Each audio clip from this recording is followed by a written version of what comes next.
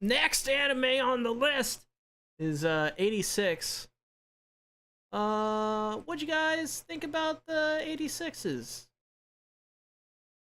I have to admit, uh, like I did.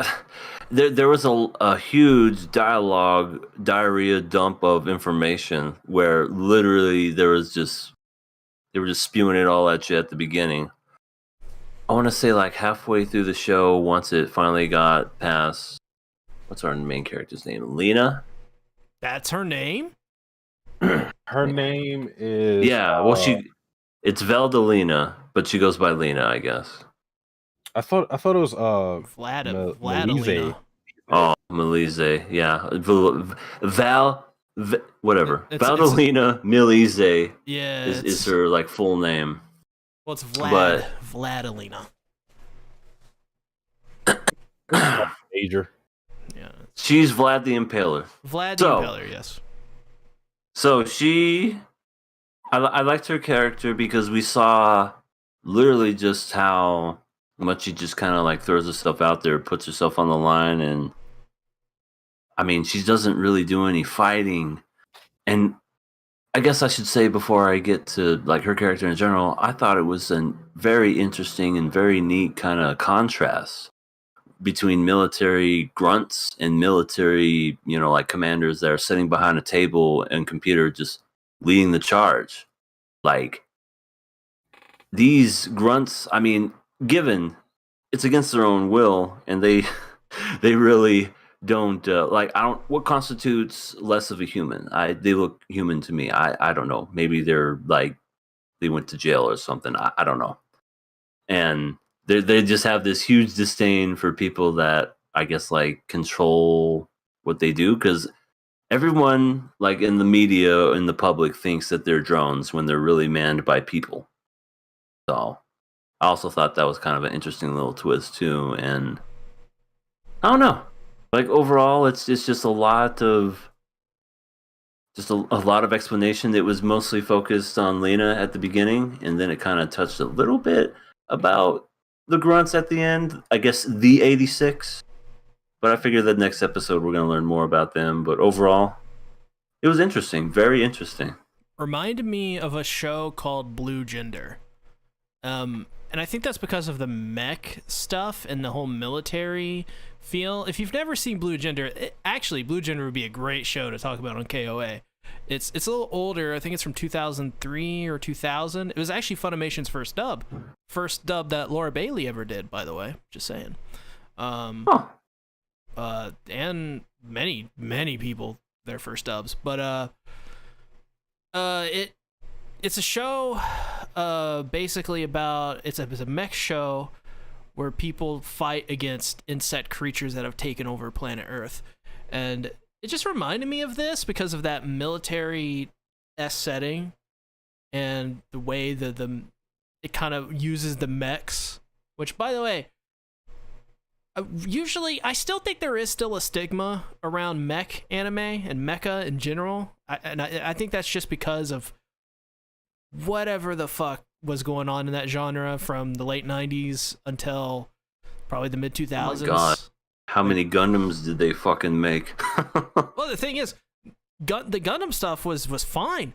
It was just the other stuff that everything else was awful. Like, and you also had that era like Shakugan no Shana, like all of these really strange shows that were getting made that just didn't look as good as the anime from the 90s, even like crazy stuff.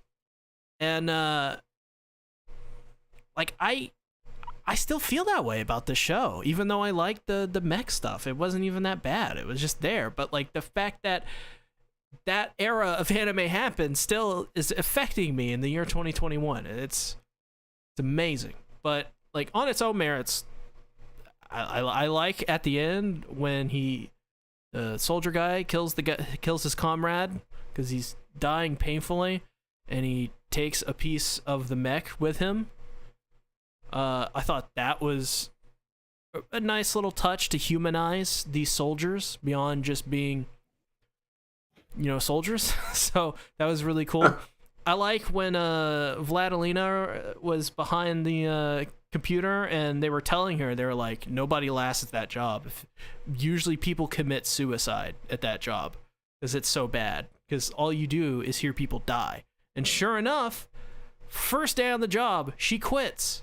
Because all she hears is people dying horrible and miserable deaths. I love the way they showed the horrors and as well like the humanity of war in this. Is very interesting. And I also love like the military kind of cover up stuff where it's like, yeah, like you said, EA, like the public don't know, but in reality, these wars are being fought by people. Great stuff. Yeah. Watching this kind of gave me a little bit of Code Geass vibes just because of the military setting, the dehumanization of a section of people, the 86. And I think it's going to be a situation where the 86 are going to have like their comeuppance and they're going to have to be viewed as people so they aren't like in this position, because in the episode, I don't remember if it was her uncle, like the main commander guy. Yeah, it was her uncle. Yeah, he had made a comment to where he told her to stop reporting on the casualties that they suffered because he basically said like they're not human, they're not important, they're not real casualties. But in actuality, these are people who are dying because the drones are being manned by people, but they aren't thought of as people to the general public. So with a character like the Major, who has a lot of compassion for people, I think she's a perfect person to be in that position, to be the handler of them. It's just going to be a matter of her gaining their trust, which is probably going to be very hard because I imagine that they're going to be distrustful of anybody in that position. But I think it's going to be more of like a redemption story kind of for them to get human rights and things of that nature. Pat brings up an interesting fact in the light. What am I saying? In the live chat, it says, fun fact, the author is a woman who's a big fan of Gundam. So So hopefully we get Gundams riding horses in this anime. No. Erupting, burning, shining finger! I'm sorry. Rain! If that happens, it's getting an auto kill. Yo, we gotta... Is Rain gonna be in this anime? Is she gonna be trapped inside a Gundam's head, floating in space, naked? Can we cancel? See? What? Yeah, let's cancel. That actually happens in Mobile Fighter Gundam G. It's a great anime. It's like Dragon Ball Z, but Gundams. I swear to God, it's amazing. Mechs I still don't retract riding my other... What? Start hashtag. I'm gonna cry. It is also cool though that a woman is writing this. So that to me says, I hope that the females aren't just gonna be, you know, just eye candy. Sexy. Not good. Yeah, because there's a lot of these light novels that come out and it's like they're not real characters. They're not really female. It just feels like a dude wrote this female to be perfect or whatever. Yeah, there's the typical waifu characters. Yeah, you know, so. It seems legit so far. Yeah, I have no problems with anything in regards to that. Where I'm like, another light novel series doing a thing, but there is CGI in this, and I feel like it's always fun to bring up CGI because people love to have opinions about it. What do you guys think about it? It's all right. I mean, you can definitely tell that it's CGI, but not as good as AOT's CGI. We'll say that. No, definitely not. But as far as just, I don't know, CGI is considered nowadays, I'm pretty much used to it now. I know there was a point where I was the old man, yelling from my lawn chair, in the front seat, where I was like, "What is all this damn CGI? What happened to hand drawing?" At this point, I'm used to it now. I could complain about it, but there'd be no point. So at this point, I'm totally fine with it, and it's not anything that's like appealing, to be honest. It's okay. So it is what it is. I think it's solid. I don't think it's anything special, but I do think it's Right. better. I think it's better than like a lot of other CGI. It's better than X-Arm. There, I said it. Oh, way better. Oh my god. It's like X-Arm makes the CGI look like fucking like instant classic masterpieces. But yeah, I think it's not as good as AOT CGI or anything like that. Or Orange, what they did with Beastars and Land of the Lustrous. But yeah, I think it's pretty good for what it is, at least. But any other thoughts on this episode? Nope. Seems like it's going to be a fun show, though. Yeah, I'm really looking forward to it. Apparently, this is going to be a 2-core split show. core too.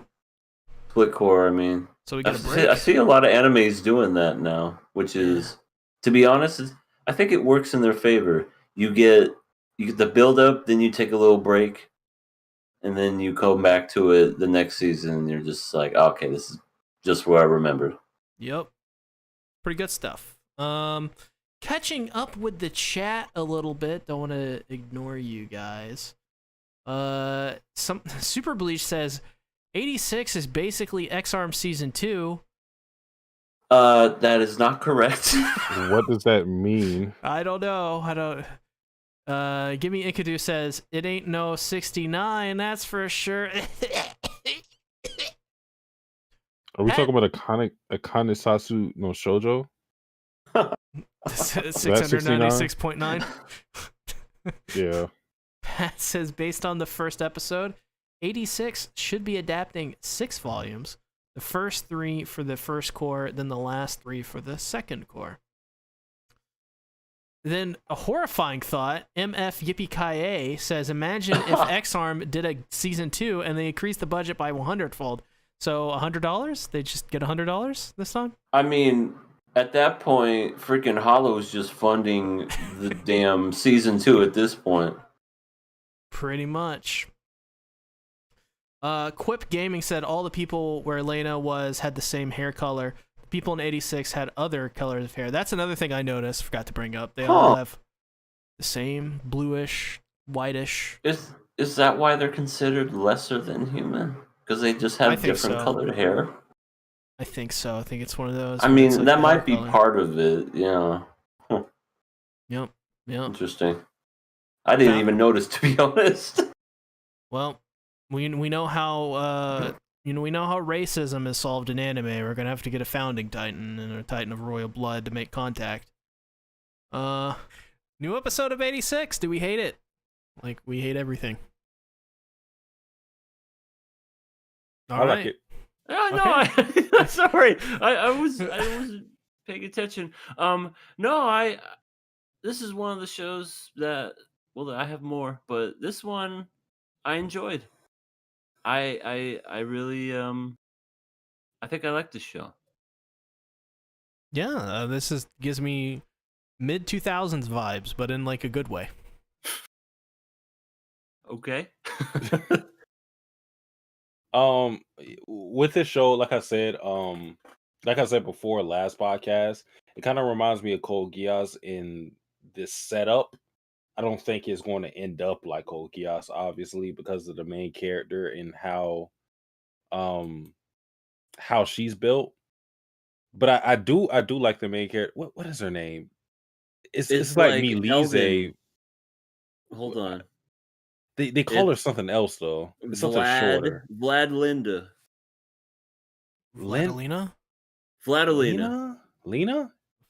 Lena. Because I feel like they call her something like shorter. Because like I don't remember anybody calling her like Malinze or something like that. Because I think that's her full name. But that's beside the point. I really like her character. She's someone who is going to speak her mind regardless of how it's perceived.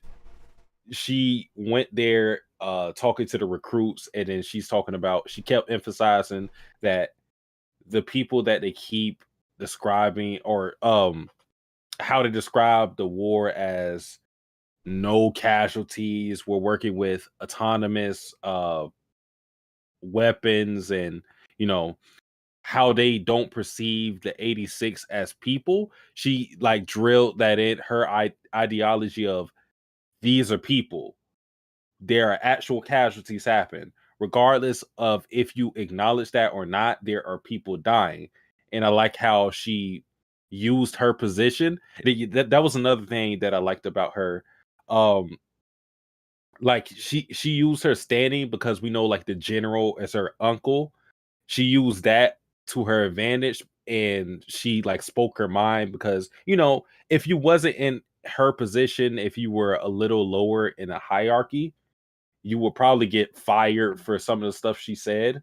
But she's using her standing and using it to the utmost, and she's speaking exactly what she feels.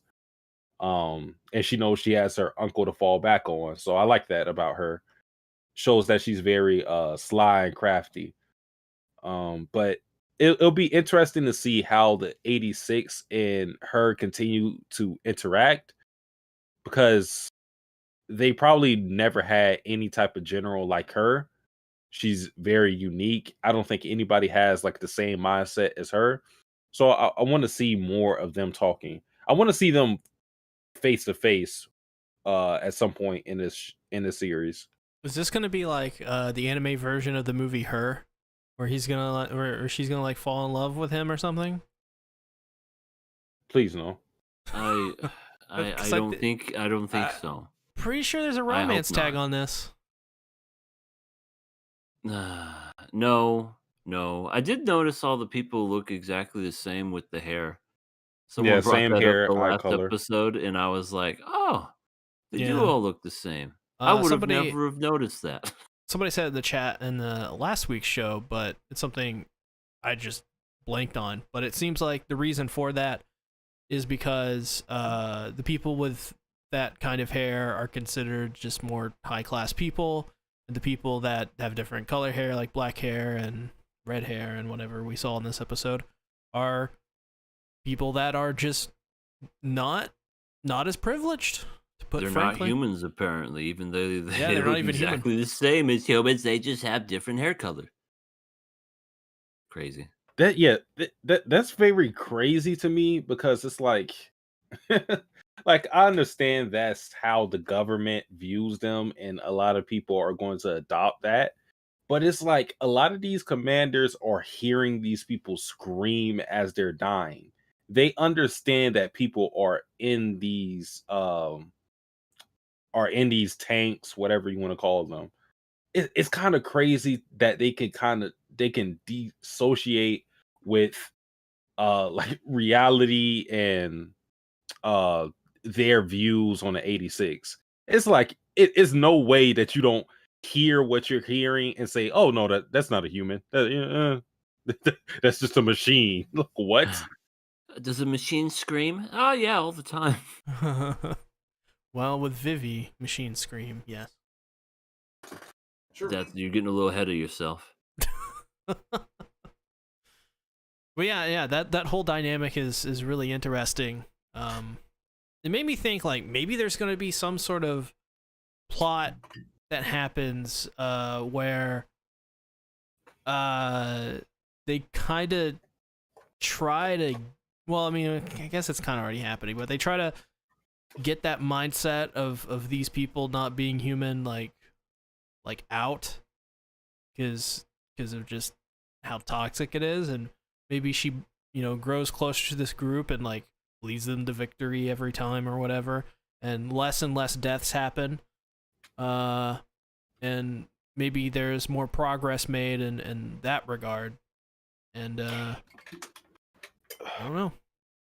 It's just so tough because they don't acknowledge them as humans either way. I think the one thing that that has been talked about in the series is the fact that war is supposed to not happen in 2 years. So I think maybe in that time frame after the wars are supposed to be done, if in that time the 86 are still relevant to where their skills are needed, I think then they could be considered human and whatnot. Because as this war is going on, I don't think there's going to be anything that will force everybody to acknowledge their existence or their humanity. Because even if they achieve anything great, I mean they've been going through things to where quote unquote no casualties happen. So that's as good as it gets. And yet and still nobody acknowledges them as humans. So I feel like in that time frame where people have to rely on them, that's when they could possibly you know become human again. Also, how do they know that there's going to be no more war in 2 years? Like, Uh is it that just a prediction? yeah, speculation. Okay, because I don't think anyone knows how long war is going to be until it I happens. I wonder if that's like a whole thing where they lead the people to believe that there is like this end to it. Um, but like when the time comes, it obviously just never ends.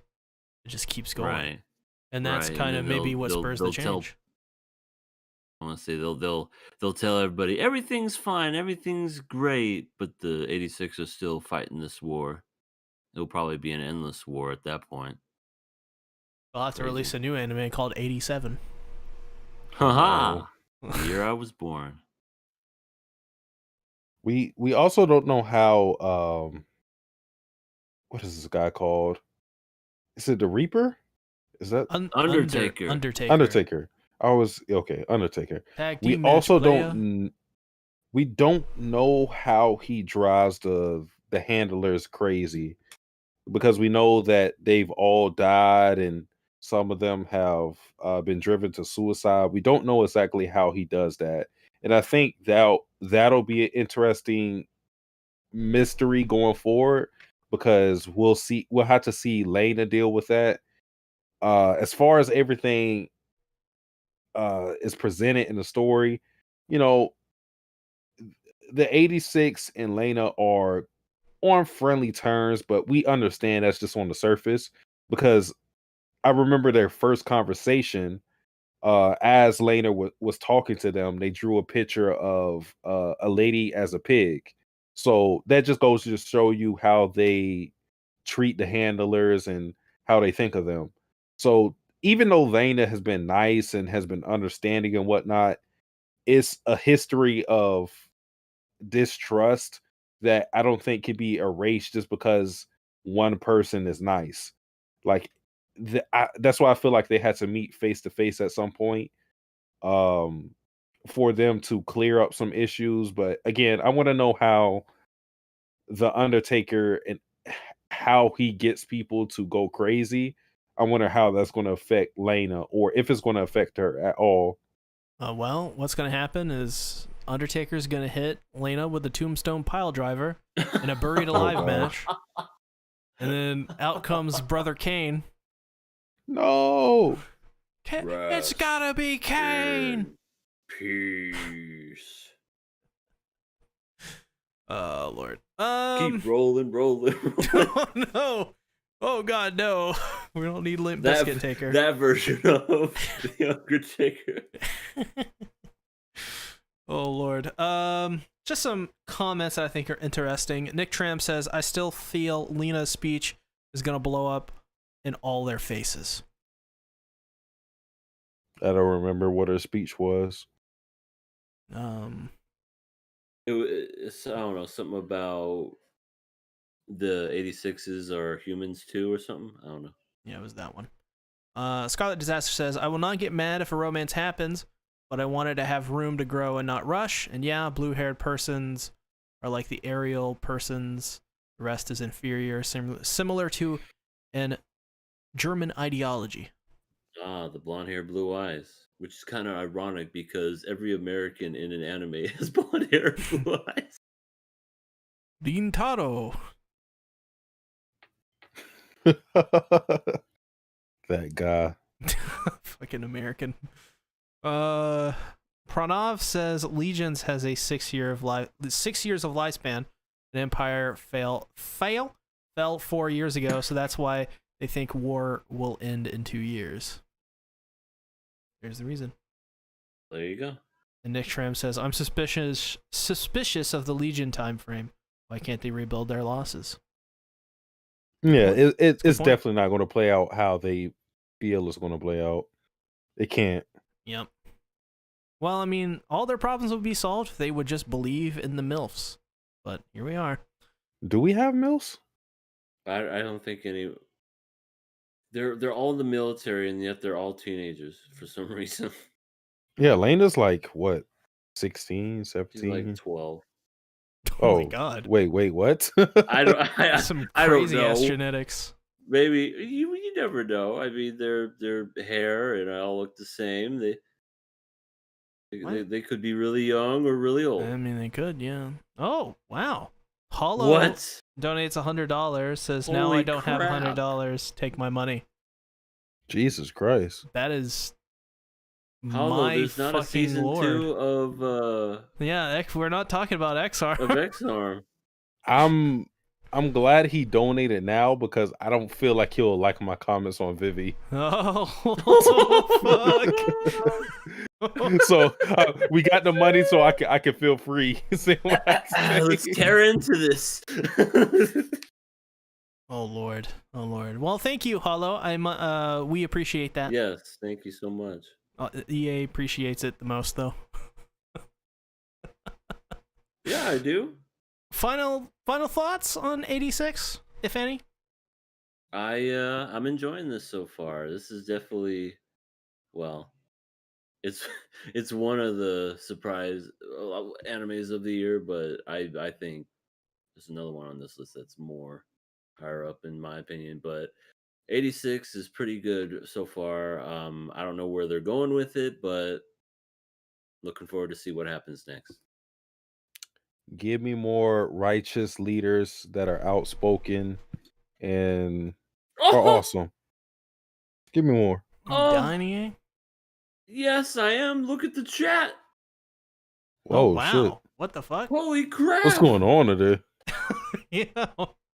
Professional sleeping bag with Jesus. another 100. Well, here's a Thank you, well-deserved Hollow's younger chain brother dono. that uses cheeseburgers. May also be a sister. They're really rivals. It's like he donated $1 more intentionally. Oh my god, he is better than you, Hollow. Oh my god, EA, no! He's 1 penny above. Oh god, it's all gonna go to Google. Oh yeah, Oh lord. they're laughing at us. Yes, but we appreciate that. That's pretty crazy. I don't think that's ever happened before. So yeah, 86. Oh yeah, pass. Yeah, I'm passing it too. I don't know if I Okay, said that. okay. I was distracted by Yeah. the money. Yeah, same. I pass as well. I'm greatly enjoying it. We need more of this Undertaker guy. He's pretty cool. I like him. 86. I love this episode. Knowing how things are going, maybe you guys won't. What did you guys think? No, I absolutely hated. No, I'm kidding. I really liked it. I thought it was really, really good. This is made by the dude who did ReZero. No, thank God, no. Wait, which one? Which one was the one that? Vivi. Okay. I was gonna say, okay, but anyway, this show, I really liked how they did like the compare and contrast. Yeah, the first half is of the 86, their regular daily lives, and something as cliche as a peeping tom, look at them swim bath scene I found myself laughing hysterically, all because it was set up to that very last like joke at the very end, and I forget exactly what it was, but it was something that one of the girls said because they liked one of the dudes, and then he said, "Hey, why not give that one thing a try?" And it was perfect, and it just made me laugh so hard just because he knew he was screwed either way, so he was just like, might as well just go all out and say it. I Yeah. love that. The happiness with them. And then when it came to the second half, which had our main character, Lena. Vladistera, she Vlaster. she By the way, I just want to say, Graphic Fantastic, wonder who that is. It's donated $1, says, I will do this 96 more times. It is episode 99 after all. so All right. so Vladistera was she was doing her thing, like you saw her talking with the 86, basically just more or less just kind of wanting to get to know him. And even the girl who, spoiler, eventually ended up dying on the battlefield was the same person that told her, don't get too close, because this is something that not a lot of people stay a part of, and I wouldn't want to see you get dragged down. And I like how you didn't see her death on screen. You saw it in the perspective of Vlad, and it makes it more relatable. I mean, you could have seen her go down in a big fiery explosion, just amazing, but it makes it impactful, but also just very normal because to her that it's just a dot on the screen. So I really liked that, and then just at the end how that one dude was just going off on her. I was like, you're going a little too hard on her, man. Like, come on. I mean, You're scarring her. seriously. And then for some reason they chose to do an artistic sideways eye tear, which I'm like, okay, that was an interesting choice, but okay. But other than that, like everything else was like fantastic. I really enjoyed it. Oh, yeah, I love this episode. I loved the thing that got me was the animation. It was so beautiful. It's so expressive, so well done. This is one of my favorite episodes of the week, easily. Like this just came out of nowhere for me, and just really impressed me. I'm definitely liking Lena's character a lot more. Starting out, she was just kind of like, oh, she's there. I think I gravitated towards Undertaker way more, but after this episode, I'm like, she's really cool. And yeah, the whole when they're in the lake, at first I rolled my eyes because I was like, here we go. But as it started to play out, almost immediately I was like, this is awesome. Like this is just an awesome scene. It's lighthearted. It doesn't have really dumb fan service in it. It's just a really heartfelt scene that further humanizes these soldiers that are basically like nobody even knows is there. So thought all that was really cool. What do you think, Satsuki? Yeah, as you guys already said, the whole scene where we see them playing and in the water and whatnot, that was just to humanize them and to give emphasize the fact that the 86 are people just like everyone else. And it's interesting too because we don't get those scenes with everybody else. I don't know the name of their nation and whatnot, but everybody who's not 86, we don't get a lot of scenes of them. We just get like the military focus and whatnot, and we see the world through Lena's lens, and we don't really get to see everybody humanized other than like her friend and whatnot. So I find that kind of interesting. But what EA said about like how her name is so difficult to say. It's like Vladilena? What? No. I call her Lena. I call her because they call her Lena. But the other name of the girl that died this episode, it's like Krush Bolte. Like what the? I don't know. I don't even know what nickname I can give her. Just call her Cursed Blutes. Why Curse not? the Blutes. So Curse the Blutes, her death, as EA said, I feel like that was handled in the right way because Yeah. again, just like what EA said, it wasn't handled in like she goes out in a blaze of glory and where everything is like it's like a movie to where she's going out in this way that's you know it's so amazing or anything like that. We get it from Lena's perspective in a way that it's kind of like she's just gone. She just sees something on the screen, that person is gone, and that's it.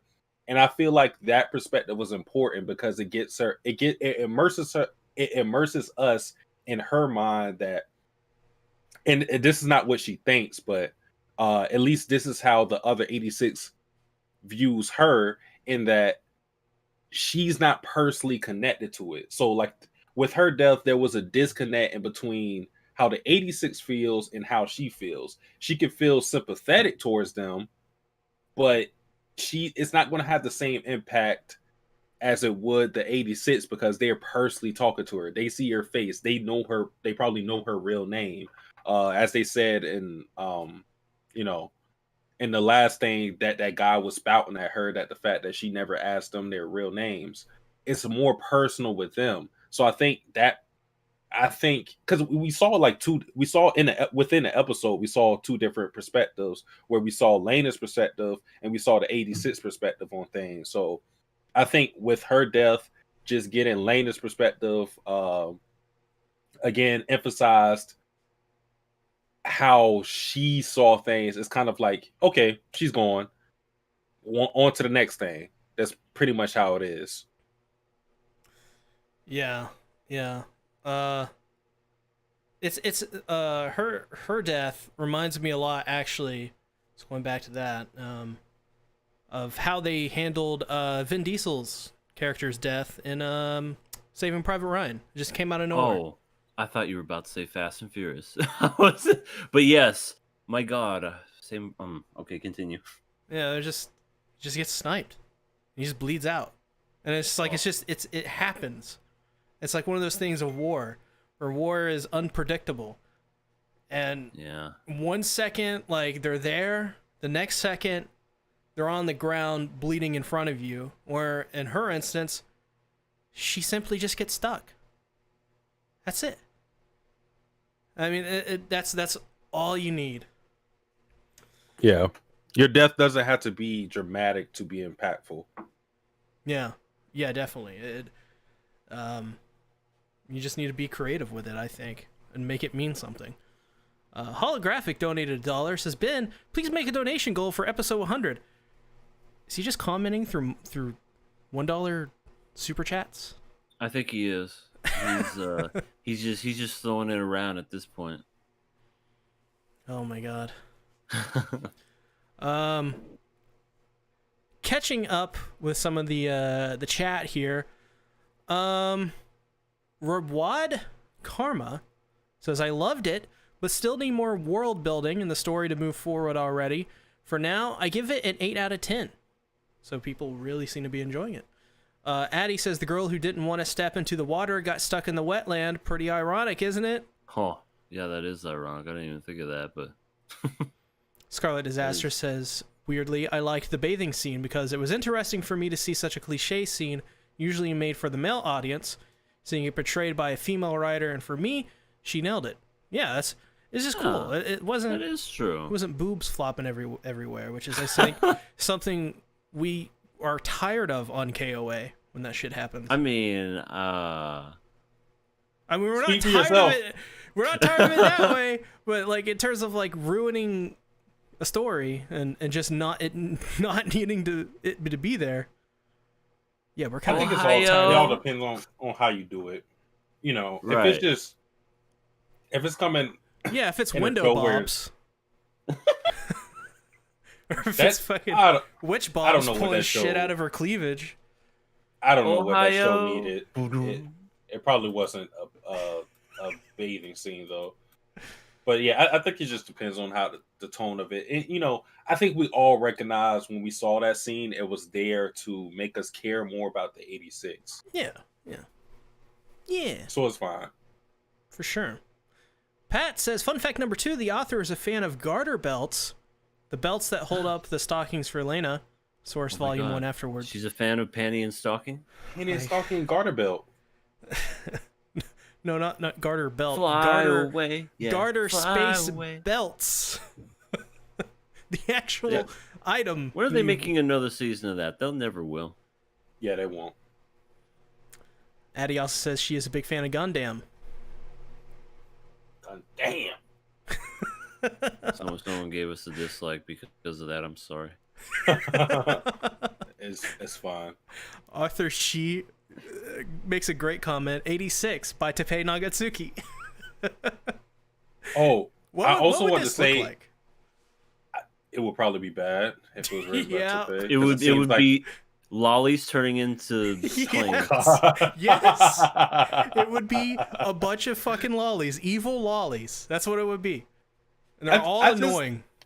I love how Teppei has like barely in between. I mean, there's some in between with like the boobs in this series. Like there's like Amelia, there's Krush, but like he'll have like Priscilla and Elsa and Minerva, and then there'll be like fucking Typhon, Beatrice. It's like God, I hate it. It's just like all the good characters, all the actual adult female characters die and get replaced by little children. It's the worst. I don't understand why it never gets called out. It needs to be called out more because it's you know that when a character dies in that series, a lolly is gonna come out and it's gonna be half fucking naked. Or they're going to be 100 years old and thousands of fucking clones of it. You guys, season 3, there is a character, one of the most annoying ass characters in all of ReZero. Really? More annoying than... Oh, it's a girl. Okay. She looks like a lolly. She's like 21, but she looks like a small child, and she wears a string bikini. I know exactly what you're talking about. She's the worst. So she's the girl that ruined Slime Daddy. Oh, honestly, yeah, Miliyama. it's on the level. Well, Milam is probably better than her, but yeah, that's not good. Yeah, Pringles are amazing. I was gonna say with 86, I also like the fact that the 86 are taking time to warm up to Lena. I think we all expect them to eventually, at the very least,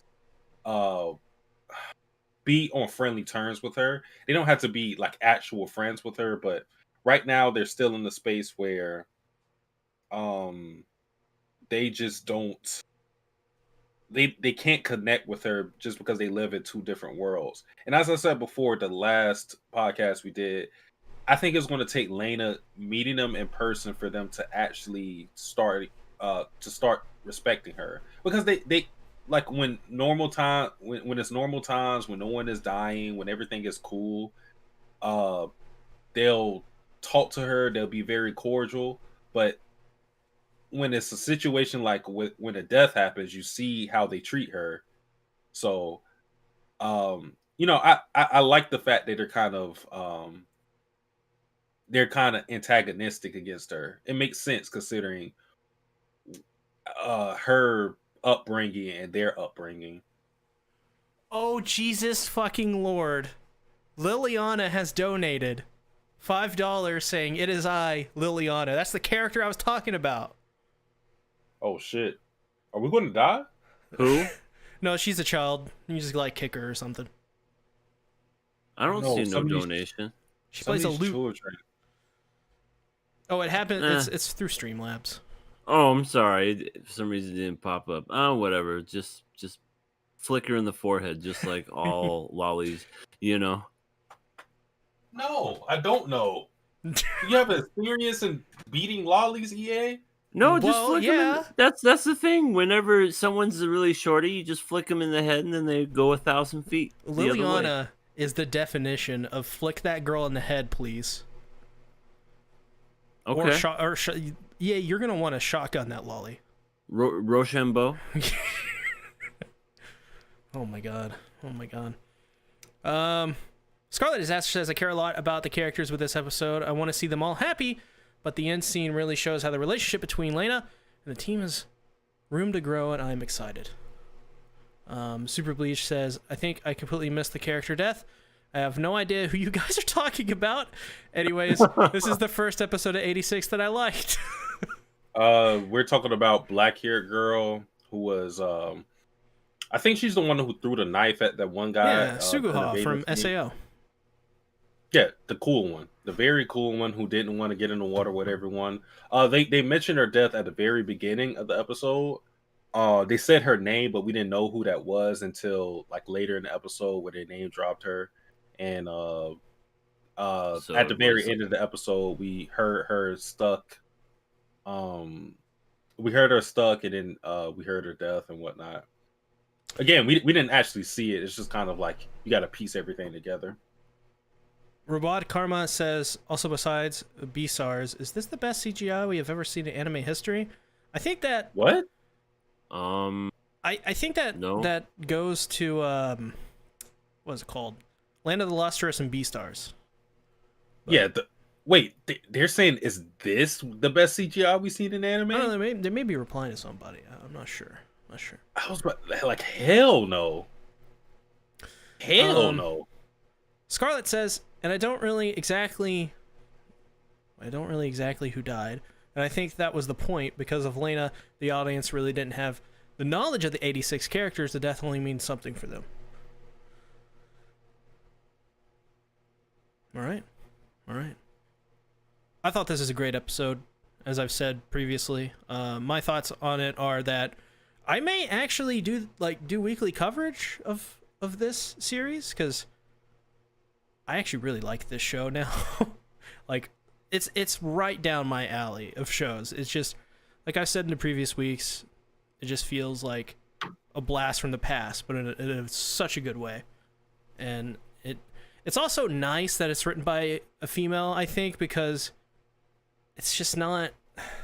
It's a different perspective, a different viewpoint, and I think that already is making it seem just so much more different and unique. And that's kind of how I would describe this. It's just it's a very unique anime. We're not really focused on what's happening in the battles. We're focusing it on the perspective of Lena for a lot of these things, and it's really just about getting these characters closer and closer to one another.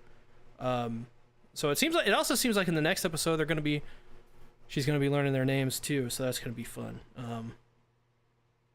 I just thought this was an amazing episode. But what'd you guys think? Pass or kill? Pass. I want everybody to take notice that C did not think about covering this anime weekly until we had this bath scene. What the hell? There's like a bath scene at the very beginning, right? Nope. Listen. Even if there is, I'm gonna just say no. Listen. I don't think there was any bath scenes in any other episodes. This was the only one with fan service, so you're caught. Yep. What? I'm caught? What did I do? We know why you want to cover the series weekly. In anticipation that we get another scene. It's very engaging. It's very nice. I love it. I'd passing it. Oh my lord. Boobs. I'm passing as well. Because wait, you just said passing because of boobs. Yeah, but he's not covering the series weekly like you are. What? This is not fair. I literally... What am I going to do in videos when boobs show up? I'm going to be like, I'm going to spend 30 minutes breaking down the boobs? Yeah. Wait, you just said it. That's what you're going to do. No, I'm not. It's a hypothetical. I'm asking you. You did hentai reviews. I don't believe you. Yeah. In 2014 and 15. It's been like 6 years since then. Oh, we're bringing stuff that's in the past, and now we're bringing it to the modern day. Cancel culture. Here we go. So you have a resume. That's what you're saying. And you can expose me further because those videos are on my Patreon. $1 tier and up. There you go. So you become a member today. Become a member to expose me. What if I'm still public as well on one of my channels? So if you can find it, you can find it. Lightning Eagle says he needs a 30-minute breakdown. Of what? Of the, you know what? Well, what? I pass in this. Let's move on. Let's talk about 86. I love this show. Can I just say I love the show? Can I say that? Yeah, you love more than the show, though. What do I love more than the show? You love Vlad Exquazella or whatever her name is. I need the proof, the physical evidence that I love Vladilina. Oh yeah, that's her name. Last week you said you wanted to go in depth with them boobs for 30 minutes. What? I think I remember that vaguely. Yeah. No! That never happened! You said you wanted to know. No, what? Just like the song, I want to know what turns you Do you on. not want to know though, see? That's the question. That's a different conversation for a different day. See that? He says nothing, which means yes. Oh my god. It's okay, buddy. We all like tits. Satsuki, talk about this episode of 86. Okay, so this episode of 86 is a very good episode. I like the fact that this is something I've been talking about before, that the 86 are not going to be somebody, or they're not going to be people who just readily accept Lena. She's, like I already talked about this before, I feel like she has to go to the battlefield for them to really be acquainted with each other and truly bond. Because it's more of just them talking to each other just because it's like, it's a part of the job. It's a little more to it because they acknowledge that Lena's trying to be nice and trying to be a good person, and she's not like the rest of the other handlers that they dealt with in the past. But again, someone outright said that I'm just because of who we are in our backgrounds, I'm never going to be cool with you.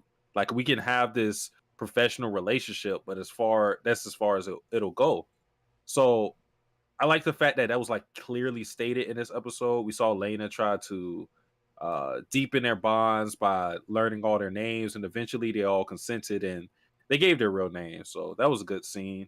I just want to say too, Lena reminds me a lot of Saber in the fact that they're very idealistic characters, and in the show their ideals are always challenged, and that's why I also like Lena's friend. I forget her name. I think it's like Annette or something like that.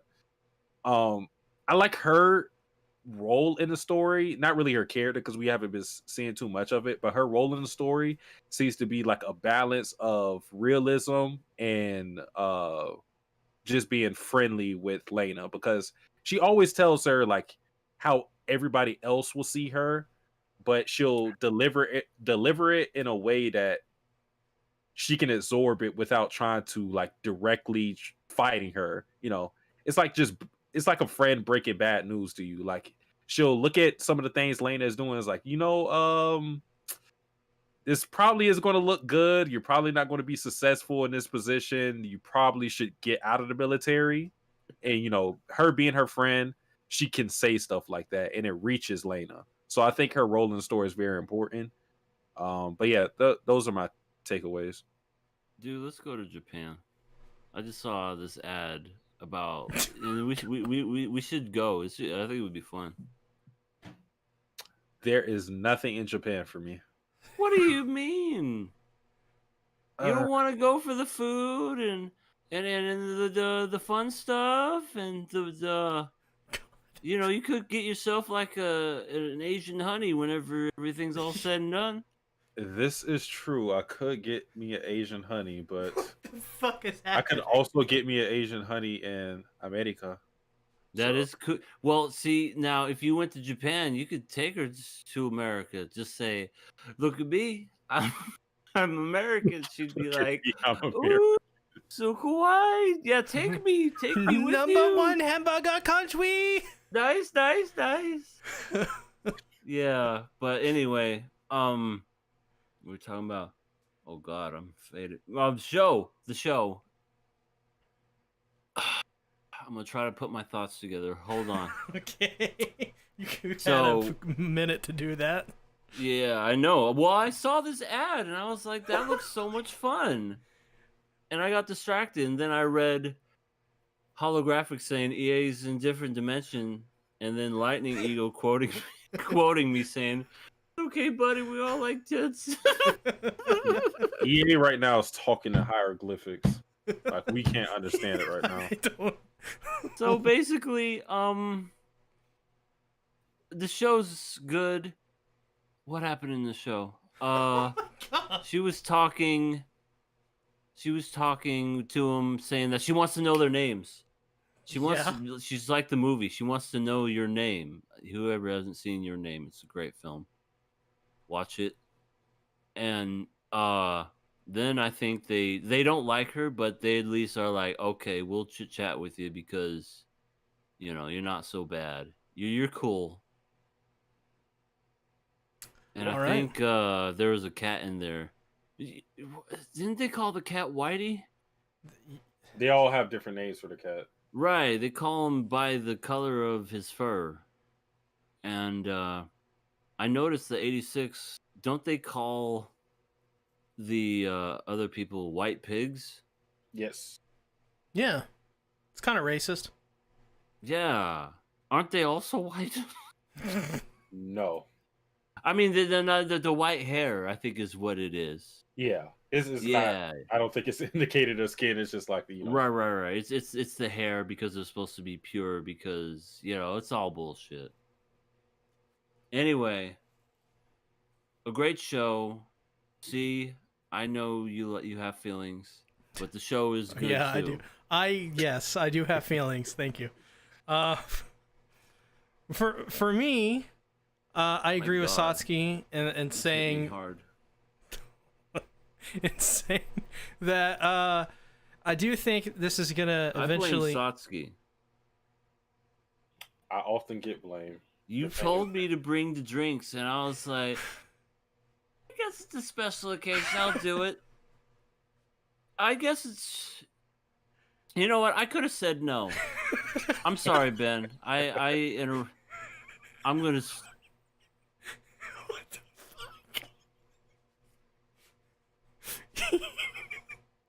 fuck? I agree with Satsuki, and Satsuki saying that this is gonna eventually end up with them all meeting in person, and I think that's gonna be like the biggest hurdle to them becoming for letting Lena in their group. Yeah, I don't remember what I was gonna say at this point. Lena to be talking that shit. Oh, she didn't even eat her flan. Wait. Your flan. She I didn't think eat it's her flan. flan. Is it Oh, Or flan? pudding or whatever. Flan, it's Yeah. it's the pudding with the caramel and drizzle on top. Yeah, it's good shit. That's some good shit if you haven't ever ate that. It's- But it's fantastic. She didn't even eat hers because she was so worried. And her friend's like, fuck them bitches, and was just eating hers like it was nothing. Verbatim. Right, she said that. And I'm like, she needs to get new friends. Well, I actually think, like I was saying, me liking her role in the story, she's not someone that's going to like tell Lena what she wants to hear. That's why I like her, because she keeps it real, and I think she keeps it real while maintaining her friendship with her. She'll tell Lena when she thinks she's being foolish. Like, she doesn't hide anything from her. And you can tell she actually cares about her well-being. That's why she doesn't want her to be in the military. Because especially in this this squad, because we've heard what has happened to the handlers. They all end up dead. So she's looking out for her, even though it's not always in the prettiest words. She's not always, nice about it. But like I said, she's not like a big character so far. She hasn't had much screen time. But I just like her relationship, her dynamic, and her role in the story so far.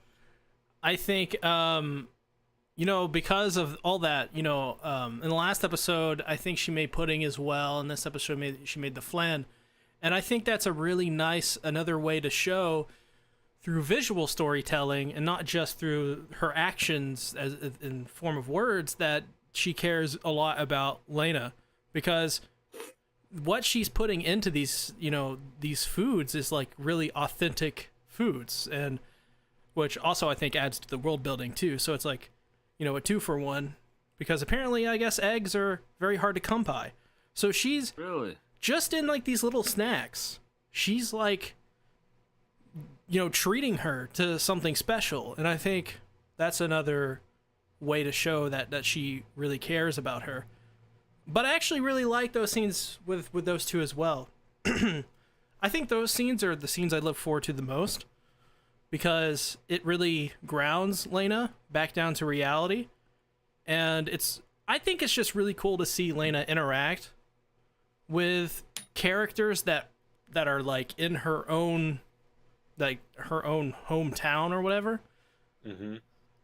Because we see her interact with the people of the 86 like all the time. And I think that really opens up her character, fleshes her out, and grounds her down a little bit. And I think that's why Lena is such an interesting character so far, along with characters like Undertaker, because they're kind of the main like commanders in their bike, son. What?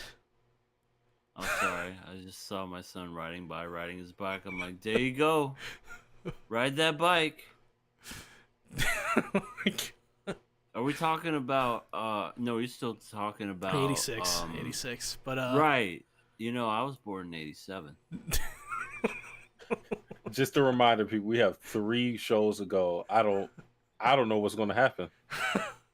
Oh, I know what's gonna happen. Fucking Vivi's gonna get it. Really?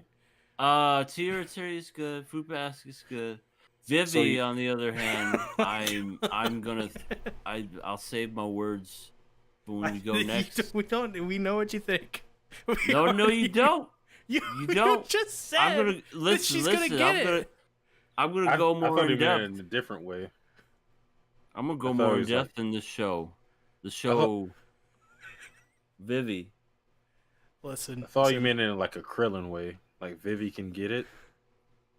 I mean, yeah, Krillin can get any kind of android because he's that kind of dude. But I don't think Krillin's gonna be saving the world in this one. Yeah, he's kind of bald. He's bald and he's got 18. Vivi's he's just like blue hair. Fuck that shit. So 86 is, my opinion, my top 2 favorite shows right now are To Your Eternity and Fruits Basket, but 86 is like right behind it, like right below it. And all it needs is another really good episode like this one to really put it up there for me. You have love for Linda. Linda? Or Vladia. Oh the fuck's her name? Linda. Vlad the Impaler. That's it. You have love for Vlad. Lightning Eagle says, "Yo, lol, EA is cracking me up. I'm trying to draw." I want to ask, if you haven't already, be sure to give this podcast a like, share it out with your friends, because EA is gonna say some shit that's gonna get me fucking banned, and it needs to be seen by everybody. No. Come on now.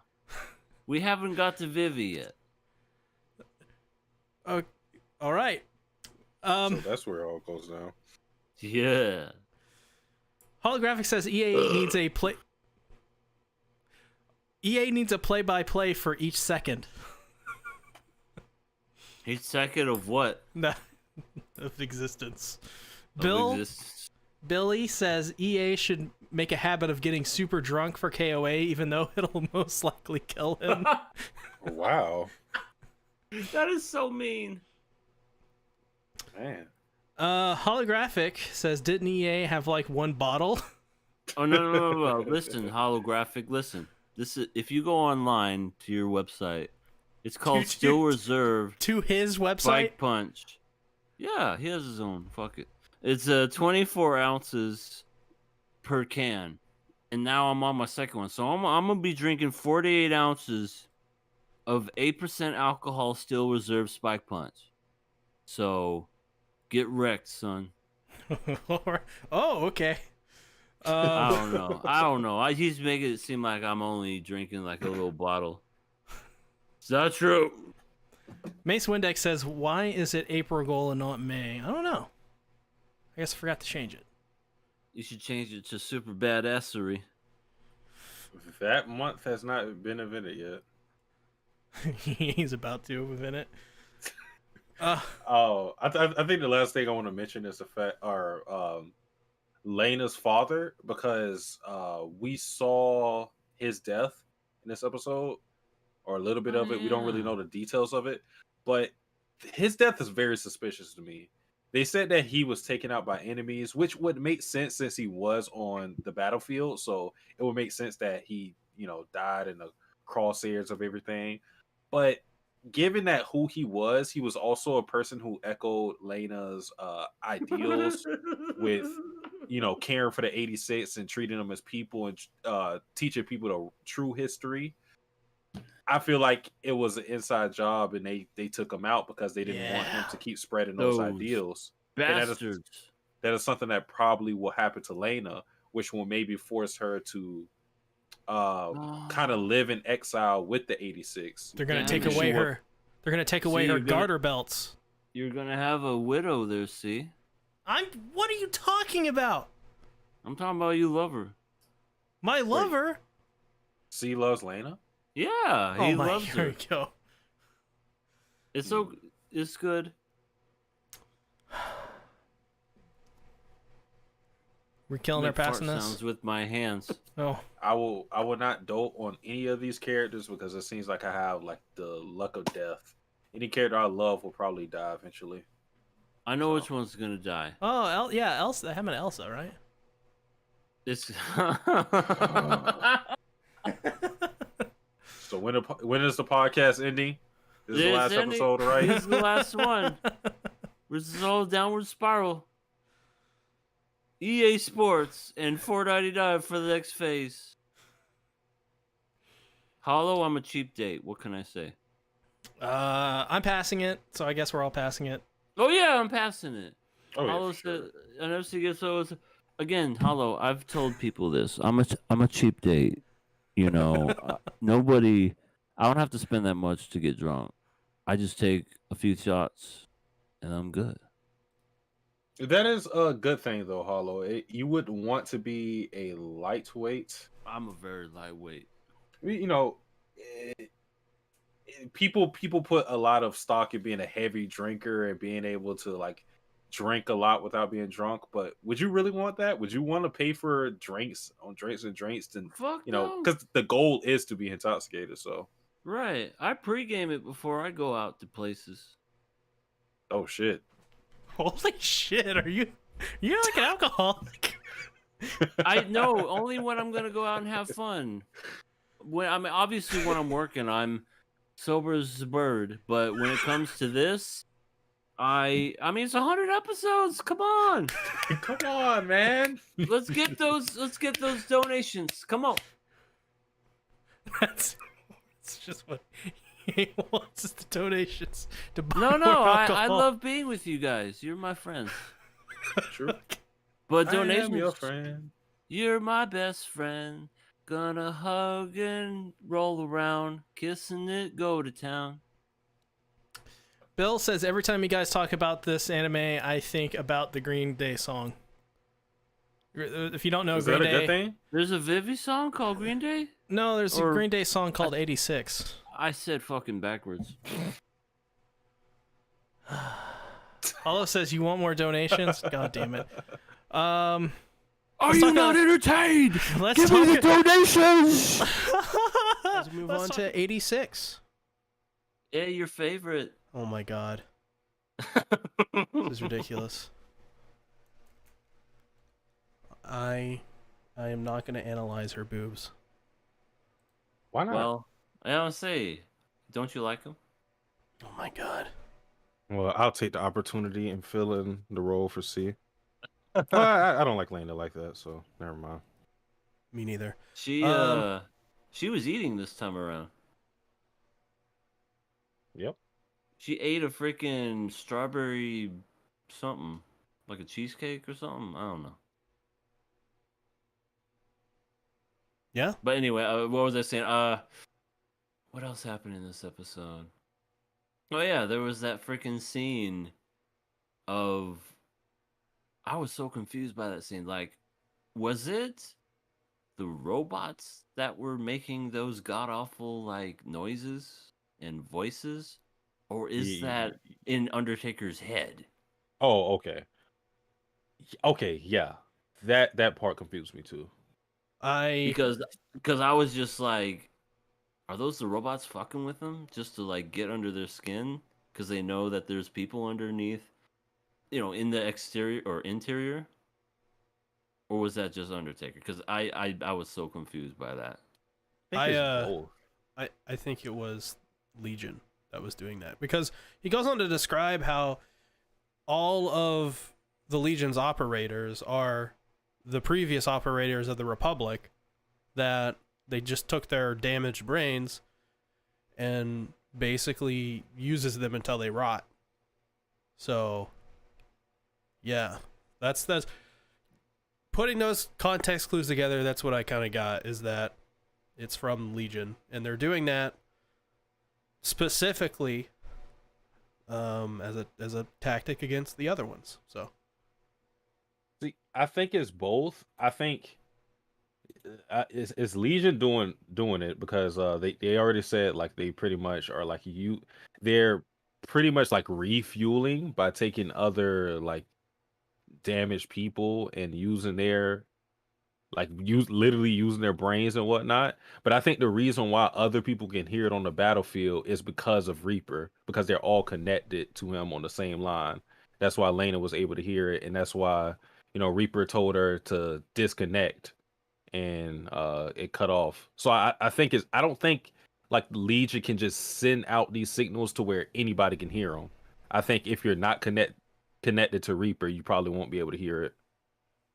Yeah, she went full on insane. You could tell she went insane because I don't know who the art director of the show is, but they go with very interesting angles. They just turned the whole thing upside down when she was in her room, and I'm like, okay. I like that. We don't ever see that kind of approach to it. I don't know. I feel like maybe I'm just being a little ticky tacky, but I feel like we could have gotten the same kind of response had it just been normal. But I don't know. It almost kind of felt like M. Night Shyamalan-ish. You remember that one movie where they were in an elevator and they started off the movie all upside down? Maybe you never saw it. It was called I don't Devil. think so. Nope, but I've heard about it. Yeah, it was very meh. But anyway, I just thought that was an interesting choice. But like, I think still just seeing, especially the one girl that died, and how she just got really close to Lena. It's like, I don't want to die. Yeah. No, she didn't say it hurts. She just said, I don't want to die. I think she's past the point of hurting, but Arigato. Ooh. No, different. Thank you for killing me. See, different show. You would not get along in Japan. You're trying to find a train station. You just walk around. Itai. This guy's hurt. Hurry! You gotta get him some medicine fast. Oh my god. But no, I feel like that episode flew by. Like we were in the cockpit. Those legions went on, and then after that, it was just a lot of.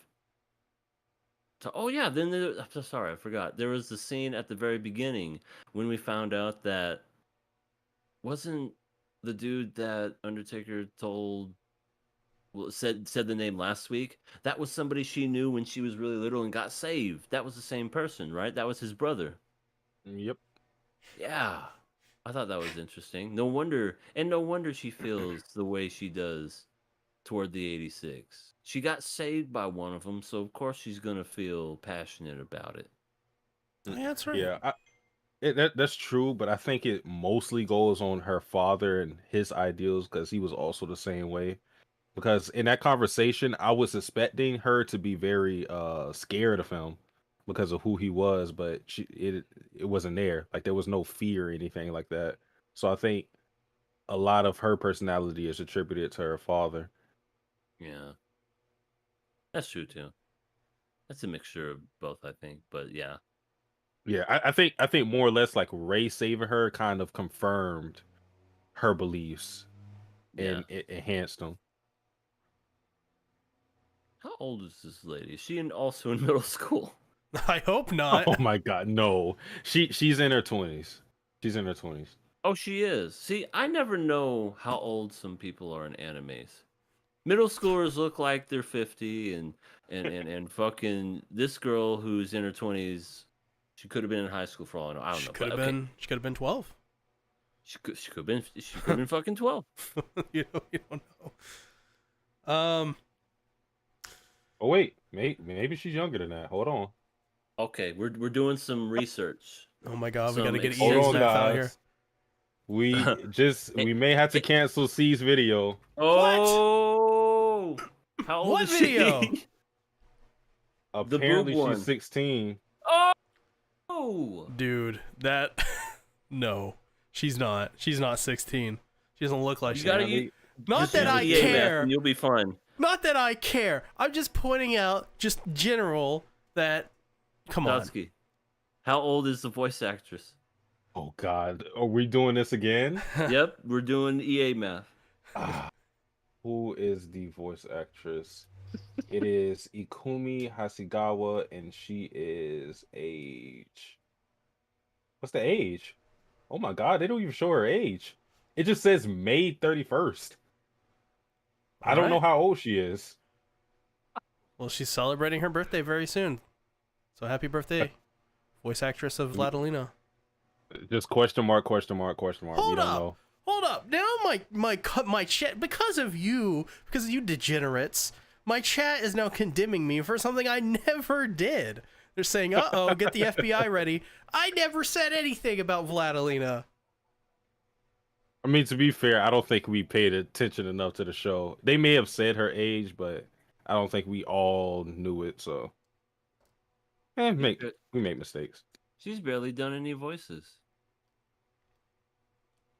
Well, she's pretty good at voice Wow. acting, so good for her. Yeah, well, this is her most famous one because she's been voice acting since 2018. She hasn't done anything else other than a few parts. Good for her. Yeah, she's getting paid. She's very good.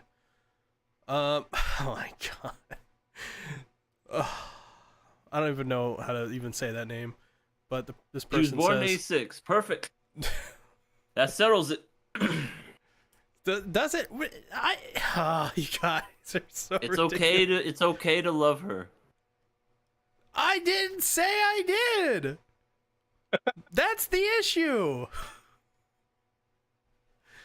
Guys, All right. I'll get us back on track. So we got more of the friend talking about how she still wants Lena to well, this time she didn't outright say quit, but she said there's no point in doing favors for the 86. So she's still being the person that, like I said before, she's the person that tries to bring Lena back to their reality. And I guess more so her reality, but I guess when a majority of people see the world this way, then it becomes reality. It's the fact that the 86 are the 86 and they're being ostracized, and being in their position, they shouldn't go out of their way to try to help them. They should keep everything strictly professional and not do any more than that. And while her views may be harsh, it comes from a place of her trying to help her friend, because again, like I said in other podcasts, we know the history of the handlers. They've all been met with death with this particular group, so I think she's afraid of that. So I still like her continued rolling the story, but I do wish they would do a little more with her, because like at this point I'm like, okay, I understand her role. I don't need to hear it like every episode now. But I guess that just also shows you like how serious she is about it. So, yeah. Very nice. very nice. My wife, which is not Vladilena. My wife, very nice. You can get with the other girl, Yeah, you Annette. can get with her. You can get with her friend. Annette. And she's looking for someone too. Yeah, She's looking for a husband. and she apparently cooks a lot of food with eggs. And artificial things as well. Hmm. Can't It's go the wrong last- with that. That's the last thing I need. Oh my God! More comments from Dylan Lamb. Don't worry, the age of consent in her country is 5. Oh Jesus! You guys Christ. have already. That's not true, is it? Cruiser79 says, yes, officer, that's him right there. I didn't do shit! You guys are delusional. You guys are degenerates. Scarlet Disaster says, so are you saying you don't love Ladalina's character? I love Ladalina's character as she's written. Yeah, she's a nice written character. But you two. Yeah, You sure, two. that's all there is to it. And then whenever she hears screaming robots doing stuff, she goes, "Yeah, yeah." Yeah, Itai. She doesn't say that. How many Well. times are you gonna bring that up? It's such an iconic quote. It really is. Here I see tactics. You sorry? Addie says you're not going to talk about Shin's neck. Wait, Ooh, what? isn't that a double entendre? A shin can't have a neck. Did you guys not watch the after credits scene? There was, Oh, that. there was an after credit scene? No, but there was a broken mirror. Like, okay, I know there's a scar on his neck, Oh, but No, wait. Yeah, there Hold is, up. there is. Hold up. Cruiser79. No, somebody ban him. He says, I love Ladalina, ... ellipses, and then finishes the quote. There's an ellipses there because he's trying to frame me. we all try to frame each other on this podcast, I think. I fit well in a frame. I don't think I do. I need to work out a little more. Yeah, I know. My frame is getting a little more rounded in this past. Thank you, pandemic, piece of shit. I'm looking to get into shape and not becoming a shape. You know what I'm saying? Less of a pear and more of a square. But yeah, that freaking scar on his neck was something else. I don't know who was choking him or what that was about, but I almost feel like the next episode is going to be about his backstory. Almost positive. I mean, we know from what he said, I think it's easy to surmise that his brother's like this ghost commander. It's probably likely that they kept his brain intact and the Legion were able to like get his essence, and now it's kind of like they're evolved because they thought they were just like this autonomous group that were going to die out in 2 years, but now we know that they can keep this shit up, and in the battle of attrition they're going to win now because they can keep getting pretty much like scraps off the battlefield and keep up their fight. So the 86 are only human. I don't know why they thought that they could finish the war relatively quick. Does anyone ever have a time frame in which war is going to end? It's because they thought the machines were going to die out because they had information at least that or how long those machines could stay up, but because nobody really tries to talk to the 86, they probably like from the 86 perspective, it makes sense because even if the 86 knew that the Legion were evolving and whatnot, why would they even like tell anybody? Like as in their position, it's kind of like I'm going to die anyways. Like why would I help this group that's been oppressing me? So it's lucky that Lena has this connection to Reaper because if not, they would have never known anything. Now I think like the next step is Lena getting everyone to believe that information. But yeah, it's interesting turn of events. I wonder what's going to happen because at this point, with this evolved technology, they can't win this battle with just the 86. They're going to need other people to step in and fight. So now this battle they've been calling a war with no casualties, you may have to have some actual people pilot those things now. Yeah, I think, see, that plot thread made me start to think that eventually we're going to have to, or we are going to probably get development on the Republic more thoroughly. And, like, through them having to go, oh god, the 86 are running out of people. Now we are in crisis mode because we were idiots. So, Yep. Yeah, it seems like the white hairs are dummies. Yeah, and I wonder how it's going to be because as things stand right now, while like the people in the Republic may be like, I guess, good at tactics and whatnot, they aren't battle ready. Seems like a lot of these people have never fought in like these type of battles. The 86 are more equipped for battle than they are, so to have your strongest people dwindle out, and then you had to reinforce everybody with people who have never fought on the battlefield, that's going to be a hard task to win. this anime, more and more light is shown on the Republic and the Legion, and how this war is affecting everything. More and more, this anime is starting to feel a lot like this really old one called She the Ultimate Weapon. Do you guys know what that is? Nope. It's an anime about a I don't remember her name, but she is the ultimate weapon. That is her job. She is a robot android thing made to fight basically an unknown enemy force that doesn't exist. Like you don't see the force in the anime, I believe. And at the very end of it, everyone dies, and she fails to save everyone, and it's just really depressing. Damn. And it's kind of has some of that development in it where they are trying to defend from this unknown force, and the unknown force just keeps taking over and keeps taking over. And what they do when the force takes over is they just nuke everything and kill everyone in that area. Oh, Pretty sad. Yeah, it's a very depressing anime. I do not recommend it if you get triggered easily about that kind of stuff. let's all watch it. It's very dark. In It's very, very the dark. tone of voice you said too. It'll be fun, guys. Come on. It'll be sad.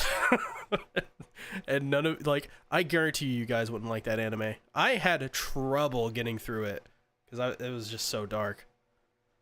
But yeah, it reminds me a lot of that. But Scarlet Disaster says also Shin said he will die. That is true. I mean, they're probably all going to die. Yeah, it's unfortunate, but it's probably going to happen. And then Vladilena is going to live on, crying herself to sleep. Pretty much like with the characters, the only people we have real connections to are Annette, Lena, and Reaper. Undertaker. Yeah. That's pretty much it. Like everybody in the group, like they do a good job of like showing like how much fun they have and how together they are, but we don't really like know them as individuals. Like there's that one guy, but again, I'm calling him that one guy because I don't remember his fucking name. Addy says, I think the Republic is delusional. Are the Republic and the Empire are the only people / country in the world? Because I think not. I don't think so either. But we're focusing on them, so they're the only ones that matter. Yeah.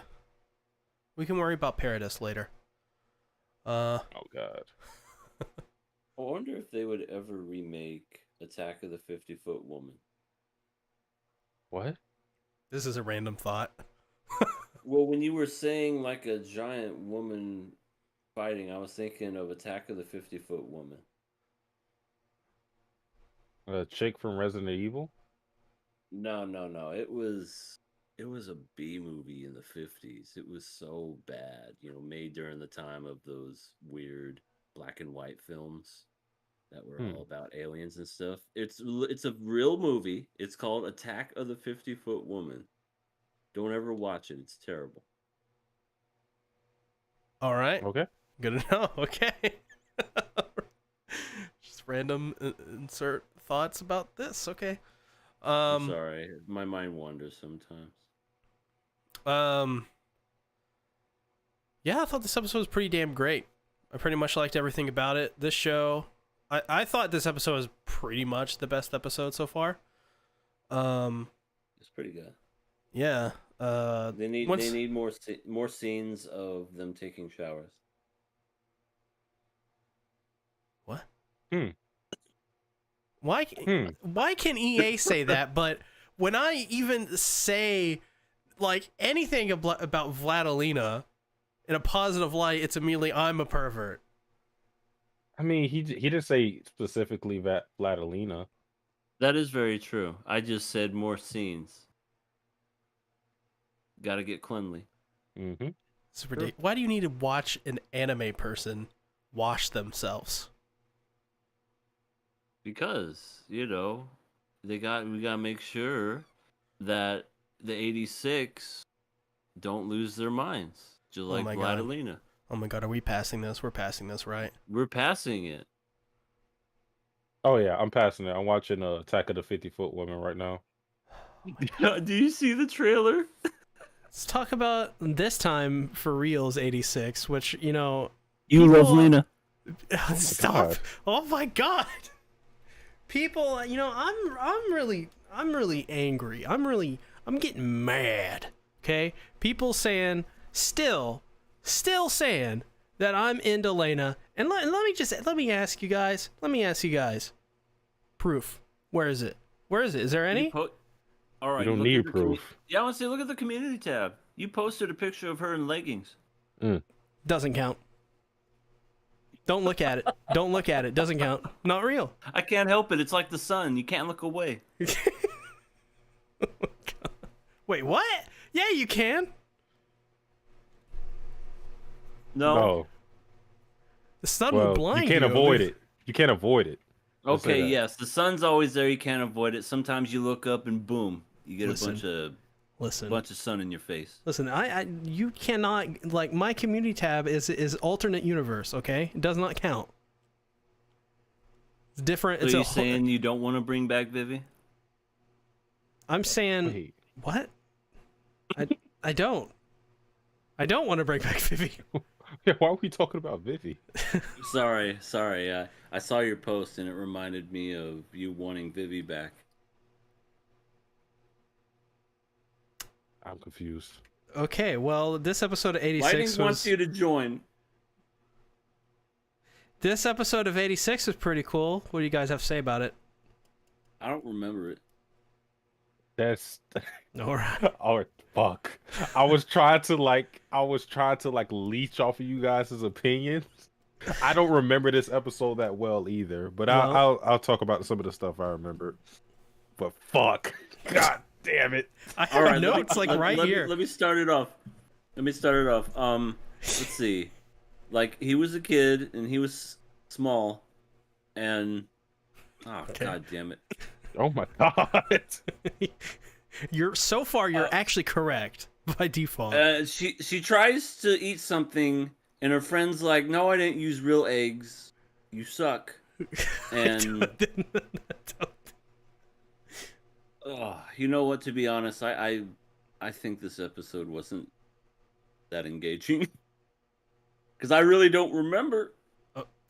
I mean, like, what we did in this episode mainly was we had like a flashback of the 86. It was like showing us, like, them interacting with each other, having fun and things. Yeah. So it was really just like at least a good portion of the episode was trying to get us to feel more for these characters. Honestly, in that regard, they're just doing okay. Because, like, when the characters died, like the last character death we had, I forgot her name. She had like a long name. Kirschblut? But Billy. Oh God, you remember it? I'm not repeating that, but yeah, her. Kirschblut. Yeah, every time I can't say her name, you need to come in. So yeah, I don't know what the Q is going to be, but yeah. But when she died, Kirschblut. there were when she died, Kirschblut. I was, it was a little emotional, and it wasn't just because of like it was more so of how everybody reacted. But when the dude died in this episode, I didn't really feel too much for it, honestly. Like, cause he had like a relationship with one of the girls in this episode, Anju. but yeah, Anju. You know all But their names. we don't know. Like, that's the problem. We don't like know these characters like that. Yeah, Apparently Daya she was the does. guy. Yeah, Daya was the guy that died, and Lekka was the girl that committed suicide. But that's all we know them as. Well, yeah, but that's their names. Yes. And Anju See- had a thing for Daya. Yeah, we know like 2 seconds she was on the air. we know like bulletin points about them. Like we can say this character likes this character. This character has this hair. This is their name. That's it. We don't really like know their personality. So when they dies, it doesn't really affect me too much. Well, I And think maybe that's the not the point. Yeah, I don't think you're supposed to like care too much. You're supposed to really care about Undertaker and Lena. That's it. Yeah. Are they going to be boning? Oh, most obviously. Because freaking your girl Lena was blushing My girl? at the end. My girl. Yeah, your girl. She said, in the airway, she said, "Sea tactics for the win," also known as Ben, and she went, "Yeah." She got all red and blustered and flustered, and apparently First of all, everybody that's lost their fucking mind. That's not what happened. She's very appreciative of his brother, and as well him, and she said that out loud. And in I guess their culture, much like Japan's, that is kind of like being a little bit too intimate. So, no, based off her personality, she would react that way. Pay attention, guys. Pay attention. Okay, so my bad. They're gonna hold hands. In Yeah, public, whoa. probably. Sasuke, I see the first picture. Good thing she doesn't have her tongue sticking out. Oh God. Oh no. Yeah, bad screenshot. This is. Someone has to put a tongue there now. Oh my god. I would never post that for That fear is- of people doing That exactly is that. that is NSFW, Satsuki. I am sorry. But what else happened this episode? Well, it was Lena's birthday. Happy birthday, Lena. She's legal now. I don't know about that. She might have been 16, so Listen, Now you she's- guys talking about how she's legal, and I'm sitting over here quiet, not saying anything, and then EA, you're just gonna burst out and be like, "You love Lena," and Saucy's gonna be like, "Ha ha ha ha ha ha ha ha," and then I'm just gonna cry in a corner, and then the chat's gonna laugh at me. it sounds like your normal podcast. This is ridiculous. Make Make sure it's to okay make sure though. make Steve. sure to like the podcast, by the way. Yeah, make sure to smash that like button for more Lena content. I wouldn't go that far.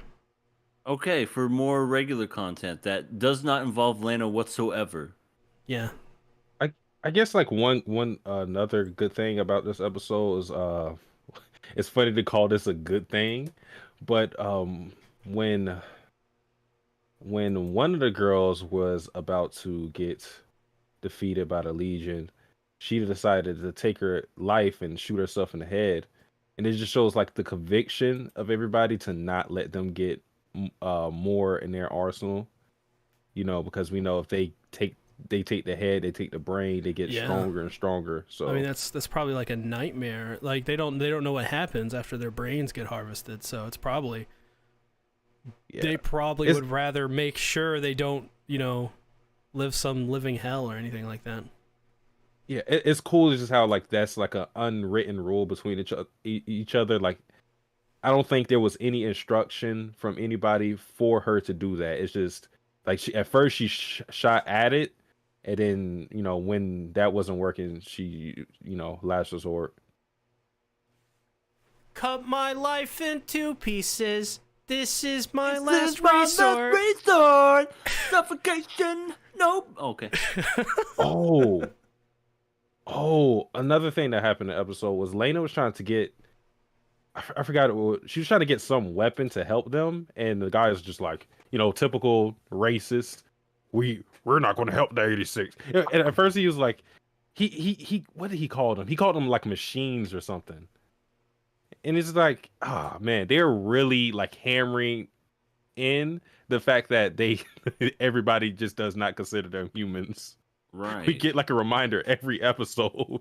It's just Right. funny how like their conversation went, because like Lena made it a point like, no, these are fucking humans, you racist. Like, get it through your head. The same episode, they drew Yeah. what they thought Lena would looked look like. Yeah. Was a Miss Piggy looking thing. And they're like, yeah, I bet she's so white. Yeah, and her hair and fucking pig. Yeah, that was funny. Yeah. I wonder how they react when they actually see her. Undertaker's gonna like take his pants off. Oh my god. I didn't know about that. Because he'll be so comfortable. Get your minds out of the gutter.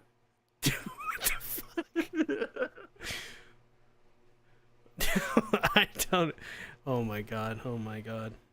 This is too much. Too much. I don't know what to say. Oh, we also had the talk with Lena and her friend Annette, and Lena was asking her like what happens when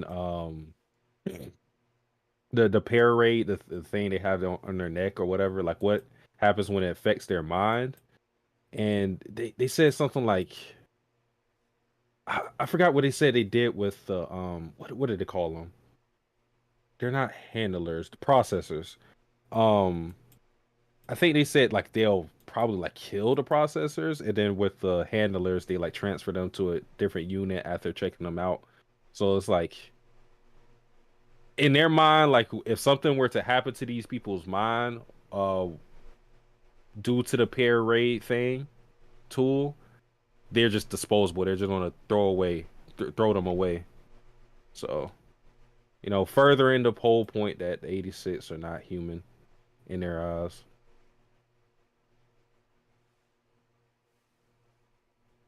Lots of fun. Just- Lots of fun. All right. So I was so is that it? I mean, to be fair, there wasn't too much that happened in this episode, so You're not gonna talk about her blushing we and kind of being already. cute eating chocolate. Well, it was a moment they shared, and their children will probably be beautiful, unless they, in my opinion, they're probably not going to have children. In my opinion, I cannot really, be, optimistic and say by the end of this series that society is going to be fucked.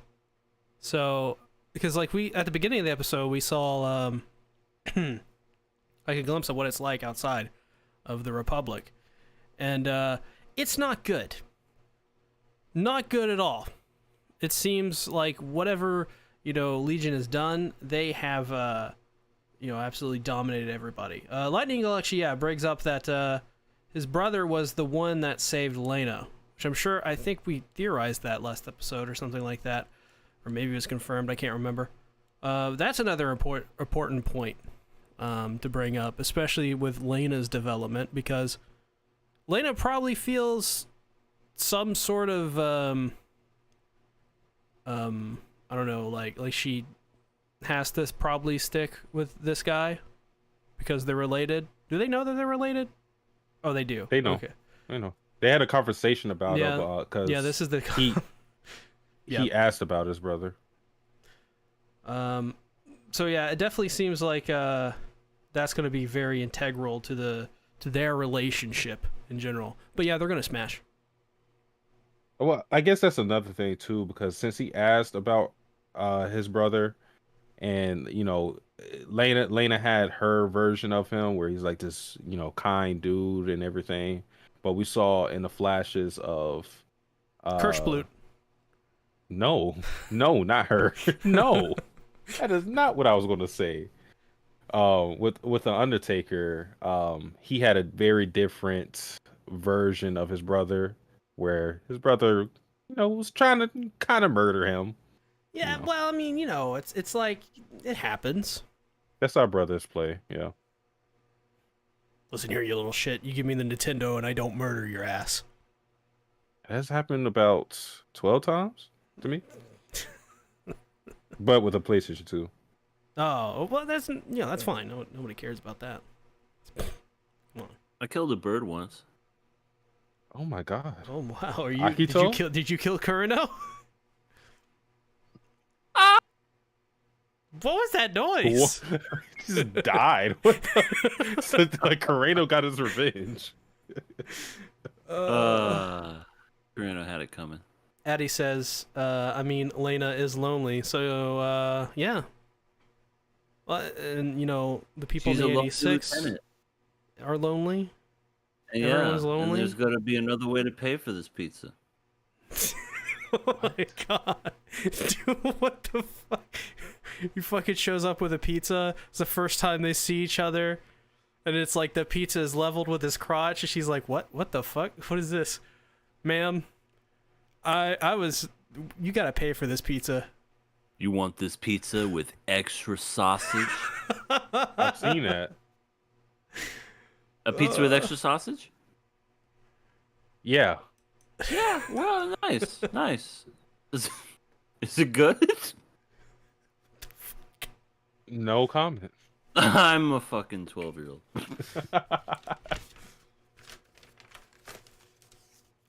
Oh god. Well, I think we're passing this, right? I think we're passing this. I got nothing else to say about this episode. Speaking of dying, let's talk about 86, where lots of people are dying. What happened in this episode? People died because they were killed. I don't remember. Right, people died because they were killed. Lena got the 86, some fireworks, some special ammunition, as she put it. Bribed the guy. That was great, she by bribed the way. guy with all her money. And then proceeds to trip Over nothing. over herself. She tripped over She's herself. one of those, huh? Yeah. She's very Toru-like in some instances. Oops. And she's a general. It's just... Oh my god. This is why you don't promote children to be general. Yeah. Guess so. I'm going to lead the world and everything will be great. Kids, sit down and shut up. I'm going to save the world. I'm 12. I pooped my pants. Wait, what? 12. Last time I checked, I don't think 12-year-olds still did that. Some do. Accidents. Next. So I had acid. Fushi? Help me. Oh my god. Wakara Nai. I can see Fushi constantly shitting himself. He probably my God. does. Probably walk. That's probably why his clothes stuck to him so like they did. He's my covered in God. piss Can and we everything. talk about 86? What? Oh my god, you're not even making fun of like my fake obsession with Elena that you guys made up. Oh, I'm over it. I'm talking about how Fushi shits himself. Oh my god. I mean, we understand why you love Lena. We don't Oh have to my keep God. talking about it every episode. I know. It's fine. You know, you can forever have that love and go ball deep in. You know what? I'm just gonna stop it right there. You love who you love. I think that's what we learned from Fruits Baskets. Yeah, this might be another Higehiro thing. I mean, C's 26, Would you Lena? stop? 17. Oh I my think. god. Oh my What god. happens when Sea Tactics invites over a general of He's some one of fucking army? He's going to shave and iron a shirt, and then he's going to get a big boot girl at his job to fall in love with him. He's a, see, I didn't know you. Wow, you shaved and you ironed your clothes? Remember when I said I didn't like you and now I like you? It's also important that she has H cups because I don't know what else is important. Yeah, I forgot they did that She in said Hige that Hero. to him? Yeah, it was random. She was like, "You want to know something? My boobs are gigantic." You know what I would have said? I would be like, yeah, I could see that. I could see that. What of it? They're an H cup. Cool. Can we talk You're about blow me? 86? Oh no, you're not gonna blow me? Okay. Well, Oh my then God. I guess this is your check. Here. See ya. Scarlet Disaster Alright. says, "Lena in black, yes or no?" What does that mean? She He wore a was black wearing dress. black. Yeah, Yeah, which she by the wore a way, black dress. very smart on her part. She didn't want anybody to, ask her out for a dance. So she wore Yeah. black like it was a funeral. She wanted the lolicons to, or She the was children going- cons. Well, It's that- My this- Chemical Romance concert. Tassi, the term you're trying to find here is pedophile. Yeah. I thought you were saying children. Yeah. Oh my God. Listen, But yeah, she's wearing. I mean, the all black. Black is my favorite color, so it wouldn't bother me. Black is slimming. Yeah, I mean, Hana Yeah, that's rocks true. black all the time, so yeah. Yeah, Pretty she looks cool. good in black. But I don't think the black fit Lena. So why is on her to use that to? You know, I felt the same way. I felt like it was out of place, and maybe that was by design. And she was like flaunting it around, like, "Don't I look so kawaii in black?" It's like, you're right, I guess. So as well, it seems like at this point that what's his name? What's the main guy's name? Forget. Shit. Damn it. Are we talking about Reaper? Undertaker. Yeah, Reaper. What's his name again? I forget his. Undertaker. I don't know his real name. Yeah, I well, don't remember. it seems like him and Lena are gonna be an item by the end of this show, He's gonna die in her arms. or she's gonna die in his arms, No. or they're gonna no. die in each other's arms. Right. No, She nosing. trips. She trips and falls into him, and then they land on a freaking like spike, and then they Yeah, die. like a rebar, Yeah. because you can't Oh. survive rebar. I love I know you. somebody who did. Well, never mind. Rebar And fucks his you name up. is Rick Grimes. Oh, well, he's Rick Grimes. That's right. He did survive that. That show, I'm so glad is ending. That show needed to end years ago. Super Bleach says, "Does EA even like 86?" I don't know. We haven't really talked much about the episode yet. I'm Who not sure. said that?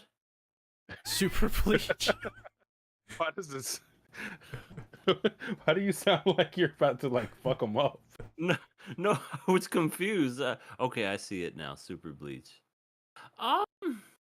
Well, Super okay, Bleach says, since we're on the topic of Well, EA. conversation, Super Bleach. Well, it no, gets no, worse. It gets no. worse. Listen, I'm gonna answer his question. There's I'm gonna answer his another. question. He has another thing he wants to add on to that. He says Okay, every let's see. He says every KOA he forgets what happens in it. Okay, Super Bleach. All right. Here, let me tell you what's up. It's not everyone. It's the past. First of all, I was joking this episode. The last episode, I really did forget everything. Like, I really forgot what was going on. But this episode, I guess you could say I kind of remembered most of it. But when C-Tactics was talking about the ballroom, I was like, oh yeah, they did do that. Like, because I was more remembering, I guess, how they had that scene at the end where they were talking about just how they were all replaceable and whatnot. But to be quite honest, I'm not the hugest fan of 86. I think I'm just okay about it. Like, when it first started, the first 3 episodes, I was really into it and it was different and I felt engaged in it. I feel like almost since what's her face died, the one that had the really long name that we can never remember except Seed Tactics for some reason. Hirschblut? Yeah, that one. It hasn't gone anywhere. We're literally just been sitting around these past couple of episodes just talking to Lena through, I guess, through the voice chat, and they're just kind of waiting for stuff to happen. Yes, there have been some fights here and there, and there have been some people that have died off and whatnot, but it's not like we got the chance to really know these characters. Like if somebody memorable died, I guess it would be more impactful, but I just feel like it just hasn't been that very memorable to me. It's all around just kind of meh. I look forward to these episodes just to talk about Lena in front of Oh my Sea God. Tactics more than anything, but other than that, it's all right.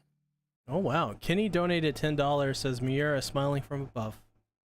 Very sad. Who? Very sad. Kentaro Miura, creator of Berserk. Oh, I'm sorry. I just didn't know his name. But when you Kentaro, gotcha. Yes. I will say it was very interesting to have a dialogue between Anju and the red-haired girl while they're completely naked taking a shower together, talking about I thought that was if Lena's interesting, gonna too. get together with Shin or not, and if it's a that was it's interesting, but okay. I was reading the subtitles and staring at the boobs at the same time. I'm just like, okay, subtitles, you want me to look at them? You give me no choice. You give me no choice. I have to know what they're saying. Kurana is her I name. th- I Red-haired think it girl. was interesting that they revealed that, and I thought it just looking at Anju, but I never said it. That they some of these people in the 86 actually have, as they say, white pig blood, imperial blood. So, yeah, some of these people are actually supposed to be like a part of the Republic, but I guess like but they're partially they just have they maybe like half of it. So that's why they're in the position they are. And I guess like if you have any 86 in your blood, you'll end up in this situation. So, but I just think that's interesting because it doesn't seem like they treat Anju any differently than anybody else. So it's kind of just like it boosting it furthers to the point that this is like a camaraderie and everybody sticks together despite anything. So I thought that was cool. Probably because they have to, knowing, how much teamwork they have to pull off just to survive a battle. I mean, in this episode, they had to retreat, which is, I think, I think it's pretty interesting that it's almost like the battles aren't the important parts of this series. It's the interactions between each of the characters and getting to know them better and better each episode. I find that really interesting. Though I think this is kind of like I don't know, some like I think this is starting to become more and more of like a romance than anything else, which I didn't expect. Maybe it's just kind of waning. Maybe they're introducing these more of these aspects into it right now, and it'll go back to being some political show or whatever. But definitely not what I was. I mean, I knew that they were gonna kind of go into it, but I didn't expect it to take such a turn into it as it did in this episode. Yeah. I think the whole bottom line of why this unit was formed is interesting too, because it's pretty much just it's so crazy. They get put in this position to where they're taking on the hardest task in this war because they survived so long. It's like, fuck, you guys were not supposed to live this long. All right, we got to do something drastic to make sure they die off so we don't have to keep our promise of, serving 5 years and you get the return. They'll put you in this unit and you'll all die out, no reinforcements, no backing of any kind. And it's just like it furthers the point that like they're already like ostracized being 86, but this unit in particular is like the black sheep and Lena being a person to lead them also speaks volumes because of her views on the 86, her viewing them as people, which is it goes against the grain. So yeah, I think they're just painting everybody or like everybody involved in this unit of in Lena's unit as like the black sheep.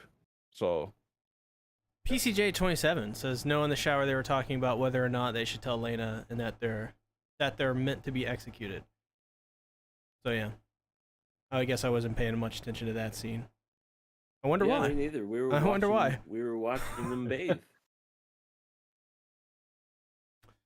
what was the thing Apologies. about Anju's back though? Oh yeah, that was interesting. Those, It seemed like she was scars? branded or something like that. Oh, yeah, because I think they were talking about how. Yeah. They said something about her later after that scene about Anju specifically. I forgot exactly what it was, but yeah, it may just be she was trying to cover up those scars because of what happened to her in the past. Mm-hmm. Yep. Very well could be. There's something else that happened. I'm totally fucking blanking on it right now. Holy shit.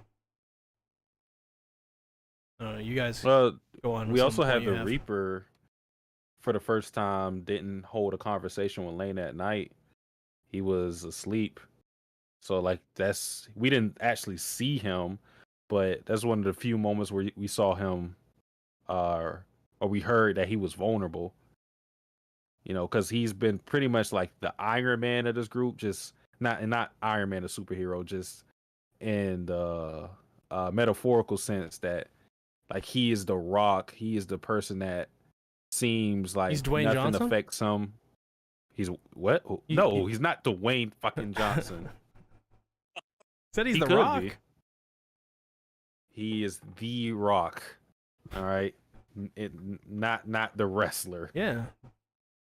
But yeah, he's the guy that will always be there. Like I think they even said like who's going to bury him when we're all gone, because they expect him to be the last man standing because he always makes it out of the battles alive.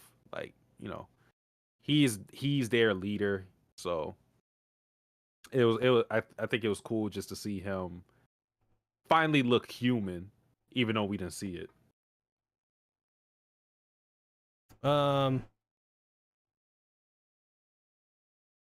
I still can't remember what I wanted to say, but I will say as like a side note, there's in the scene where Vladilena is talking to the commander guy or whatever, and she's like, and they're talking about supplies and the Eastern Front and all that stuff. And I find it interesting. I think it's a little insight into just like family and world building for at least, you know, Vladilina's family, where the guy says to Vladilena that the real job of a Melise, or however you pronounce their family name, is to look good in a dress. So it seems like Vladilena, it seems like her family like has these traditional, I guess, roles that are to be expected. And it seems like, at least for the most part, Vladilena may be somewhat unique to that and doesn't care about those aspects of, you know, the politics or red tape of being in a family like hers. So I found that interesting.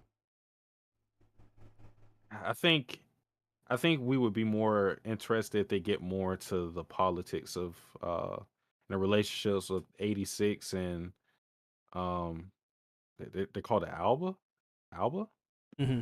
Republic, or whatever you want to say. We see like we saw a little bit like of the discourse between them when they were handing off the fireworks, but it was a brief scene, and it's just like the typical stuff that we see.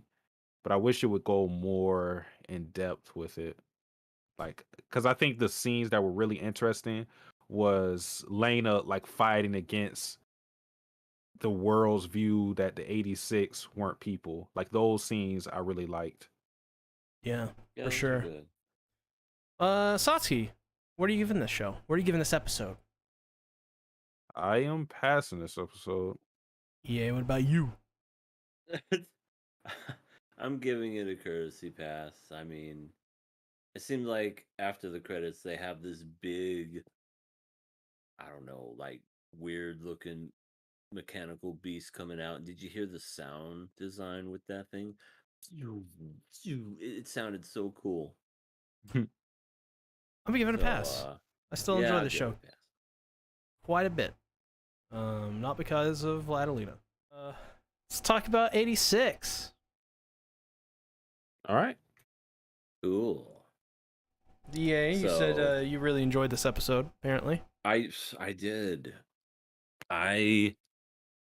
So to all the naysayers out there that were like EA doesn't like anything, well, not anything, just not this show. This show proved that it could be good once it actually has some interesting things going on. This whole episode kept me invested. Like, we got to see a huge shift in tone from Vladalena's friend, who, what did I say? I told you she was a bad person.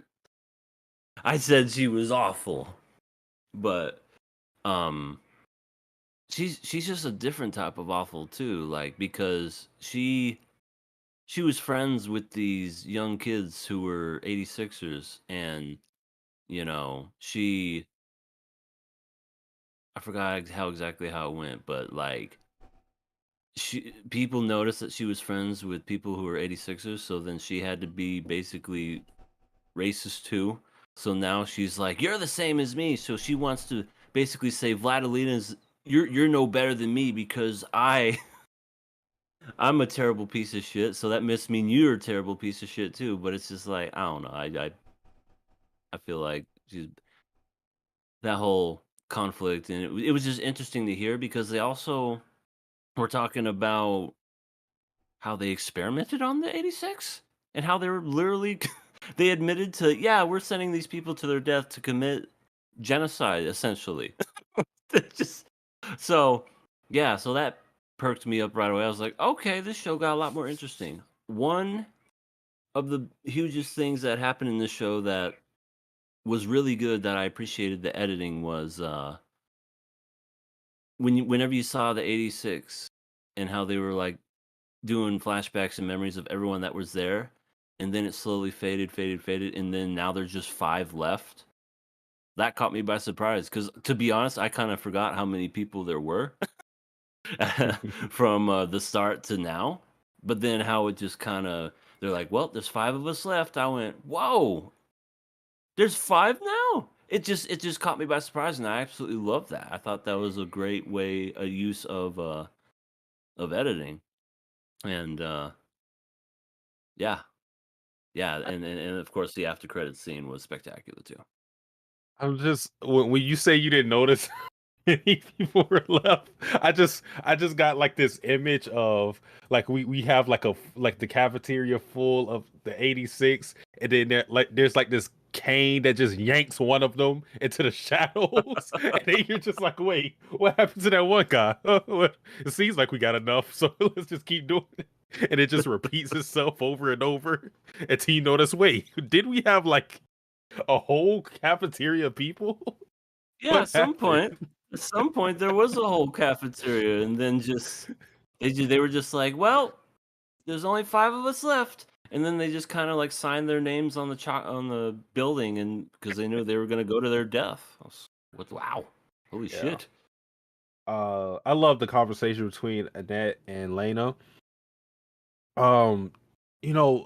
Annette was calling Lena like the same as her and whatever, and at first it kind of like makes you go like, what does she mean by that? Obviously, Lena is trying to do a lot of good, and she's nothing like Annette, who pretty much abandoned her friend and did all of this terrible, all these terrible things. But I think her whole point and what other people have been trying to tell to Lena is her approach and what she's doing is sort of half-assed.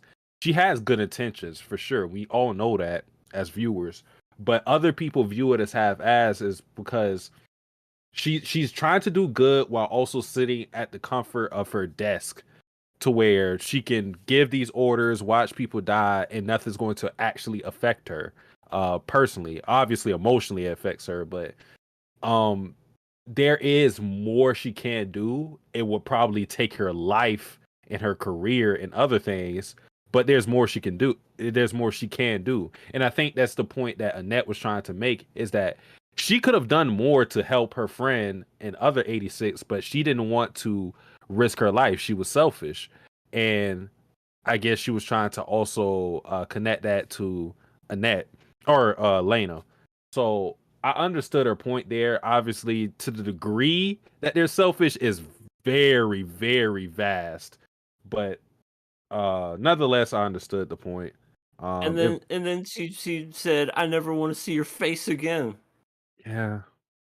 What an She's asshole. Yeah, she was kind of a dick. I wonder, because we got such a serious moment, I wasn't expecting that type of moment from her. I wonder, like, why. I wonder if, like, the fact that the subplot of her not being able to find a husband is actually going to be relevant, or was that just like fluff to bring like more lighthearted moments into the series? Because like I said, I wasn't expecting something that serious to come from her character. I thought she was always going to be like the person that Lena confides to, and brings a little different comedic type of element to the show. So because we got a serious moment, I wonder if like her wanting to find a husband will become a serious subplot as well. I bet she never even used real eggs either. That liar. Oh my god, she lied about everything.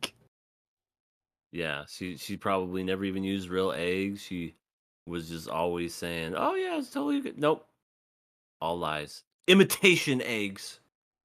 Oh my god, it's like imitation crab meat.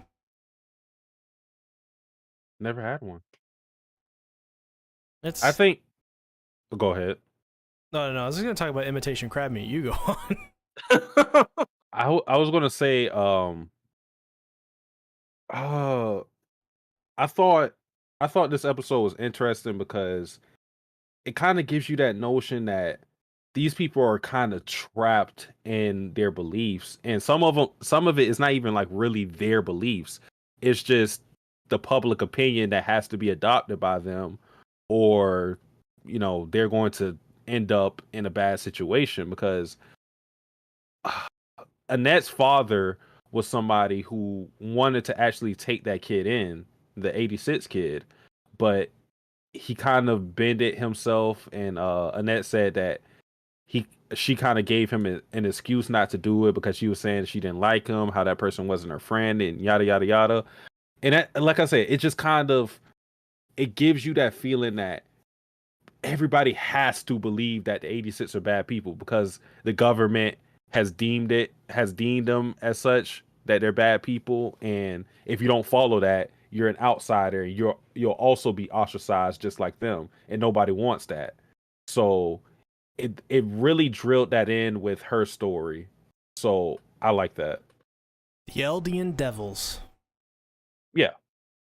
You can relate that to that for sure. Catching up a little bit of the comments. Scarlet Disaster says, I think the experiments made by the father of Lena's friend is an allegory for the experiments certain German government did on certain people. That's interesting. Never thought of it that way. Scarlet Disaster also says, oh wait, the comment of the possible Annette subplot made me think that the fact she doesn't date anyone of her age may be something will be explored in the future. Also, oh no. Lightning Eagle says, so she likes him young. Higehiro. Oh, she's gonna shave. She's gonna shave her legs, and then she's gonna take in a middle schooler. Oh my god. This is where the Tokyo Revengers tie-in that we brought up that one time may not be a good thing. Lightning Eagle says, my headphones died right at 86. Vladilena, forgive me. She will never forgive you. I mean, I think Vladilena would. Nah. Damn. Well, EA said it, so. She's ruthless. He's ruthless now? Yeah. She has an inner tiger waiting to leap out of her body. I mean, did you see how she was at the end, that everyone is against her and everyone can't stand her? She has all this pent up aggression, and you could tell. And then right before it happens, the title, not the title screen comes in, and then it goes to the second half, which is nothing but the 86. Next episode, she's gonna wear a bandana. She's gonna be like Rambo. She's going to start killing all these robots, and she's gonna be like, "I'm here, bitches!" And Vladilena, the girl that we know and love, is no more because she's been betrayed. You mean the one that C loves? Yeah, she's What? gonna love her even Stop. more. Are you kidding me? Oh my god. Would you stop? She's So that gonna be all badass, and she's just like, heavens to Betsy. Well, I mean, Woo, that would. I'm getting the vapors.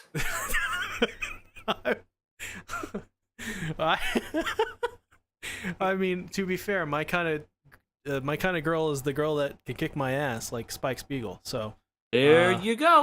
C has told me that he likes girls that can ride things. I don't know what that means, what? but What are you talking about? that's why he likes Saber, Listen, because she can drive different vehicles. okay, so yes, Saber has an A in riding. That's true, or maybe it's a B. I can't remember. Either way, she's very good at riding cars, vehicles. She's gonna give you a B.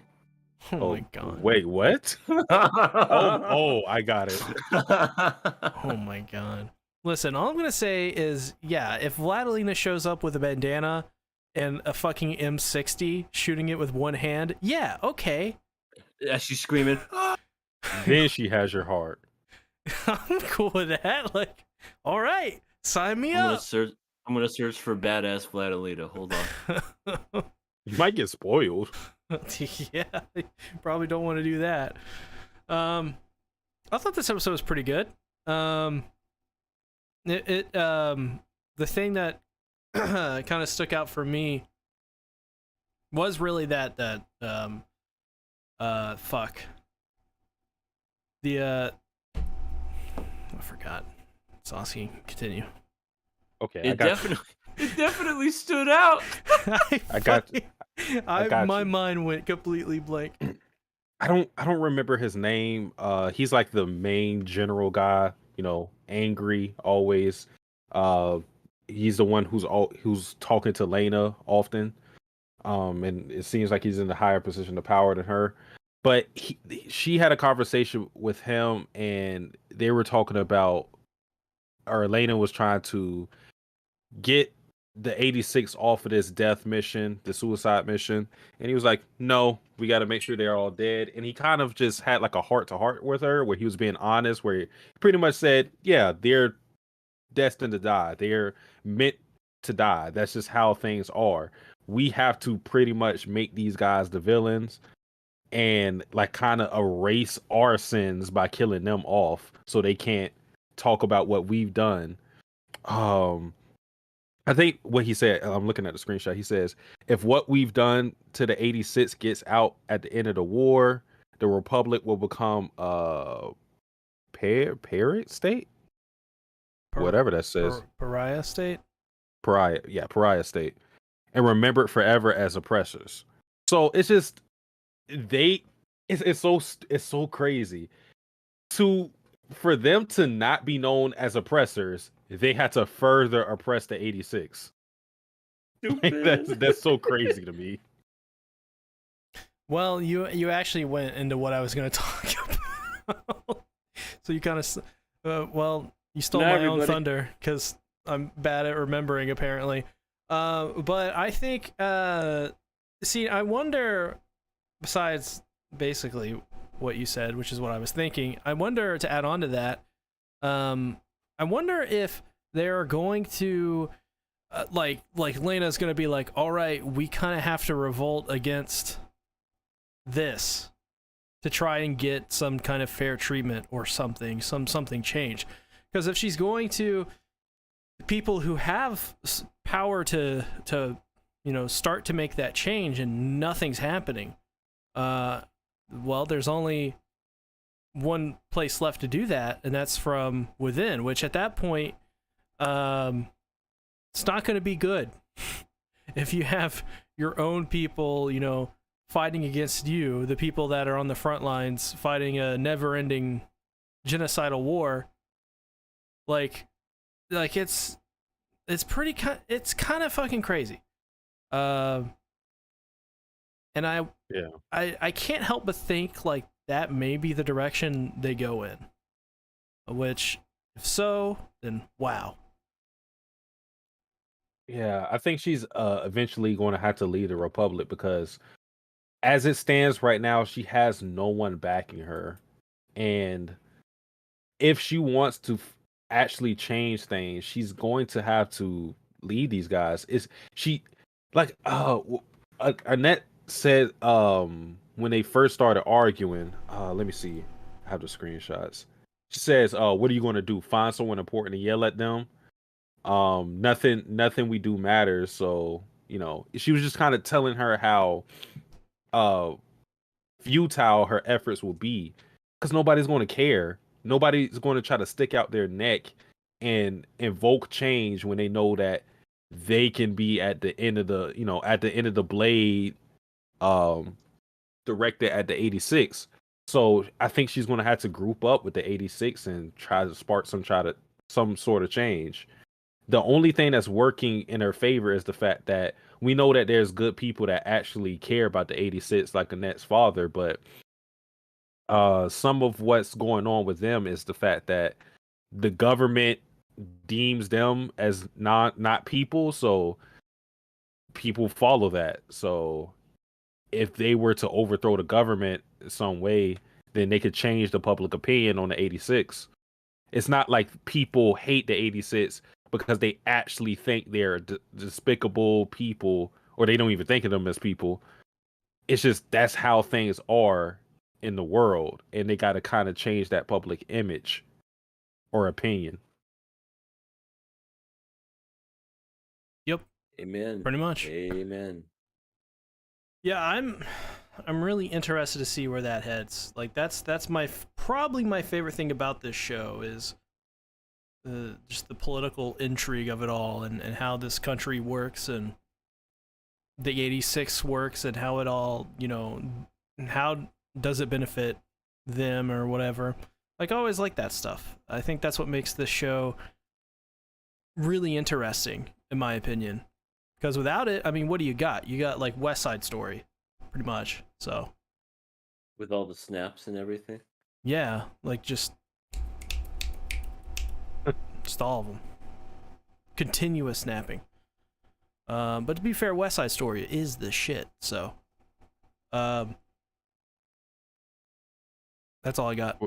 What do you guys think we're going to get out of the Reaper and his brother? Forgot his name. What do you think we're going to get out of that confrontation?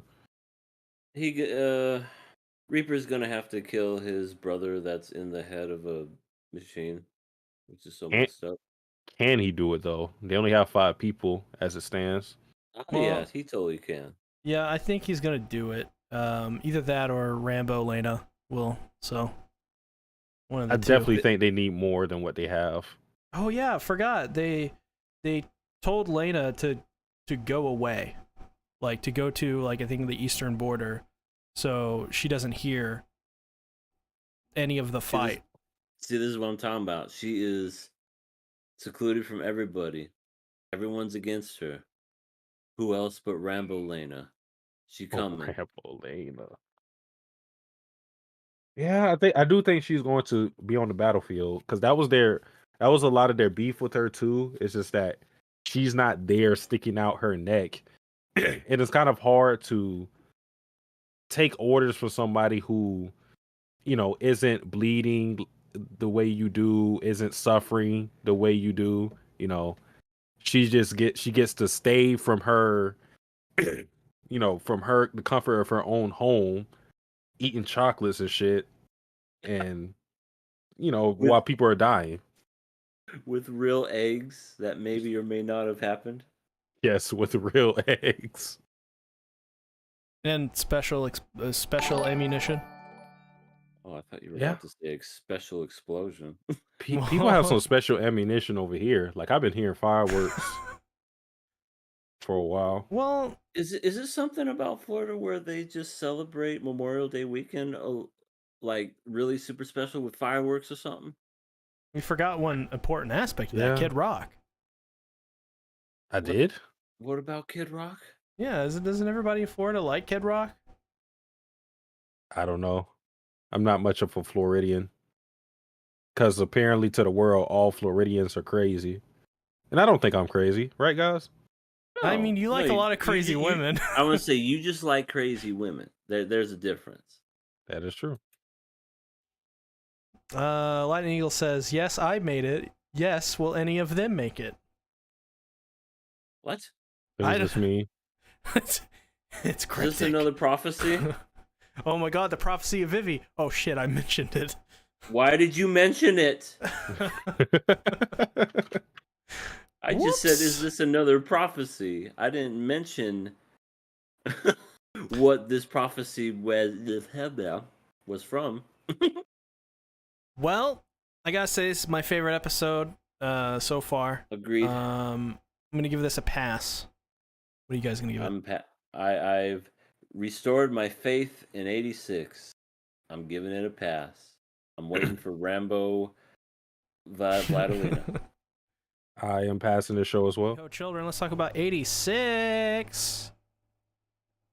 Okay. All right, you This is a quick episode. It was a quick episode, but it was like the best episode of all 86 in my opinion.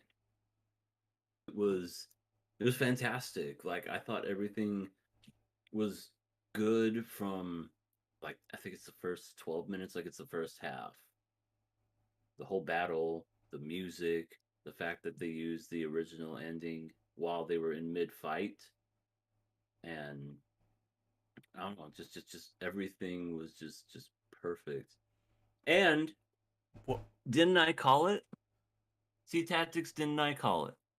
What did you call? I told you that Vladilena was going to go and to be a badass. And she kicked down the door of her friend's house and said, "You're doing this, okay? I don't care what you have to say, you're doing this shit." And she had that badass, determined look on her face. I'm like, oh, here comes Rambo. Where's her M60 at? Well, she used the special ammunitions, so she kind of took things into her own hand. But Hollow super chats $14.99, which he probably shouldn't have done. Says, "What's up, KOA? Just dropping by. Got a lot to do today. Appreciate all of you and the work you guys put into the series. Stay strong." Can we give everybody just some words of encouragement for Hollow? His channel is getting deleted soon. He's going through a lot of stuff. So yeah, just any well wishes you got, send it to him at Holographic on Twitter. Well, or at I'll say this Holographic Y1. much. I've seen a little bit of Hollow's videos and his live streams. He'll be fine. He'll definitely get those subscribers back and more. And if anything, he'll have he'll retain a more loyal fan base. So Hollow is going to be in a good spot. I understand that, losing the channel when you reach that the heights he did, it hurts. But and losing those videos. But I mean, at the very least, what you have to work with Katakawa and these other companies, because YouTube will not help you. These companies are out to get you. So the only thing you can do is learn from it. But I expect you to bounce back. I'm not even really worried about it. Yes, sir. I agree with that. Hollow, I think you're in good hands. Basically what Sasuke said, it sucks to have that happen to you. Believe me, I've been there. I mean, I guess I haven't had my channels being deleted, but I've been striked over stuff that is clearly fair use, and YouTube is just not wanting to help. But you'll bounce back. You'll be better than ever, and I definitely know you'll be. This next channel will be even more successful. In fact, I'm calling it by the end of this year. you're going to not only have what you originally had on the holographics channel, but you're going to have double. Yeah, probably most likely. I mean, Hollow literally went into a community with a bunch of toxic YouTube channels and toxic people that, you know, would bully others and plagiarize other people's content and talk shit about them. And he turned that community into something that was extremely positive with his live readings and stuff. So he's done quite a bit for I don't want to say the name of that community, but you know, the RZ community, just so we don't, you know, get striked or anything. So yeah, he'll do good. He always does. He always does something amazing eventually. But yeah, beyond that, back to the talk with 86. So, yeah, I really thought it was just really cool when Lena was like, I'm going to connect to you guys and like you're going to be able to see me. I forget what the term was, but that apparently causes blindness if it's used for a long period of time. But I like that she did it because like they all got to saw her, but as well, it was a badass moment because it's like they all get to see her and then they all get to see the reign of whatever the hell, like, what, I don't even know what you would call that, but like some artillery strike that just decimated like everything. What? Oh my god. Prominent Studios, Hollow's new channel, says stop talking about me and talk about the anime, you goobers. Well, now Prominent you're Studios, making us what the talk hell? about you. I was gonna say that's like saying don't talk about me and then throwing your name out there so that one can talk about you.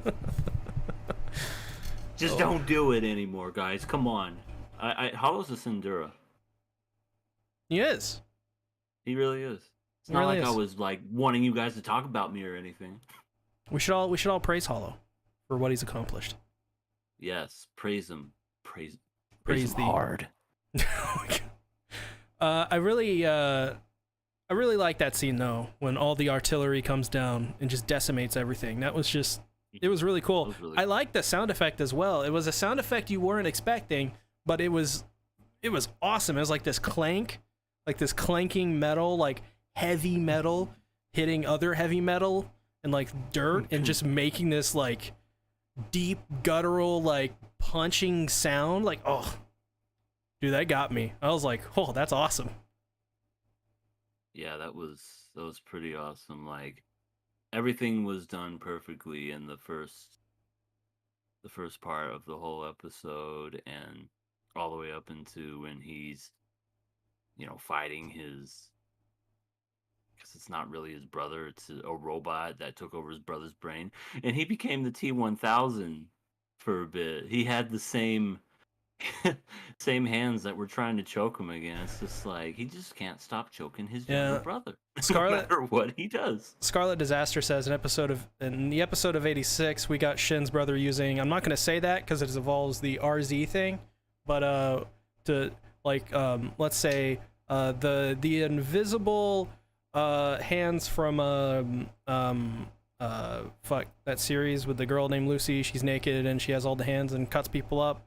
Elfen Lied, yeah, that one. Elfen lied or lead, yeah.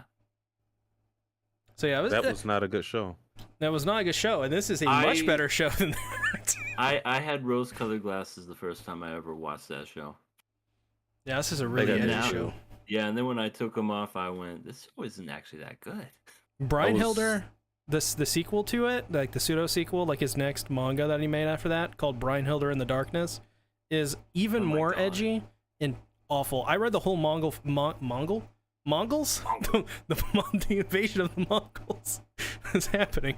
I read the whole manga for it. Terrible. It was awful. Yeah, he's kind of an edgelord, and ironically, that's why I liked it the first time because I'm like, ooh, blood, and then I rewatched it and I was like, oh, blood. Oh, okay. Blood, That's all there is to it. blood, but for some reason, amnesia with a girl that can only say, "Yeah." We literally in that show we had amnesia, incest, and Oh my like god! What? yeah, I swear you had like everything in that show. You had kids beating to death a little puppy, and you had like family members getting disemboweled and cut in half and decapitated. It's like Animal cruelty. It's one of the weirdest animes I've ever seen. Lightning Eagle says, "What did you guys think about the Dud missile plan in this episode? Were you expecting it?" I personally was not, because I was like, "Oh shit, they're gonna annihilate everyone." And I love how Elena's like, "I got a plan." That was such a cool moment, but like I thought like, how do you have a plan? Like you're launching missiles at like, you know, the person you're commanding. You're basically saying, "I'm sacrificing him," and of course, you know, they would have found a way because it's an anime. But still, it's like, how do you find a way out of that? And the way they found a way out of it was pretty interesting. That's just dud missiles. It's pretty cool.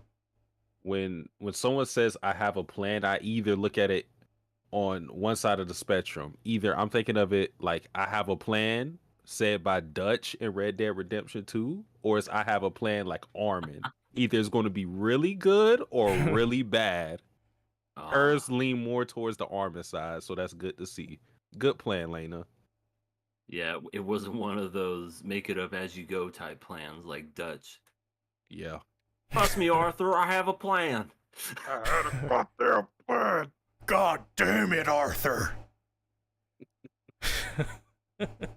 Either you boys are with me or against me. I remember in the beginning of that game, you just kill a bunch of stupid rednecks. That was the fun. They're like, "It's goddamn O'Driscolls."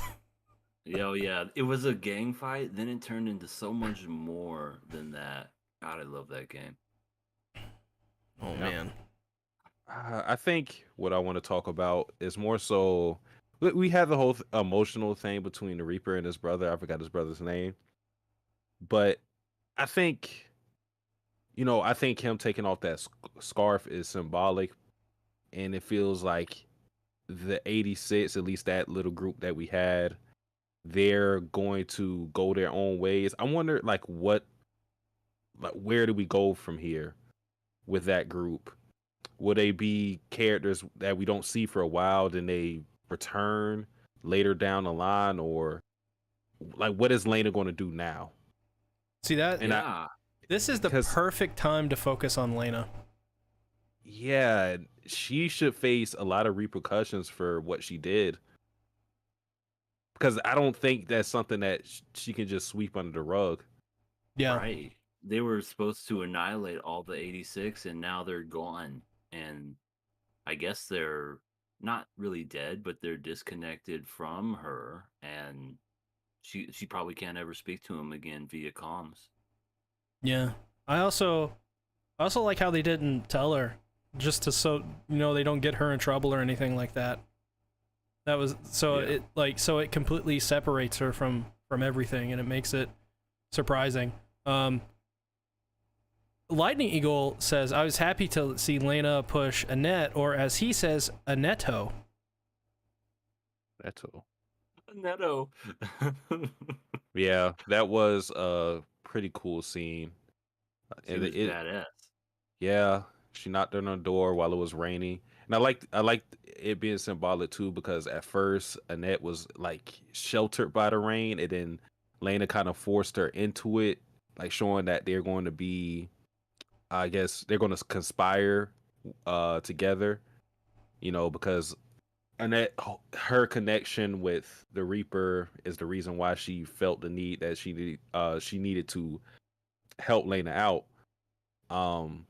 Which kind of shows that she's not as heartless as she seemed in that episode, because if she was, she would not care at all, but obviously she has a lot of regrets over what happened.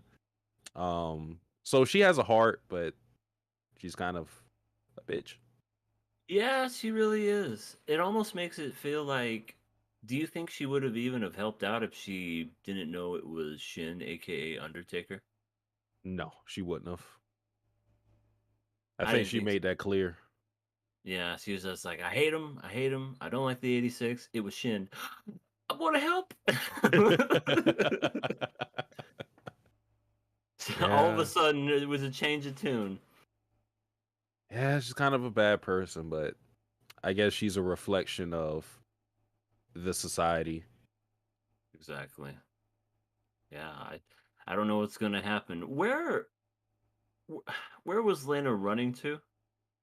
I don't know where. Yeah, I didn't know where she was going to go. Like I don't know. Because Like, I was kind of confused by that because she was running, and then when I was reading the 86 talk, they were like, "Oh, there's like a cathedral and flowers." I was like, "Wait a minute, are they coming to the city?" Yeah, that's what I thought. I thought for a second they were coming to the city and that she was gonna run out and like meet him or something, but then they disappeared and she's just like crying in the middle of the road. I'm like, why did she run? I don't know. That part just kind of it was. Don't get me wrong. It was sad and it was touching. I just thought the whole running was kind of weird because what's she gonna do? Run thousands of miles to their location? Like some people run when they're upset, I suppose. don't doubt Lena.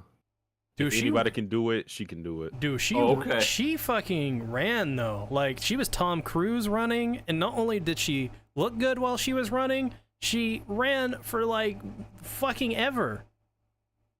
I liked her animation when she was running too. Like it Yeah. wasn't a graceful run. It was just like every once in a while she would stutter step and kind of like try to catch her breath. Like, okay, I'm getting a little winded, and then speed up again, go back to regular running, and then eventually she just lost her shoes. Okay, so Were Scarlett. those high heels? No, she wears like normal shoes and stuff. But Scarlett says Lena ran to keep in range with the para raid. So Okay, That makes sense. okay, that makes a lot more sense. But even still, it's like I don't know. I would feel like those mechs would outrun her. So okay, fine. I She's get it. I faster. get it. she's She turns into the Flash. She's simply built different. oh my god. Kim says maybe she felt like she had to do something. Yeah, I think the reason she was running is try to keep up is probably just to be like, hey guys, wait up, like can we talk, like that kind of thing. So that could be what Yeah. it is. maybe. And this episode was just a matter of Lena doing what Annette kind of challenged her on, and it's the fact that they both were people who and Lena's is more extreme case, but they were people who had good intentions once upon a time, but they didn't put all their efforts into doing what they said they wanted to do. Lena said that she didn't like what was going on with the 86, but ultimately when it came to herself being compromised, she chose herself, and that's why she treated the 86 the way she did. And with Lena, it's more so she was kind of naive to things, and she never tried to go outside the rules to do things. So it's not like she was selfish necessarily, but again, she didn't take it's like she took half measures trying to help them. She would not work outside of the higher ups or anything like that, but we saw that she disregarded all rules and she tried to put her best foot forward to helping the 86. So I think this episode is just a testament to Lena showing that she's fully committed to her cause. She's a nice lady. Yeah, But yeah, she that's is the love of very your nice. life. You No. love her. No. Oh my god. Lightning. I'm not gonna read that comment. Just because of what you guys just said. Scarlett says because of the 86, we're gonna run far away. She ran. Oh, never mind. Lightning Eagle said, "I think her loneliness is hinted in the other episodes, but is seen pretty heavy here. I know someone that can help that." That's why I didn't want to read it. I know.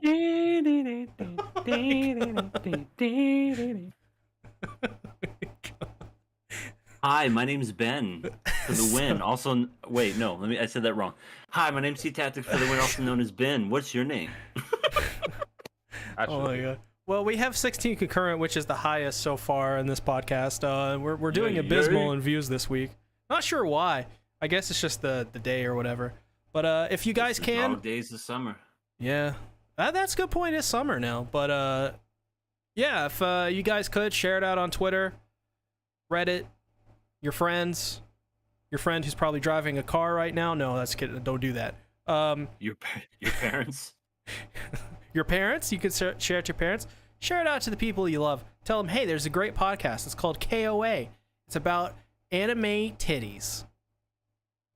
Oh, I didn't know we were doing that. Also, make sure to give the manga podcast a I'm like. reading about that. Also, make sure to give the podcast a like. But yeah. Dislike. Oh my It's god. already one dislike. Now it's 2. So. What? What about, where are we at? I think we covered everything, right? Who's Lightning referring to? Ben doesn't love her. He loves Saku Sobsla. Who's that? Some Russian person? Another girl, see? I mean, scandalous. I didn't do shit. No commitment. Oh my god. I don't even know how to reply to that. That's a good point, Lightning. I think we should have a boobs podcast, and the views will come in. And then the banhammer will come in too, right after. Yep. Yep. Soon after. It's a good thought, though. Oh well. Can you? Says Slow Monday. Yep. Also, Trivoft Studios says, have you guys seen those Snow White notes? What is that? Yeah, I know I Snow don't know White what that and the is. Seven Dwarfs. I don't know what that is. Yeah, me neither. Yeah, I don't know either. If you can, we can, explain. That would be great. Light Eagle says it's the fusion of Sakura, Saber, and Lady we can't mention due to copyright reasons. Wait. No, we can mention her. This is Esla. Oh yes, Esla. Oh yes. No. Damn. Never happened. Scarlet Disaster That says is too funny. as you're laughing. I know. Scarlet Disaster says, you guys just gonna say the animation OT was great. In the first episode the animation didn't buy me, but today the animation went above and beyond. Yeah, that's the thing. It's like I said, like when the artillery came down, that was amazing. But it was great. Yeah, this whole episode is pretty awesome. They did better with the mech fights because I think that was something that wasn't impressive at all.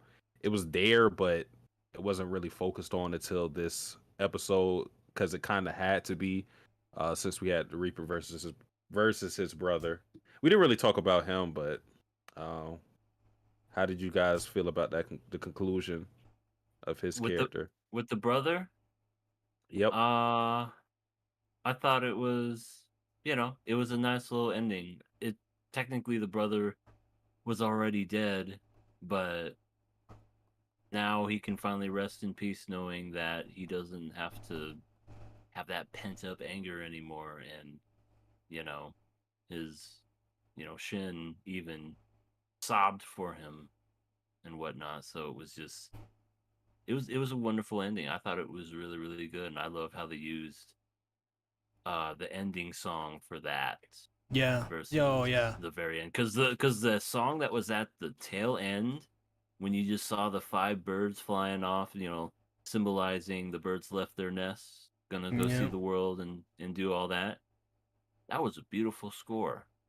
That was so good. Oh yeah, it got me. So it even good. got me emotional watching that. Yeah, the insert songs. This show is incredible at using the insert songs, and the insert songs are pretty damn good as well. I don't like the opening. I think the opening's a little bit too generic anime stuff.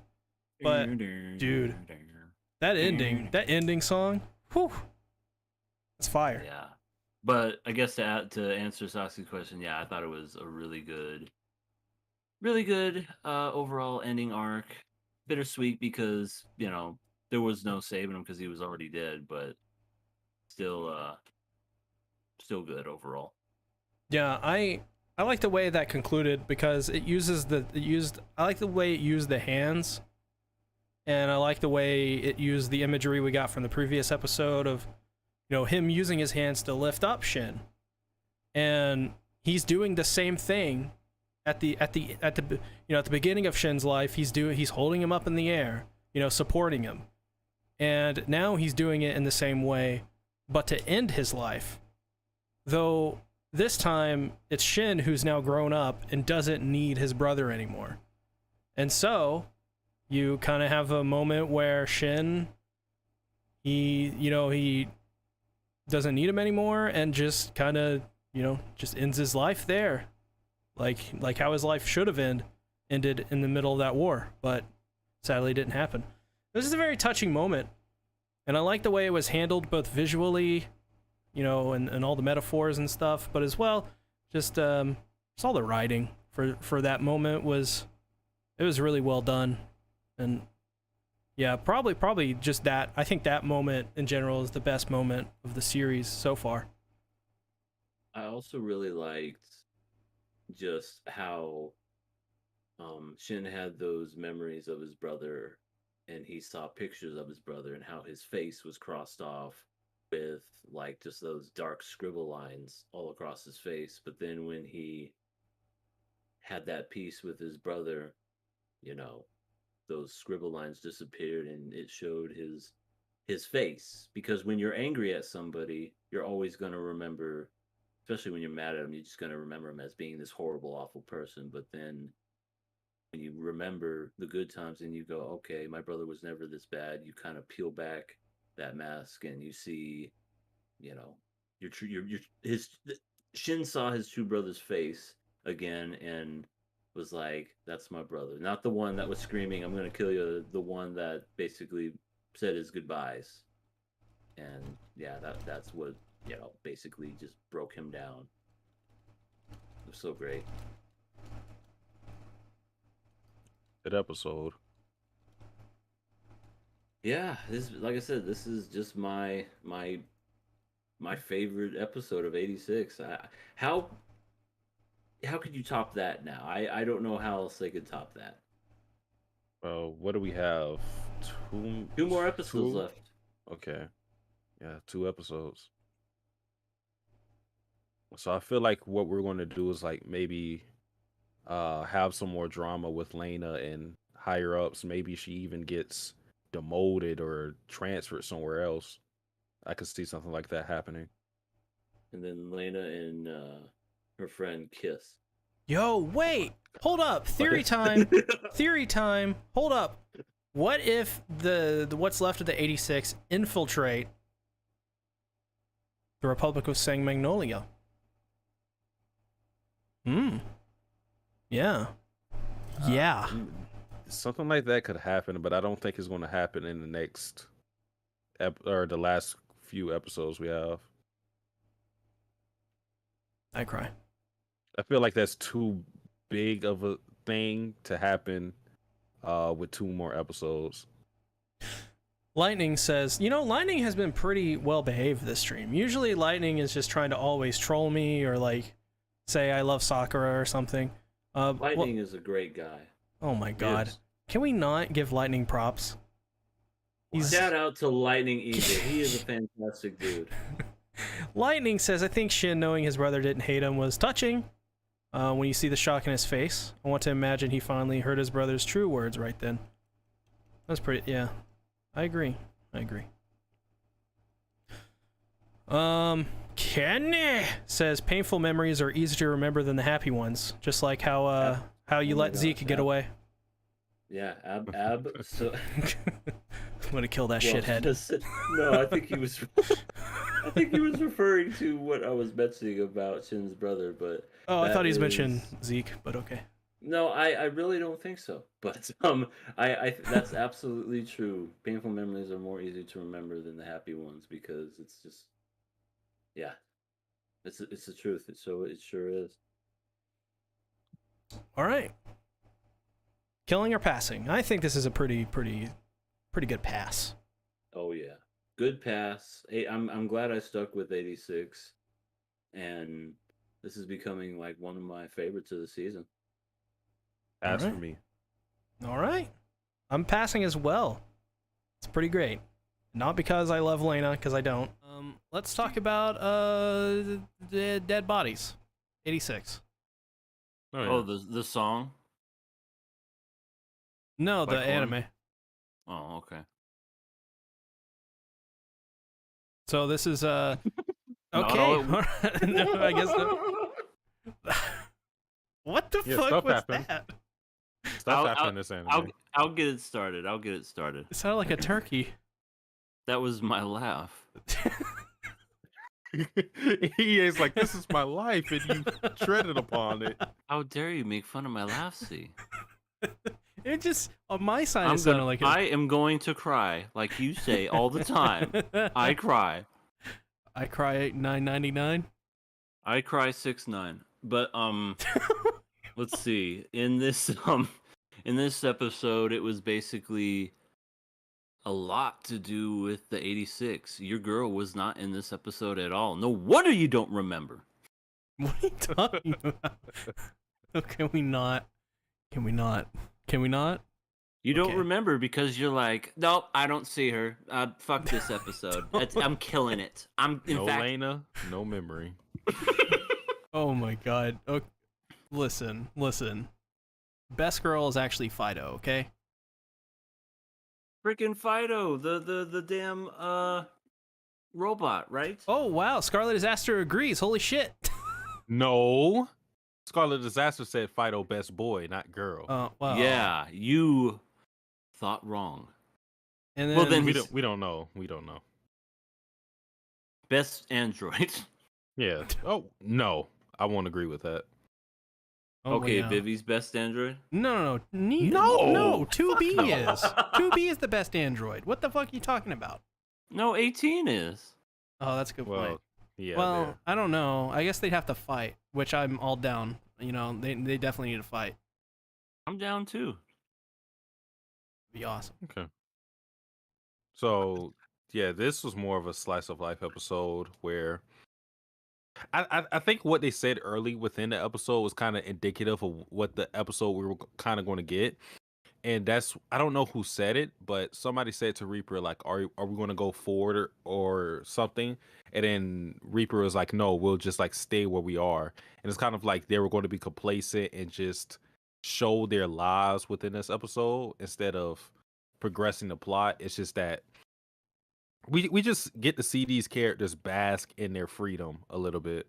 Well, not a little bit since it lasted the whole episode, but yeah. To be honest, it's not that much to talk about within this episode because it was just, It sucked. I don't think Oh it my sucked. God.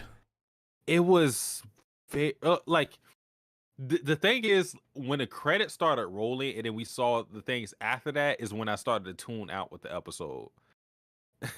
Cause it's just like we see things through Fido's perspective and we see all the people that died in the past and them as a group and whatnot. And I get what they were going for, but I felt like that was too long. Cause the credits started rolling 15 minutes in the episode. So for the next 6 or 7 episodes, we just get this like not a rehash because we didn't see this stuff before, but We get home movies. yeah, home movies. Fucking home movies. It's like I would have been all right with that if you condensed it, but it was a little too long for my liking, honestly. Yeah, this episode was all right.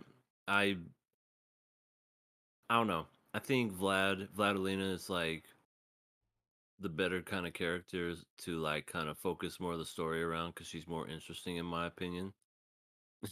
Which it's kind of sad because there's like 5 of the 86 and they're just okay. Like out of all of them, Undertaker is probably the more interesting one, but everyone else is just Undertaker. kind of one dimensional in a way. Do we still remember their names? Does Nope. anybody remember their names? No, there's girl that likes to get naked. There's other girl that likes Wait. to get naked. Wait, There's hold on. guy with the scars on his face, the blonde haired dude, and Undertaker. What? They don't like to get what? They seem to like to take a lot of baths for this being a damn war movie. Or Oh my show. god. Oh my god. No. No, it's Vladilena, Shin, Anju, Theo, Ray? You don't even remember. It's okay. You don't No, have no, to no, justify it. the guy. I don't know the guy with the cuts. Then there's Kurina. Carreno from Fruits Basket? Oh my god, No, Karena. Karena. Oh, my bad. I'm gonna cry. And The there's- other guy's name is Raiden. And Raiden there's- Shuga. Oh, okay. Damn, Oh. Raiden. I should remember that name. And then there's Kaie who died, and then there's Kirschblut Well, who died. Where was Yeah. Fido when they were all in the shower? Kirsch Blut is probably still one of my favorites. Just I because you was- remember the name.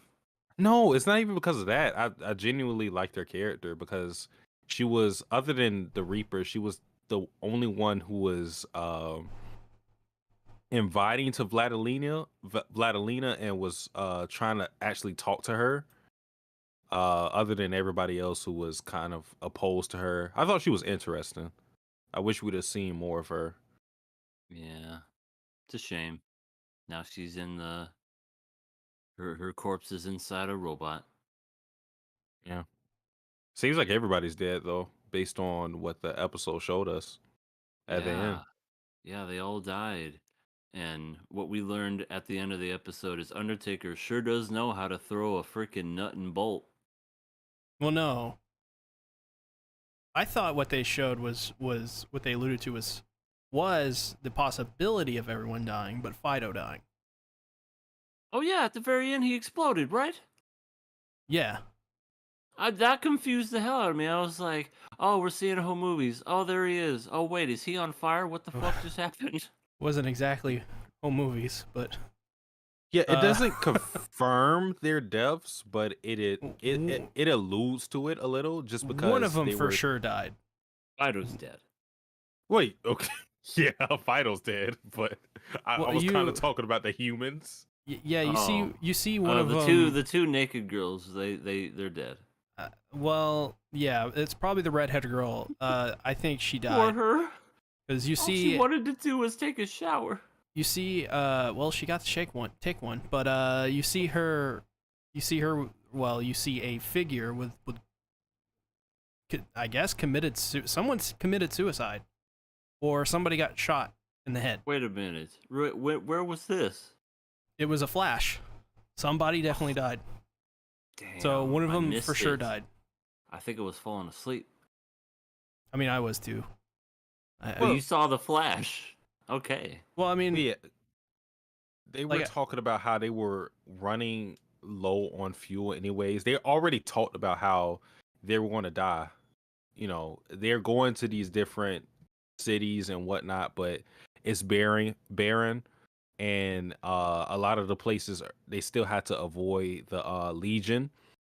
So their whole thing is that they're going to die anyways. They're just trying to enjoy life to the fullest. So I'm not surprised that someone died.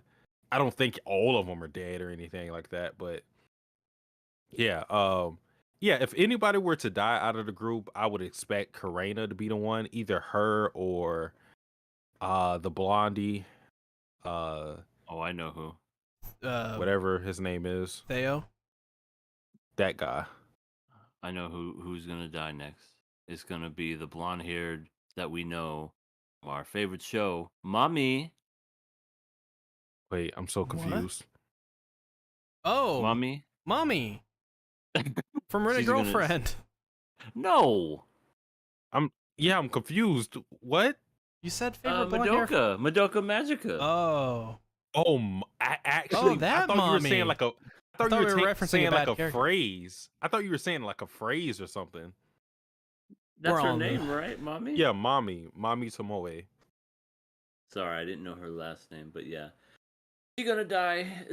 For some reason, she's gonna get introduced to the show and then she's gonna die. It's like, damn, she dies in everything she's in. I mean, I don't know if everyone's gonna die. That's Nah, 'cause some I don't Undertaker's gonna think. live. Yeah, I think Shin, just based off what we know about his character, he doesn't seem like the guy who just wants to die, willy nilly. So, and honestly, I mean, I even think Anju could survive. But yeah, I think most are dead. Like honestly, just based on like how we feel about this, like we aren't really too keen on the characters. That's just a vibe I get. I feel like if they wanted to, with the exception of the Reaper, just because of his relationship with Lena, they could start over and kill all these characters if they wanted to. It's not like these characters are irreplaceable in my Yeah, mind. I don't think these characters are exactly well, I mean they're important, but I I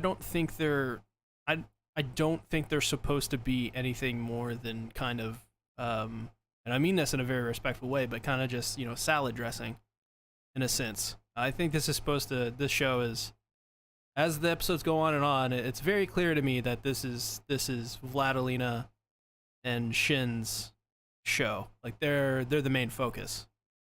Hmm. Yeah.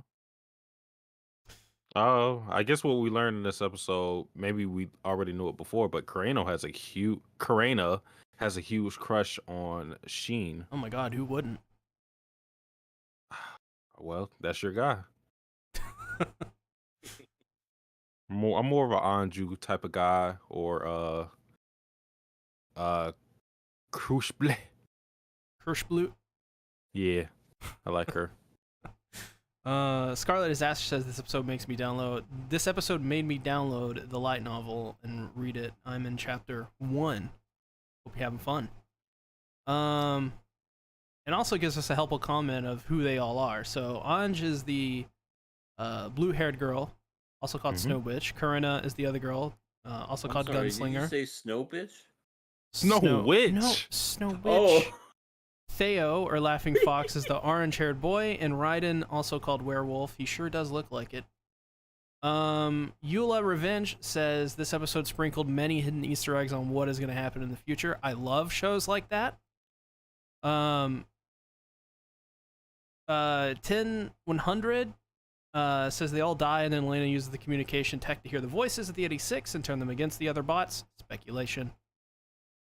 Could be it. I don't know. If it's No not idea. speculation, we're coming after you Oh, yeah. and banning you. Yeah, if it's not speculation, you're banned. So, is what it is. So you better hope your prediction is wrong. Yeah, pretty much.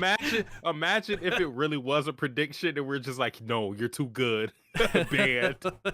What if what if what he's saying is actually a prophecy and not a prediction? Oh my god, the prophecy of 86. No, not again. No.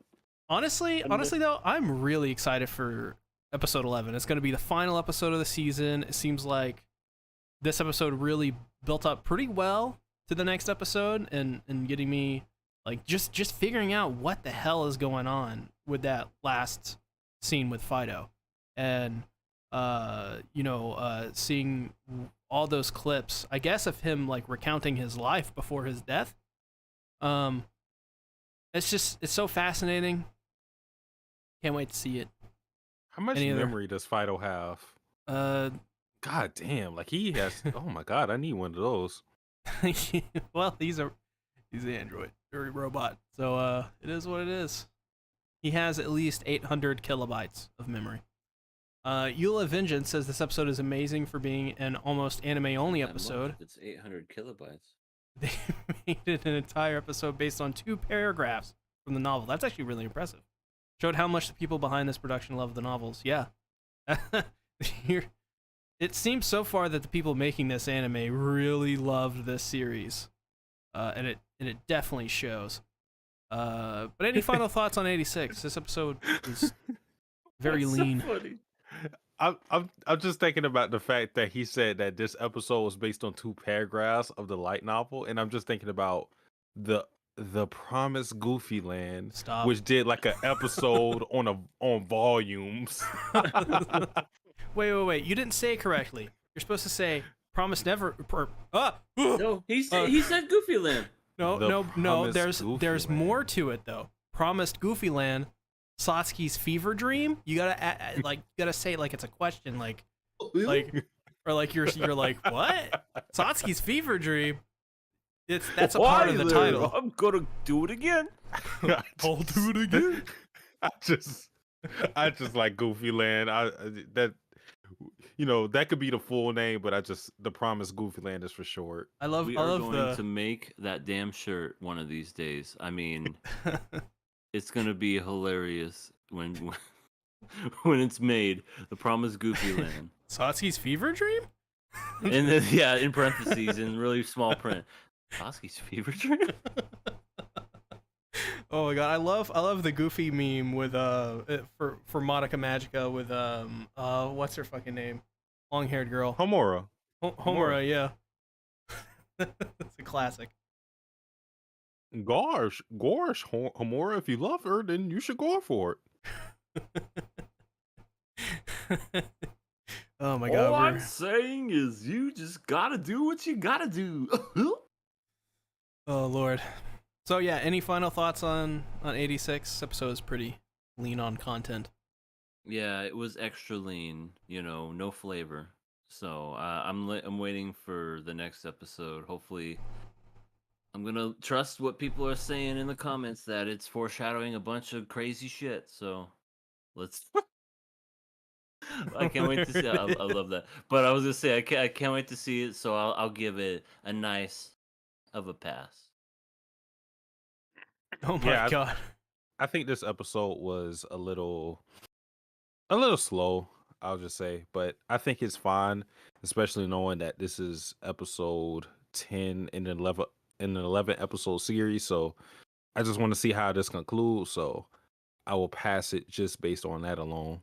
I mean, as long as I get to hear Sawano's epic EDs.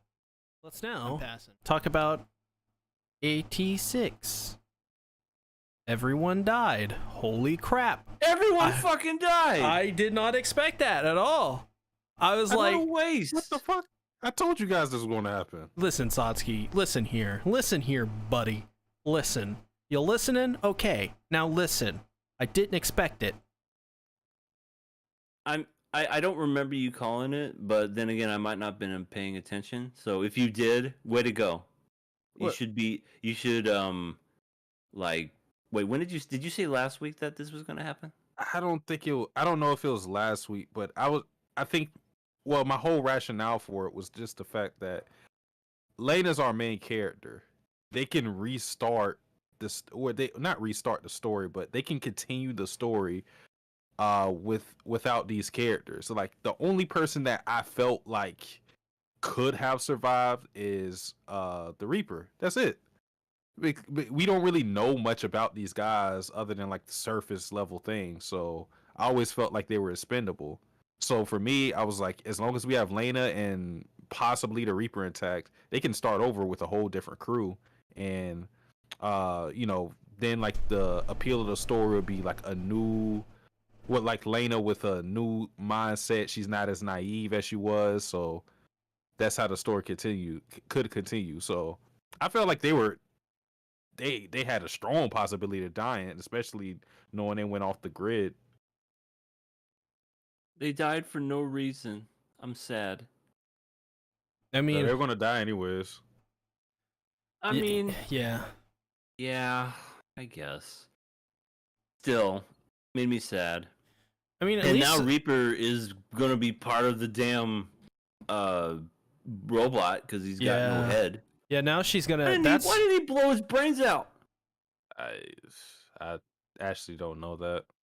Because to me, if I knew I was going to be it's like a zombie apocalypse. If I knew I was going to become a zombie, no, I'm gonna take myself out before I even become a zombie. But I'm boxing. You're boxing. I'm boxing them. I'm gonna try it at least. I gotta try it at least.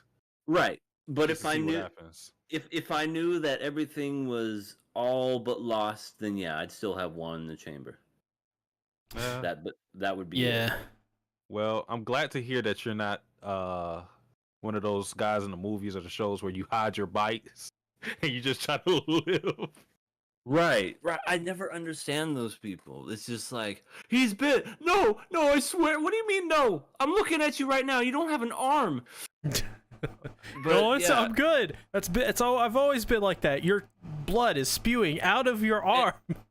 And then the people that want to be like, what are you doing? don't kill him. It's like, what do you mean don't kill him? He's gonna kill you if you don't. Happy Gilmore brings up a pretty good comment.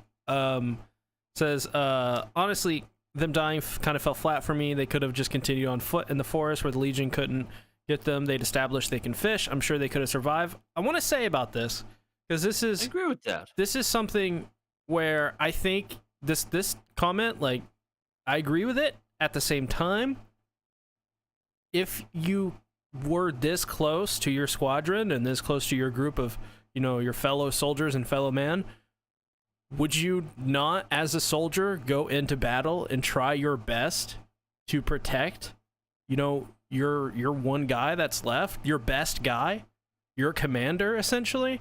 Like, I mean, like, I'm not trying to say, like, their decision wasn't dumb. I guess what I'm trying to say, they were brave individuals that decided to make a sacrifice, and that you kind of, I don't think you can blame them for doing that, because I think they were just doing, honestly, probably what anyone else would.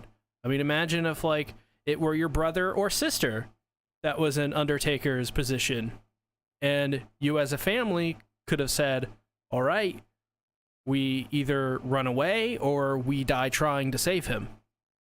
I mean, I think the answer is pretty simple, but I do agree. But that's like my headspace and my kind of thoughts on why it went down that way. Because otherwise, I mean, it's like, if they run away, like, there is the criticism of, like, you just left your guy hanging, you know, like, it's one of those things as well, so. Yeah. I don't know. It just seemed kind of weird how they ended up dying. And they were all still intact, surprisingly. It looked like they just fell over when they died. Yeah. Yeah, that was going to be my question. Do you really think they're dead? Because it's kind of the whole thing. Oh, no. I think they cut off No their body, heads. no death. Well, Yeah. I know Shin's dead. He got decapitated. Decapitated, yeah. Dehaba. I like Dark. the scene when they were in a school and they were taking attendance. I like that scene. You know why I like it? Just because I don't remember their names, so I was like, "Thank you." It's like they're being nice to me because I'm like, I don't know any of you guys' names. Isn't Okay. that sad though? The last episode, you remember, you got introduced to their names finally, and you're like, I know who these characters are. Dead. No, they tell us their names. I just never remember. Yeah, me neither. Do you think if Kirschblut survived, they would have all survived here? They just had Kirschblut? No, but I would have been sadder.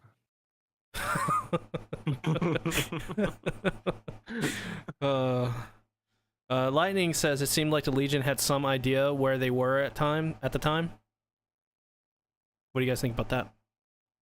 Were they what? It seems the Legion had an idea of where they were. I mean, Did they? that's one thing about the Legion. We still don't like know the ins and outs of like how far their technology goes. Like we fight them, but we don't really know that much about the Legion. So I don't know. Yeah, and if they know, I mean, that just like backs up again. Like they, you know, what's the point of running away if they're just gonna hunt you down? Well, yeah, I think you can just take Sheen's character. You could take like him being like this dude who makes the cold decisions. The fact that he felt the need to fight them in that situation would just tell me that he probably believed that the Legion were going to find him eventually. So that's why he used himself as a decoy. Like that's my only thing with it. Because I just don't know how the Legion work really. We don't know much about them. They apparently have little iRobots that can be deployed Yeah. at any moment. I'm like, when did those become a thing? Don't know. They got a new upgrade, new I tech. must say they must be evolving or something. Yeah, the only thing that surprised me is Sheen not taking himself out. Yeah, that I thought that was really. Yeah, I thought that was really just very. Why wouldn't he do that? He saw his own brother. You know, same fate happened to him, why wouldn't he do the same thing to himself? I just didn't get that. Yeah, especially seeing what his brother did, because his brother was like this general that was causing and wreaking havoc because of who he was before. So, I mean, it kind of just like repeat that process. Well, this time she won't have like a vendetta against anyone, I don't think. Well, actually, no, he might. Possibly. For Vladilena.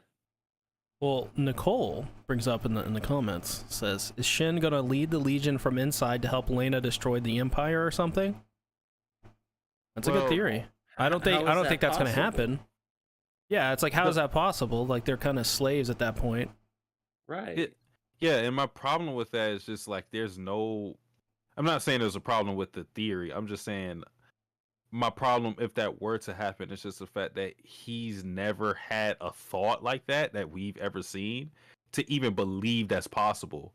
In fact, he's seen it with his brother to where it was detrimental to everybody's lives. So for him to take a crazy risk like that is just I would be like, why? Right, and you don't even know if it's gonna work or not. Because to be honest, I at that point, when you're dead, you're dead. You're part of the Legion. That's why they're named Legion. Also because it's menacing and cool. It's true. Legion of Boom. Legion of Boom. I don't know how to pronounce your name, I apologize, but they say, I'm mad that we haven't seen Lena for like 2 episodes. We did in this one though. This is true. Yeah, you were so happy when you got to finally see her. I was? Oh my god, are we doing this again? Yeah, you were texting me going, it's Lena, it's Lena, it's Lena. Oh my god, oh my god, oh my god. Can you believe it? Look at her. She looks so cute. I should start drinking more regularly. Oh no. We've driven him to alcoholism. No, I'm sorry. Listen, I'll say it once, and I'll say it a million times. I don't like Lena in the way you guys think I like Lena. Sure, you like her personality. Oh my god, you're doing it. You guys are ridiculous. Ridiculous. She's got a very thick personality. She's very. Keep going, EA. Keep going. Talk about her thick personality. Let's hear it. Let's hear the details. Well, she went down to where the I guess recruits are for the 86, and I think wasn't she? What was she doing down there? Was she trying to basically kind of? I guess you couldn't really stop them at that point because they were already gone. But I don't know. She just kind of wanted to see their living arrangements, and I think she got a picture, and she finally got to see what they looked like, which was cool. Yeah, they even labeled their names and whatnot. Yeah, that was cool. So Good she call got back to, to that scene. Yeah, that was really really cool. And then the show ends with the ending song, which I love that ending song. It's a really good ending song. She came back for the cat though. The cat is like the new main character.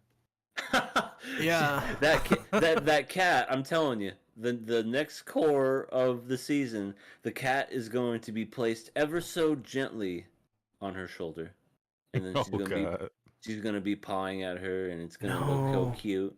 No, it's got to be like she's got to like wake up. Like one scene, she's got to wake up, and it's just the cat is on top of her head. That'd be hilarious. And then what is Lena gonna call? What is she gonna call? Kirschblut. Oh my god, that's the guess on the names. Kirschblut. Not the most Whitey, important. Not the most Blackie. important. The most important character, Kirschblut. She's just gonna out of anybody she could have named, she went ahead and Kirschblut, the one that randomly died in a swamp. Yeah, the most important character. Come on, y'all. As important as characters like Raditz or the one guy, the first guy they kill in Naruto.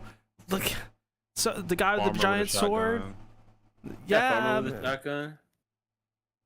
As you know, like Jackal snipers in Halo 2. It's the most important characters. Okay, most important ones.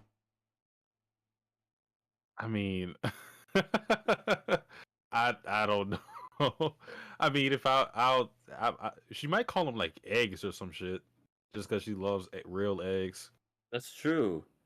She, I could see that, or she could name the cat after her friend that hates her guts. Yeah, I don't think so. Oh my god! Or like, she named the cat Legion. You never know. Oh my god! What? Name it after the villains? Yeah, the guys that just killed the people I was talking to every night. Come here, little Legion. Oh, you're so cute. Yeah, pretty much. Yeah. No, that's no. we're disagreeing with you. That would not work. Scarlett says, any thoughts on the mechanic Alba guy? The guy who dyed his hair? He was pretty cool. Yeah. I didn't know he was, what's their race? Albas? Yeah. Yeah, I didn't know he was an Alba. Then he took off his shades and he has, like, these blue eyes. I was like, I guess they all have blue eyes, too. I didn't notice that. He looks like he literally ate a glue stick and it went all to his eyes. Or a glow stick, not a glue stick. Shit. Oh, I thought he's a glue stick. I was like, is this going to be an origin story? Because I was thinking that too. I'm like, glue stick? Why would he eat a glue stick? Remember that? Hey, we got somebody in the chat named Happy Gilmore, so it could be a reference to Happy Gilmore. Maybe. I don't know. I don't think he eats a glue stick. Remember, he's in the classroom and he eats the glue with the kid. You're thinking of Billy Madison. Ah, damn it, Billy Matt! I get those too fucking confused. Happy Gilmore is the golfer, good sir. Yeah. Damn it. Terrible. It's okay. It's Awful. okay. We'll be here if you need anything. Tap it in. It's all in the hips. Yep. Scarlett He says, took my fucking hand and I took his fucking eye. Scarlett says next week there's going to be a special episode. You guys are going to cover it? Yeah. Absolutely. So is it gonna really? Yeah. Fuck. I guess Satsuki's happy. No, I'm not. No, Because we also have the special of Wonder Egg coming up. Oh yeah, that it's coming out on the 30th of this month. Oh, yeah. So we got some anime to gonna- talk about. Yeah, Unfortunately. a lot What do you more mean, for unfortunately? Satsuki.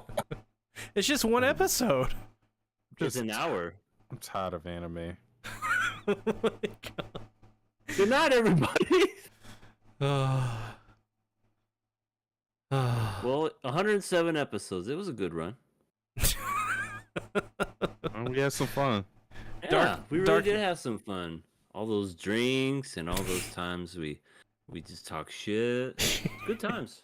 Dark North Emperor said, I like to point out once again, the humanoid robot exploding devices were what killed Daya in episode 6 and 7. I don't even remember. Yeah, he got big dead from those things. Lightning said, God damn it. Lightning Eagle, regrettably, says Lena only got house arrest. Her consequences are more of what I wanted to see. So what were the consequences of her saying, you're under house arrest? She's like, well, let's see them enforce it. She's really pushing them. But doesn't she have somebody that's a higher power than her? That's her uncle, I believe. So Yeah. it's understandable why she would get like a lighter punishment for what she's doing, because kind of like the person in charge has her back. She essentially got a timeout equivalency to an ass whooping. You know what I mean? You know, Yeah. See, that scene made me think about Lena a little bit, because she started off I bet it did. Oh my God. She started off as this innocent, very, innocent character, very naive, very immature, not in the, she's making fart jokes a lot. Not that, but just, just very youthful about everything. And now at the end of this episode, it seems she's way more sure of herself. She's way more confident, way more willing to break the rules than what she was before. Not only is she willing to stand up for them, but now she's willing to take more actions. So that's show's got really good character development. Got to give him that. Yeah, I wonder how she's going to maneuver now with this type of mindset. Is she like, for me, what she has to do now is navigate in a way that's not going to alienate everybody in the military, but she could still help out the 86 if that's what she wants to continue to do. Because if she does what she did with the group that we had before, I mean, they're going to get to a point where they're just going to have to let go of her, maybe even arrest her, because I mean, she stole weapons pretty much and used it for the 86's sake, which for them is tantamount to you like just getting missiles and shit for like ants, because they don't care about the 86. That's a good point. I mean, it's going to be like a situation when they're like, Vladilena, your badge and your gun, you're too close to the case. Yeah, pretty much. Turn in your badge and your gun. The DA is up my ass. Ah. The stereotypical 80s buddy cop movie is just like, it's played out in every sense of the word. You know, you're blowing up the whole damn street. Oh, the DA's up my ass. In your gun and your badge, and then when they get you're hired. In fact, we want you to be the highest person in the land. What do you say? And then they turn down and they go, "No, Chief, I'm just gonna go ahead and sleep with my wife." And then, yeah, That's it pretty ends accurate. with the 80s. It ends with an 80s song, and it's just, everybody loves it. To be the best, you got to pass the test. You got to make it to the stage. To the top of the mountain, we can do it again. That's going to be the new ending for 86. Sawano to be the best. Sawano is fired. Tenacious D is hired. Oh yes, could you just imagine just Vladilena to be that she's just doing a training montage? Oh my god. Final thoughts on this episode of 86, if there are any. So we got a special episode next week. Is it like an OVA where Vladilena goes swimming? See, that's my first thought, but no clue. Who knows? I think it's just going to be a bonus episode, maybe about the characters It's going to be about we saw that got killed. the 80. I think it's going to be about the 86 and how they spent their lives whenever they weren't fighting. And Those little before they tiny died. children. Wait, what? Or maybe it's getting us acquainted with the newer 86. Ooh. Oh no. Or it could just be a beach episode where Lena goes out and does backflips. Smashing watermelons. Yeah, smashing watermelons and being homeless with Kyo. Yep. And then there goes the orgy. So we're getting 2 orgies next week. Is that your theory? Well, you wanted them to cross into other animes, and if that's gonna happen, why not we make it the same end goal? So after they get done smashing, somebody's gonna have poop on their head. Since we're doing the cross thing. What is? Oh, you're Tokyo talking about Revengers.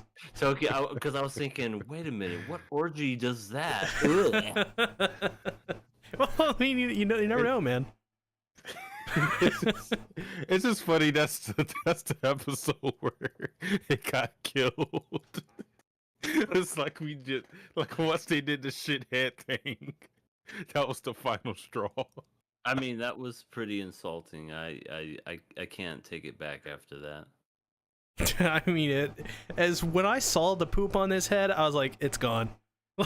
Like I didn't need to watch the rest of the episode, but I was just like, nope, this is dying tonight, and it did. Rest in peace. Or not.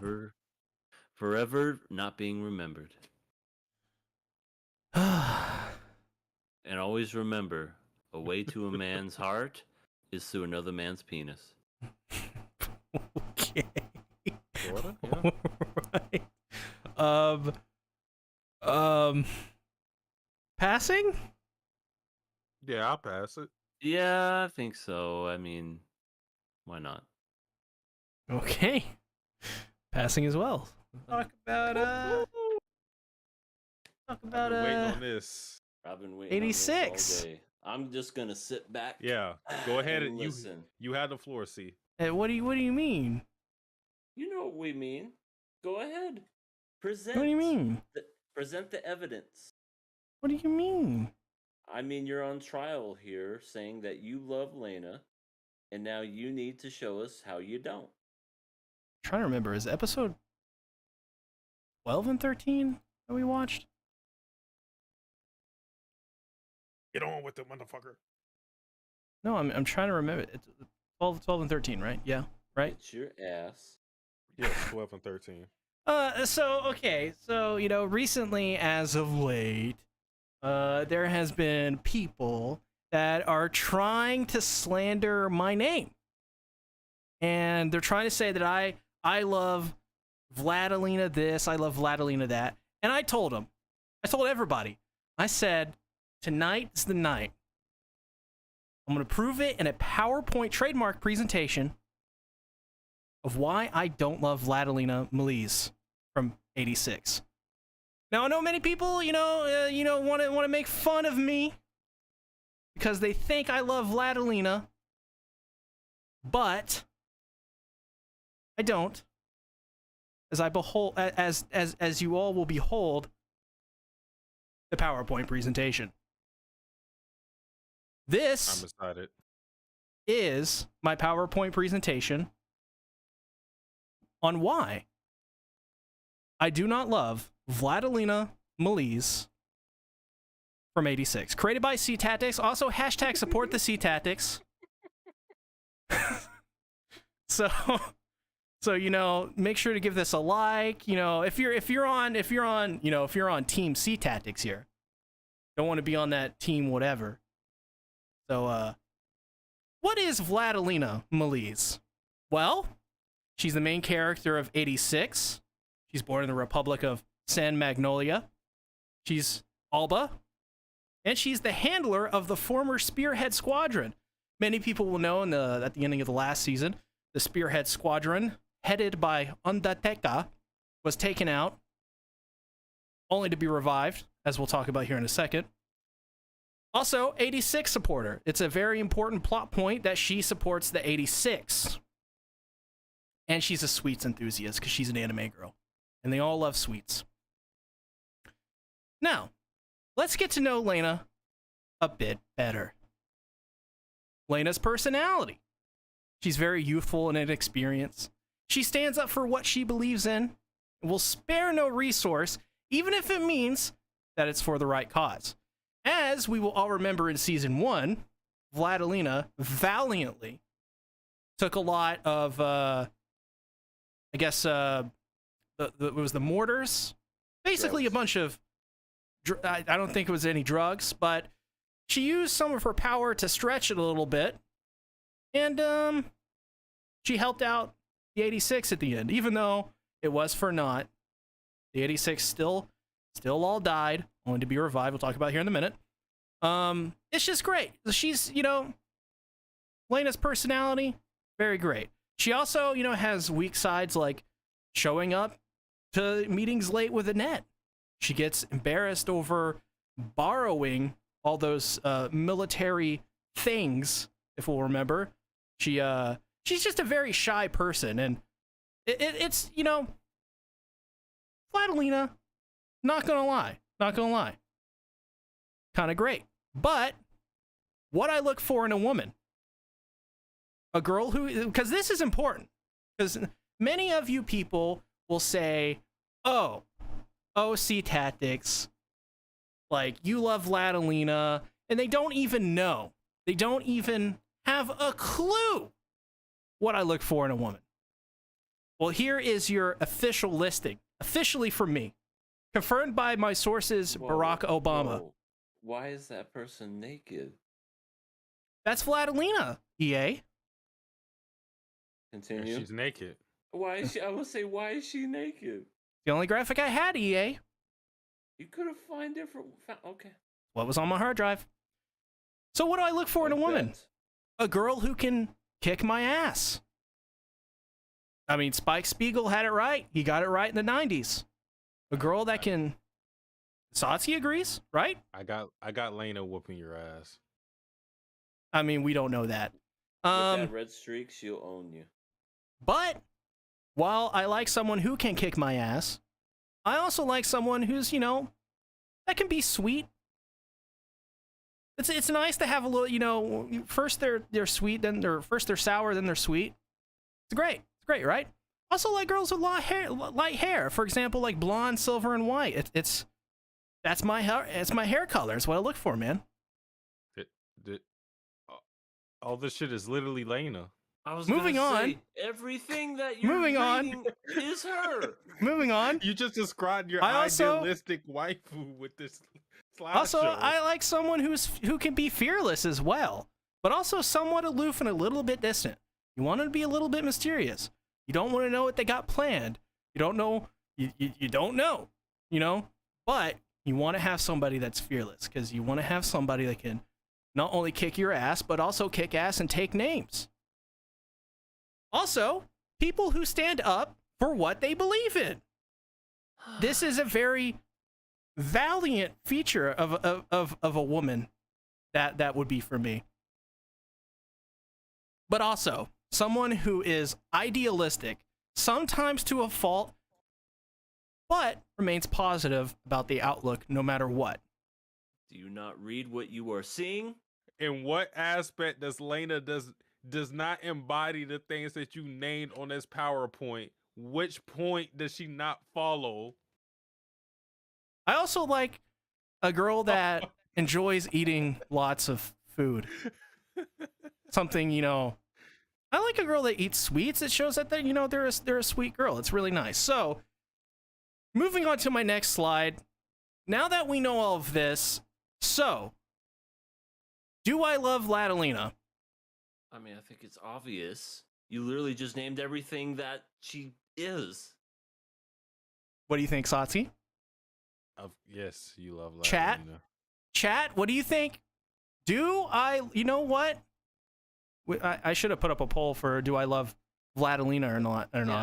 That would. There's not going to be a single no in that poll. Except like So- C. Yeah, C would be the only one. So, do I love Vladilina? That is the question. Drum roll. I love Saber. And I'm going to tell you why I love goodness. Saber. She can kick my ass. She's kind and sweet. She has light hair, golden blonde, by the way. Beautiful. She's also fearless, but somewhat aloof. I mean, she can kick ass and take names, but she's also kind of a little bit distant and mysterious. She's King Arthur. She can't be telling people that she's King Arthur. Come on now. She also stands up for what she believes in. I mean, she went to battle for her country, and she paid the ultimate sacrifice. And not only that, but she's idealistic, sometimes to a fault, but she remains positive about it. It's okay. It's all right. It's all right. We're good. That's the whole point of Fate, man. It's a battle of ideals. And Saber is idealistic. And guess what? Guess what? If you look in the bottom right, I'm going to take the Discord. I'm going to move these names around. She loves to eat food. She's a food connoisseur. All I learned from this PowerPoint is that you like Saber more than Lena. I did not learn that you didn't like, you dislike Lena or you weren't fond of her. It just showed me that you like Saber more, but you still love Lena. What I did we agree. learn? I agree. love Saber- Saber. Saber's your number one, while Vladilina is your number two. Yeah, or something. She's probably in the top 5. I mean, we can make we could do a future PowerPoint presentation on who's in my top 5. But let me tell you, Vladilina is not going to be anywhere near there. It's probably going to be like a bunch of different Saber faces. John Dark, Mordred. Fate does have a lot of Saber faces. But it's okay. Okay. If C isn't going to step up, I'll step up. All right. No. I got one more slide. Okay. Hashtag support the Sea Tactics. Buy the KOA t-shirt I on hate this Teespring. guy. By the way, if you buy one of those KOA t-shirts, me, This was EA, a and mistake. Satsuki, we get a 3-way split. It's great. We become rich off you buying a KOA t-shirt. By the way, those KOA t-shirts, Satsuki's got one, I got one. They sexy. Also, become a patron or channel member to help support the channel. Give the podcast a like and share my videos out to help grow the Sea Tactics. You know, we all want Sea Tactics to be big YouTuber. Big, nice. So, as well, subscribe to my co-hosts. Links in the description for both of them. And as well, you know, just in general, everything you need to know is in the description. Boo this man! Boo. Boo! There's already dislikes on the video. I just sat Y'all through a in PowerPoint denial. of pure denial. Y'all, and pure you know you're in deflection. denial. I don't know what was accomplished. I am disappointed. I've been bamboozled. You have ran this podcast into the ground with just false propaganda. We didn't leave with a different opinion. We all believe that you still love Lena. No, we go to the previous slide here. I love Saber. That's what it says. Oh my goodness. Oh my don't- I give you reasons. I give you reasons. Why did you donate to Skinny? Kenny. Should have bought one of those nice KOA shirts. You know what I'm saying? Support the Sea Tactic. But thank you for the 50. That's going to all three of us too. Cause yeah. So, I mean, if you super chat as well, it goes to all of us.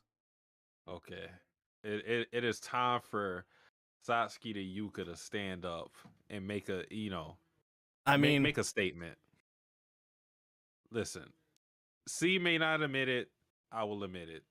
Because I came into the second season of 86 Oh my with god. sort of a jaded mind because Look at this slide. all the anime I was watching, it kind of just made me not want to watch 86. But I rewatched the first season and I went into the second season, and the first episode, I don't know how many minutes into it, but I decided that, you know what? I'll admit it. I'm in love with Vladilena.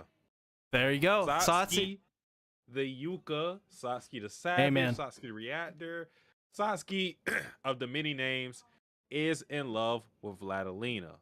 I will get into why, but I will not cower away from my love for her. She's a very great character. I like her. You know, and the Red Streak definitely did a couple of things for that. I'm a kill like kill fan. I love Ryuko, my toy.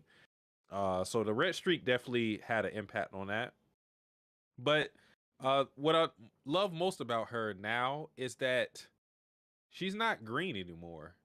It seems like she has found her way into navigating just politics in the military in general. Like, she knows how to leverage a lot of what she has to getting into what she wants. She can blackmail people now. She can just straight finesse her way into getting what she needs. And, you know, that's commendable. She wasn't like that before. She was very naive and whatnot, but, you know, now Vladilena is she's pretty savvy to the whole thing. So, You know what? I love her. You know what, Satsuki? You know what, EA? Everyone in the chat that's angry. You know what? How about this? You all ask the tough questions. And in a future episode of KOA, I will answer those tough questions about Vladilena honestly. How about that? They call her the Bloody Queen now. Like, that is, it's like they tailor made that episode for me. Like, yeah, Yeah. you got it going on, Vladilena. Respect. Macy's mom. I wouldn't say I am in love with Vladilena, but I don't hate her either. At least I'll admit that. I think she's definitely a really cool character. In spring, was it spring? Yeah, I think it was spring, or maybe it was summer. It was one of those seasons of 2021. I voted her best waifu just because she was really one of the best written female characters of that season. And the same continues on in this series. But I will not stand for that goddamn lolly. Frederica? Oh, There's a her. lolly in this series. Oh, Frederica's nice. She ain't nice. She is. She tries to freaking twist people's those nuts into buying her stuff. Well, yeah, well, she's watching TV. She shouldn't be watching TV. I know. She Bad learning lady. she learning bad stuff early on. It's not like I love her, but I think she's cool. Like she's okay. Like she's not one of my favorite characters, but I found it kind of funny how she got that from TV and then kept trying to incorporate it in like real life. How she kept trying to show her cute side to get whatever she wants from men. So like, hey, do what you got to do. If it works, it works. It worked twice in a row, so yeah. I do notice both times that she did it, she was like very embarrassed for doing it. Her face was like really red and stuff. But She's like a teapot. mhm. But I mean, Vladilena did the same thing. I like she didn't characters, yeah. sizzle. She just blushed, didn't she? No, she did sizzle. Yeah, that's the Characters thing in the sizzle. show. They sizzle. But freaking now she's going with them on their fucking journey to throw the ring back into Mount Doom, and I'm just like, why is she even there? Don't know. I really thought that the inclusion of her was just so dumb. I love the original. Was it 5 or 6 people? I think it's 5. I can't remember, but Are we talking about the 86? yeah, the 86. Like we've already established that those people are great, but then all of a sudden the lolly's like, "Let's go, everybody!" Oh. Freaking go, Diego, go! Do you think there's like more to like? I don't know. Like based on like the red eyes and whatnot, I think she has like, or at least other characters have more significance in the story than what they're letting on. Yeah, she's Because an alien too. well, yeah, she has a special power to where she said that she can see into people's past and futures, and it kind of relates to oh my god, the Reaper's the character to where he can hear these voices. He also has a special power, and based on them having the red eyes, I'm assuming that's like something to where like I don't know if those two characters are related, like brother and sister. They could be, but I feel like at least like they have some type of clan relation, kind of akin to like the Ackerman, for example, to where they have like this special ability to where these people with red eyes and black hair have these special abilities that other people don't have. Yeah, yeah, but overall, I'm glad 86 is back. It's kind of funny because I thought all the 86 characters died. You know, obviously from the previous episode in the past season, but because these are numeric. Like if you saw these like in a row from 11 to 12, you'd be kind of let down because it's such an emotional scene. You think everybody's dead, and then all of a sudden, out of nowhere, it's just, oh nope, they're okay, they're fine. But I mean, I guess I didn't want them to die because that would have been worse. What I'm Yeah. curious to know is what's gonna happen when Lena finds out. Your best girl finds out that the 86 are still alive. Yeah, that's gonna be really. Oh look, I got an email. The fuck? I don't think I've ever. What the fuck? Oh hey, look, my Vladilena T-shirt just shipped. Hey, You're I didn't kidding. I didn't know you had one of those. Yeah, I ordered it last night. You're kidding. You just okay. I also ordered a Umai T-shirt, by the way. Umai, Rengoku on it. Great.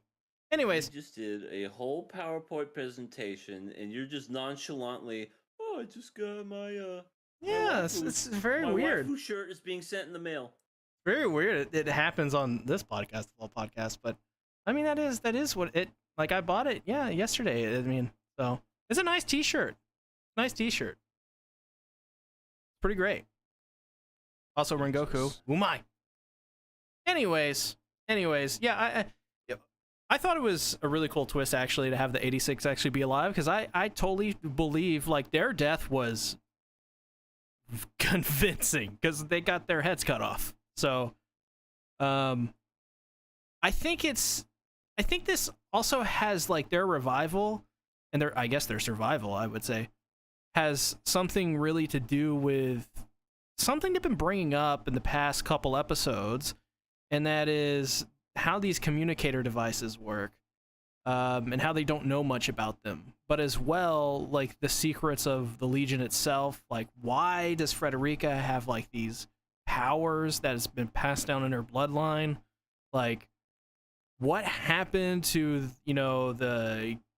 what happened to Giad before, like with the whole takeover and stuff? Like, there is so many questions that we need answers to, and I think them surviving literally being beheaded and killed is something like for example, it's like playing Mass Effect 2, but you don't play the first 2 hours of the game. Like and you have to figure out why Commander Shepard is still alive, even though he's dead. So it's like it's like this really interesting idea, and I think the mystery surrounding that is one of the most compelling questions so far in the season. Yeah, I think one of the most interesting questions is trying to figure out where I don't know their names, where we have our characters like Sheen, Anju, like the country that they're in now. Like, are they actually good people or not? Because it's very confusing, because it seems like they're for the 86 and they're welcoming them as kindred spirits and brothers in arms, but there's something that feels like disingenuous about it, or like too good to be true almost. So I wonder where that's going to lead to. Are they going to actually be good people in the end, or are they going to be like, are they going to have some type of ulterior motive? I think that's like the big question. So far, it doesn't look like it's going to be that, but it could just be a red herring to it all. I'm not entirely sure. Okie dokie, EA. That's fine. These shows are insanity. So,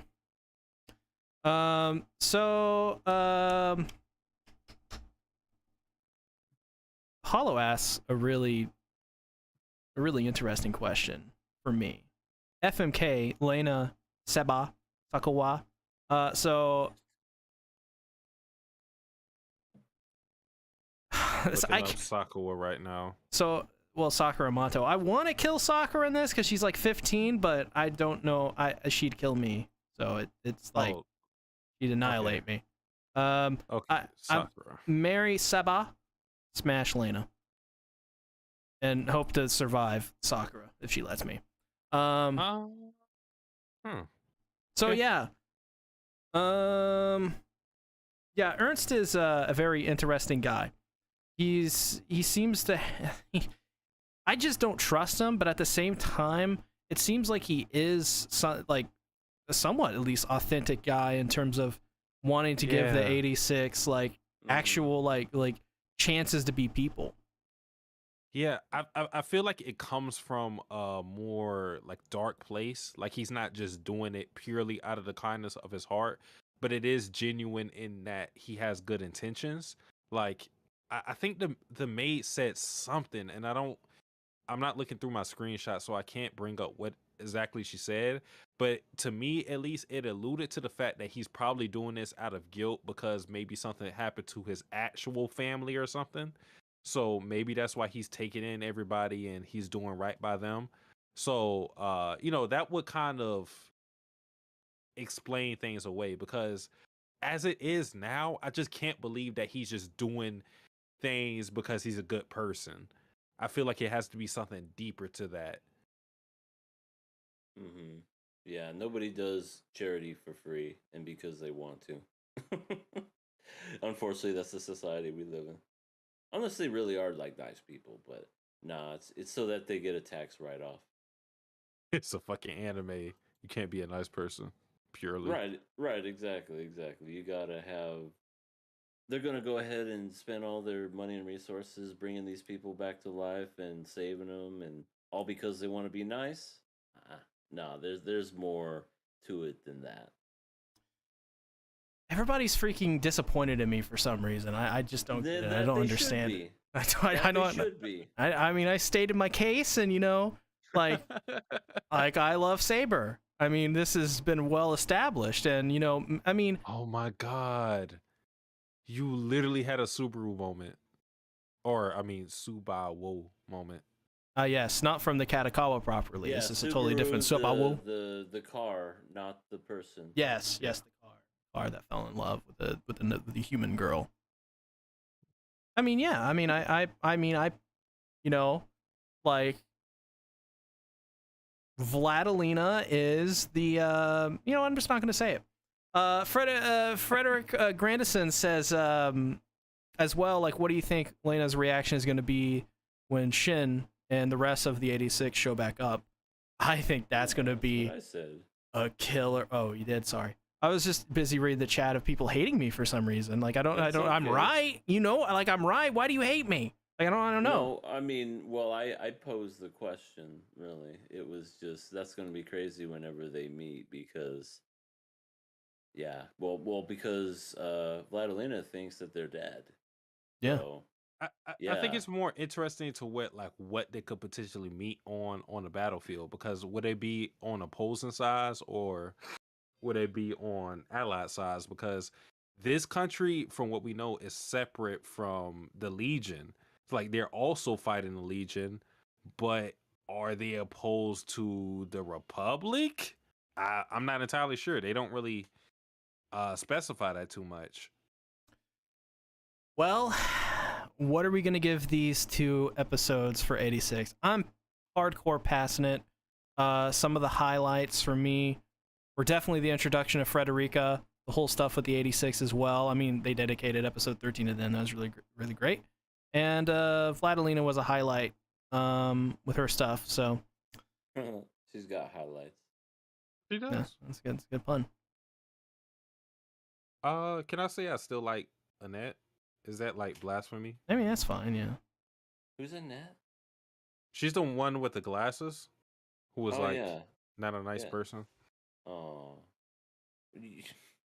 I like how she's not a nice person. It's someone you like. Okay. Well, okay. My last thing to say about 86 is the fact that we didn't talk about it, but Elena had the emotion and whatnot, and she's maneuvering in a way that she could still do the things that's necessary. And she's also revered, it seems, by her team. We only seen one perspective of it. This one chick who called her queen and whatnot, but it's interesting to see like how the perspective on Lena has changed when it comes to how the 86 feel about her. So that's interesting. But yeah, pass. Yes. Talk about 86, episode 14? 14. We'll say 14. Let's hope it's 14. Yeah, it's 14. What did you guys think about the episode? No, what did you think of the episode, lover of Vladilena? It didn't have Vladilena in it, but it was a... I know! Surprise! Like, are you feeling okay? Yeah, I'm totally fine. I'm not. Where the fuck is Vladilena? Yeah, where did she go? And Hollow, give it back. I have EA Soul. He freaking keeps talking about my soul. He said he sold it. Then he said he has it. Now he's talking about... I don't know what he's talking about anymore. Anyway, give it back. Fetch me their souls. Fetch me their souls. I'll swallow your soul. Oh, so you're like Oh, so you're a swallower. What? No, I wasn't going to say that. I was going to say Soul from Soul Eater, but okay. It's fine. It's fine. Anyways, so yeah, they fucking murdered our boy. They murdered Eugene. Holy crap! They Our murdered boy? that. They killed him. They maimed that man. They made sure that he was as dead as you could make a person be dead, and then they made him more dead. Meh. What do you I mean, man? mean, yeah, I feel the same way. We barely. What did we know about this guy? He was just, Little sister you Nina. know, It's sad. he had a little sister, but I don't know. Like he was friends with guys that hated the '86, so he was kind of a racist. A lot of people are. So is Annette. Yeah, so they get what's coming to him. Yeah, like I'll say, like while the episode tried to give you like a more emotional connection to him through his through the scene that we seen with him and Sheen, like I don't know, I just never felt, I never really felt too keen on this character. He's a new character, so it's really hard for me to get real invested into him when you're thrust into this new season and we're only 3 episodes in it, and even in those 3 episodes you're not really like in the forefront of everything, you know. Like for me, like the standouts this season, and it's only really one standout for the new season, and it's the Lolly. Like she's Ugh. the standout. Ugh, Like she's the new character that we have to pay attention to. I wish we didn't. I love Frederica. What's wrong with Frederica? She's annoying. See, I feel like we all have different opinions. Based on what how C replied to that, I feel like C likes her. She's EA adorable. doesn't like her, and I'm kind of like indifferent on her. So it's like She we got is different going. opinions. Freaking yeah. We already know what's gonna happen. She's gonna betray the '86, and it's gonna be her fault. And I'm going to tell both of y'all I was right to not like her from the beginning. Listen, Frederica would never do that. Her and Oh. Shin, they're growing close to one another. They're becoming brother and sister. It's adorable. We love to see it. She's adorable. I don't have any strong opinions on her yet. Like I do kind of find her. I found her more annoying in this episode than the other episodes. I don't know why. She I don't know why. said her job was a mascot. Yeah, she's the goddess Well, of victory. She's They there. also said that she was a hostage. So what is she? A mascot or a slave? You know, it's just, Well, that no, doesn't- she chose to do this. It's an old custom of Giad to basically have these children be in these groups so that the soldiers will fight harder. Why? Why She- is that a thing? Why is that a thing? I don't know. It's probably a 'Cause you real had to thing. you had to protect the lolly, of course. Well, you She's a have to- fucking cheerleader. The point is, you're supposed to grow closer to her so that you will protect her, and you fight harder. That's the idea. Why not just put Vladilena in there?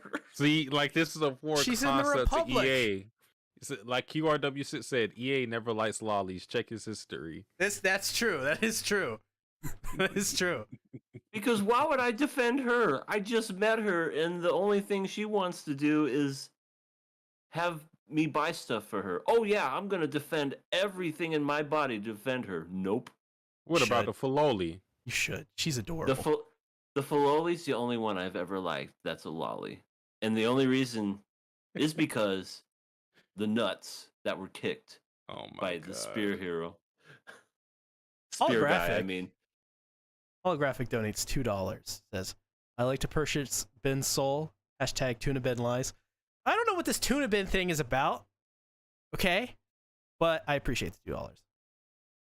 Yeah, and if you want to buy Ben's soul, you're gonna have to drop a lot more dough than that. I was gonna say like only $2. That's kind of like Because a diss. I mean, not Mine- cheap. but ain't that cheap. Mine was 50. I can imagine what Ben's soul is worth. 500. But what is the cost of our souls? Sounds like some berserk topic. Yeah, but at what cost? Everything. But whatever. What else happened in '86? Well, I do want to talk about the lack of Lena, because I think somebody said in a live chat that they believe that there will be an extreme lack of Lena, and I do kind of see that just because of how the first core went, because it was mainly focused on Lena, and here and there we saw the 86 and we saw Sheen, and but mainly it was to show us like how Lena would react to them. So I feel like we'll just get the badass Lena in spurts. Like we'll probably get her in maybe 2 more episodes going forward, because this is like 12 episodes, right? So Yeah, Wow. this is episode 3, I think. yeah, I feel like we won't get much of her. Yeah, it Holographic. sucks. I feel bad for you, Ben. I'm sorry. Holographic donates another $2. Says $2 is more than I'm willing to pay for a chicken. You've already paid now 4. And in Hawaiian, that's like what? $1.50? In Hawaiian, that's like 1 thing of sushi. If half of a sushi. Wait. Lightning Eagle said, also, were any of you shocked by the ending? I wasn't. Not really. Can someone remind me what happened in the ending? Yeah, Eugene, Bad. our boy, got freaking pulverized. Yeah. See. Wait, that was the ending? Yeah. Well, yeah, that and Frederica's like new place we got to report to. Things are not looking good. Huh. But yeah, I wasn't really shocked by his. I already knew he had a death flag on him as soon as he started having that conversation with Sheen. I was like, yeah, you're gonna fucking Here's my beautiful sister. Yep. Isn't she just great? Exactly. He just choked. Exactly. He just choked on his food right there in the the cafeteria.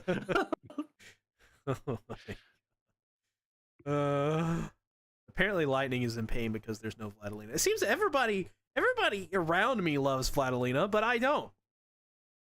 It's like, I think the issue is we got like the blue balls, because they teased her with the red hair, ironically, and then we're like, badass Lena, new age, character progression, and then we don't get any more from her. Like, I was loving her in like the first time we seen her, because I'm like, You wow. announced your love for her. I did. I was like, she's in charge. She's blackmailing people. Oh my god, I love blackmail. When it's not used on me, of course. But I was like, she's really like changed from how she was. That naivete part of her personality is completely gone. She's a new Lena, and then she just she's not here. Like a cloud of dust. We miss you, Lena. And I swear by the moon and the stars in the sky. I'll get you back. You just see Satsuki sitting by an ocean, and then like the sun's going down. He's having an internal monologue. I swear. He reaches and grabs for the back. sun. Like Yaguchi in Blue Period this episode. He grabs for it. Reaches it and goes, I will get you back. And closes his fist. I swear it. I swear it. Oh Lord. Good stuff. Good stuff indeed. Small little scene. They found some Republic mechs in a field and they decided to record it, memorialize it. And this is where we're introduced to Greth Wenzel. Oh shit! That was important. That was an important part in the episode.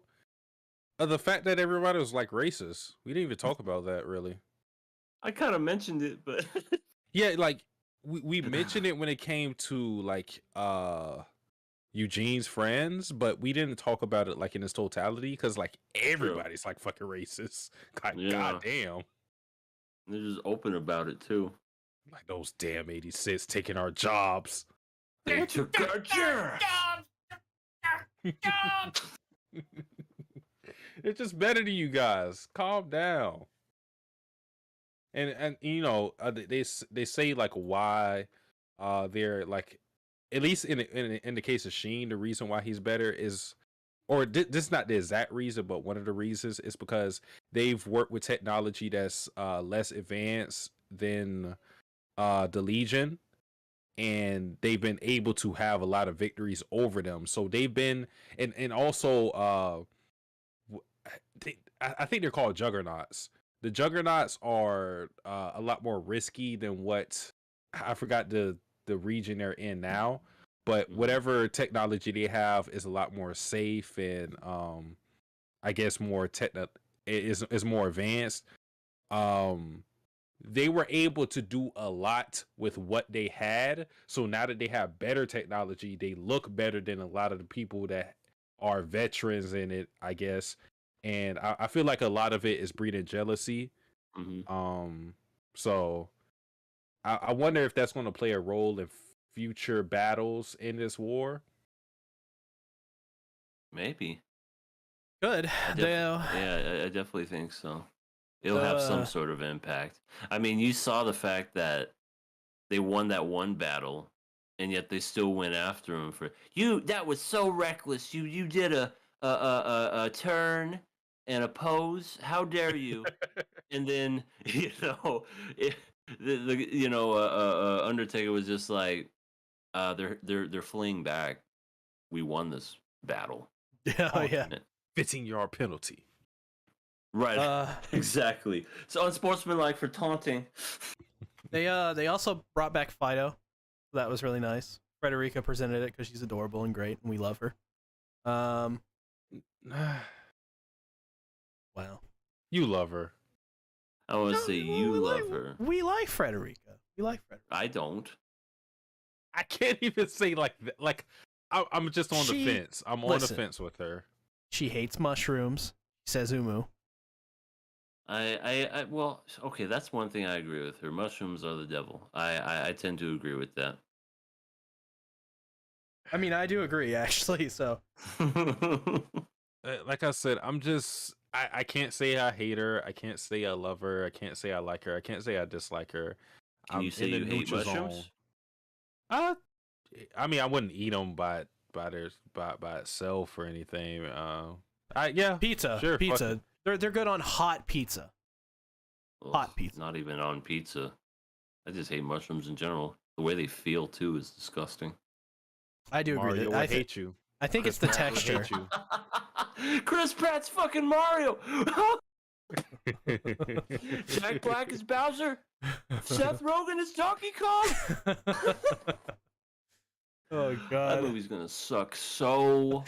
We need to do a KOA on that fucking movie. That and Shrek. Yeah, agreed. So what are we giving this? I'm giving it a pass. I'm passing it. I love the characters still. When Frederica comes to just destroy everything and it's all her fault, I'll be there to say I was right. Well, yeah. I won't deny something like that being a possibility. I was kind of like, I didn't think this episode was like too great. It was a more mellow episode to me. I don't like calling episodes setups because I feel like setup is a word that's overutilized, but yeah, I just feel like this episode was more of a bridge to greater things to happen. So while I wasn't too high on it, I'll give it a pass. Not a courtesy one, just regular pass. Scarlet Disaster wanted me to put up a poll to see if the chat loves Frederica or not. So as that is rolling in. Ooh, I like to know so far. Good job, guys. The world has turned its back on me. 86, episode 15. Vladilena coming back. guys see the after credits scene? She didn't Nope. come back. She was in the after credits. You see her. She was? Yep, writing down in her diary. She's coming back. I thought that was no. That was just the credits. Wasn't it? It was after credits. I mean, that was a part of the credits this time, but it was new. I've You never seen know, it before. I'm sick of this show. I gotta be honest. There's no Vlad. Oh my god, you guys are simps. It has nothing to do with simping. It has everything to do with she's a more interesting character than a good majority of the 86. No offense to the 86, and especially the Lolly. But like there's only like maybe one or two that are interesting as far as like the 86. But I'm just like, dang, they're taking their time with Vlad not being here. So I'm just kind of like, when's she coming back? Because she got a red streak in her hair. She's more badass. We saw like 12 seconds of her in the first episode, and then just, fuck it. I put up a story today. I recorded this video. It's supposed to be the intro for my 86 video from a couple weeks ago. But I edited it down to 15 seconds, and I made it a story on my channel. And you can find this if you're on mobile or whatever. You can look at my stories, and you'll find it. It's the one that came up today. And in the comment, I think it was Decrepit Storm told me that I was digging myself further. To which I replied, "Diggin'. That's a great song from the Cowboy Bebop soundtrack." Uh-huh. And then Lightning here says both me and Ben know when our Vladilina simps are tingling. What does that mean? I have nothing to do with this. I just pointed out that Vladilina was in the end credits, and I got excited. I need Lena back. I'm not Yeah. gonna lie. We're all about honesty here.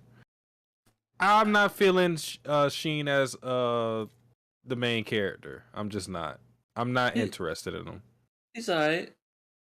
He's just whatever to me. He doesn't really evoke any emotion out of me. Like he's not a bad character, guys. But I don't give a fuck. I truly do not give a fuck.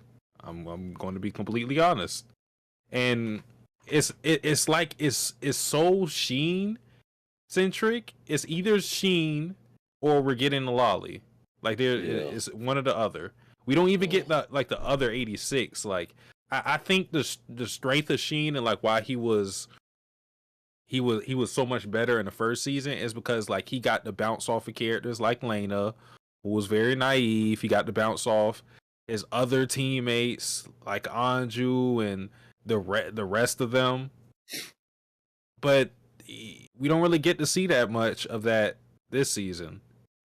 So honestly, I'm coasting right now. I'm just coasting. I'm so sick of Frederica. She came out and was doing her "Senpai, I'm sleepy," and it's like, go to bed. Yo, I don't give a shit about your problems. Shin threw Frederica at Anju. That was great. That was great. I cheered when that happened. I was like, good. Now kick her next time. Wait. Oh my god. When does 86 come out? Like what day? I think it's a Saturday, Sunday. Wow. So it literally came out the same day as throw a short person day. Like literally, that was a thing. Like I posted in the KOA chat. Yeah, that was great. Good timing. Yeah, It was perfect timing. Definitely. I have a different opinion than you guys. I actually really enjoy Shin's character because through Shin we're learning a lot about Frederica, but as well generally, just how Shin works and how he ticks, and his character progression in the last 3 or so episodes has been very interesting because in the first half of this season, Shin is just a grunt. He's a soldier. That's all he is. But now that in this season he's being treated more like a human, he's progressing as a human. He's starting, in this episode especially, to have more thoughts on things, whereas before he would kind of cut those thoughts out and remain this cold and hardened soldier. But now that there's actually warmth in his life, now that there's actually people who are treating him right and care about him, that this military is and the people are treating them well. I mean, for God's sakes, they're giving them gifts because they think the 86 are like these really sad and poor people, which they scoffed at, and especially Shin scoffed at, was like, get rid of the gifts or whatever. But it's true, they are sad people. So like his character and ties into all the 86, of course, to a certain extent, but mostly his character is going in a direction where I think once we, do have our episodes back with Vladilena or whatever it may be in the Republic, I think we will kind of by that point see Shin in a totally new light. In other words, I think we've really hit a point with Shin to where his character development and his character arc are going to bear a lot of fruits. So yeah, I mean, I get it. You want to see Vladilena. She's on the cover. That's what we were all expecting. But at the same time, I mean, gotta call it like it is. I think Shin still is a great character, and just because Vladilena hasn't showed up yet, I don't think that means that the show is necessarily boring or that Shin's not an interesting character. He doesn't have as much charisma as Vladilena, and his scenes in these episodes have been quite dark and slow, but that seems to be by design, and I'm quite entertained by these episodes so far, and I think it's a good change of pace.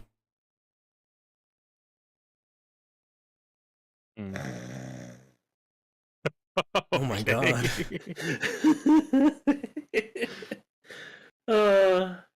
I don't know. I think I may be being a little too hard on it. It's okay at the absolute most. I think what made 86 the series that it was the interactions between Shin and Vladilena. And now that we kind of don't have that at all, it's just, it feels like it's missing something. Like it's a lesser show than what it used to be, and I definitely miss that dynamic in this particular arc, and I'm just kind of torn. I'm wanting to see Vladilena, to see what she does, because like I said, we see her for a little bit and she's already like 10 times better than she was, and she's a completely different character that's just way more interesting. You're like, whoa, what's gonna happen? And they just dangle that little carrot right in front of you, and you're like, what's gonna happen next? Next episode, nothing. Next episode, nothing. Well, and I don't know. Like I said, I guess the other episodes they're fine, but I don't know. I just feel like the more interesting character isn't the spotlight this time around. I don't agree with that, because I think that these episodes are not meant to have a Vladilena focus, because I think it's important that we develop this country of Giad and its backstory and its origins and the mystery surrounding it, because there is a tangible mystery to what happened with the fall of Giad and Frederica's character, as we got in this episode. I don't think there is room for Vladilena's character right now. I think if Vladilena showed up in these episodes, and we had, like we did with the first episode of the second part of the season, I think we would be complaining about how we're not getting enough Shin, how we're not having enough development on Shin's part, and how the episodes are a little bit rushed. So I don't know. In my opinion, I think the story right now is just as compelling or interesting as a whole character. Because what right now is compelling in San Magnolia, that is more compelling in San Magnolia than what's happening in Giad or the former Giad. We've seen San Magnolia quite a bit. Like that place has been developed. That was a whole focus on our first half of the season. So it's important that I think these episodes show what's happening here, because if it doesn't and we just focus more on Vladilena, then we're going to have an underdeveloped Shin. We're going to have an underdeveloped 86. We're going to have an underdeveloped what is essentially the conflict of the series. And I think as well, the moments that we do see Vladilena, it makes us excited. It is dangling that carrot, and I think that's a good thing, because once we do get back to Vladilena, we are going to have this really developed country of Giad, and not this underdeveloped country where if we didn't focus on it, it would go, we would have this conflict between the two, because we saw in this episode that San Magnolia, they have no contact with them. So that to me already says that there is going to be some sort of conflict between these two neighboring countries. Especially, knowing that Frederica is there and she's one of the former royals. So I think I don't think these episodes are boring or bad. I think these are necessary episodes that have a lot of really interesting story that we need to see, because if we don't, then it's not going to be we're going to have a whole different set of complaints. And I think if our complaint is that we're not seeing enough Vladilena and that we don't find Shin as interesting as Vladilena, then that's not really bad, in my opinion. I will say this. I feel like it's fine not to focus on Lena. My whole thing is I just don't think it's for me the show is not working when it's hyper focused on Sheen and Frederica, because with Sheen in particular, I don't find that he is a character that works in isolation. I think he has to have different dynamics with characters to come off as interesting. He's not a bad character, but a lot of his scenes I just find myself just checking out because I don't really care when he's by himself. Some people may, they may disagree with that, but I haven't been feeling the whole thing with Frederica and him either, to be honest. So that's just me. I think it's fine to have the focus not be on Lena, because it's hard to go to a whole different country and you're trying to basically get us attached to a whole different cast of characters. Because although we have like Anju and the rest of the squad, we're still in a whole different area and in a different military, and it seems like one of the characters that's going to be like one of the key players in this new story of 86 is I forgot if she said her name. She probably did. I just don't remember it. But she's like their new commander. And they even had a nickname for her too. Wenzel? Oh, yeah, I know who you're talking about. The one with the short hair. Wenzel. Yeah, her. Whatever her name is. But yeah, they gave her a nickname, Merchant of Death. That already gives you like some interesting thing that could form between her and Sheen. They're already like having their little back and forth when they were doing a whole Juggernaut bit when they were when she kept calling it like Rain Lace or something. Rain Lace, I think that was it. And then she was like, no, Juggernauts. They kept going back and forth. Rayleigh, Juggernaut. Rayleigh, Juggernaut. Yeah. So that could be something that forms to be interesting. It's not there yet, but that's something. That's hope for the future, and that's something good. I don't think if the show were to just rely on Lena to be the only interesting aspect of it, then that's an issue. I think it's fine if you want to grow the seeds that you've already planted for other characters, but right now it's just been Sheen centric, and I need more. Yeah, I agree.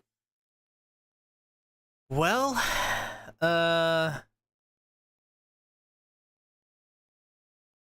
passing it. I mean, what else can you say? Yeah. Is it confirmed that it's going to be Vlad next episode? I don't know. Okay, I'm killing it then. Oh my god. This is not a bad show at all. Literally. Sasuke, it's on you. No. Okay. That doesn't make any sense because the show. I think I disagree with that. I know you want to save your waifu. It's okay. This is the only kill I've ever disagree with anybody on the show. This episode was pretty darn good, and it had a lot of intrigue. We learned about Frederica. We learned about how all the royals got killed. We even saw Kyria. Like, we learned more about Shin, the PTSD that he's dealing with, how his character is developing. I don't understand how you could kill this episode. It's just not doing it for me anymore. I feel like I don't know, the first part was way more interesting. Now we're just kind of, I get it, we're in world building and just getting to know new characters, etc. and so forth, but I don't know. It just doesn't feel the same to me. And all jokes aside about Vladilena not being in it and whatever, it just feels different, and it doesn't feel like a good kind of different. It just feels like the whole series is just meh, to be honest. I'm just kind of like, I don't hate it, but at the same time, I'm not in love with it. It's just kind of okay. And yeah, so that's kind of why I'm giving it my honorary kill. There are a lot of things that are being set up with this episode.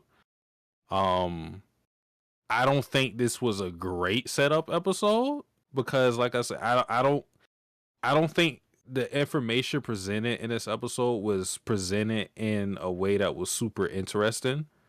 But nonetheless, like, I don't think it was a bad episode at all. So this one for me, I was initially going to just give it a courtesy pass, but like thinking about it, I'll give it a regular pass because I don't think like the episode did that bad for me to go courtesy pass, because usually that's when I don't have anything positive to say and I just basically just hope for the best, like just hope that the next episode is better. But yeah, I'm still hoping for something better than this episode. I'll tell you that much. All right. Let's talk about 86 episode 16. What did you guys think? I almost fell asleep again. I really don't remember what happened this episode.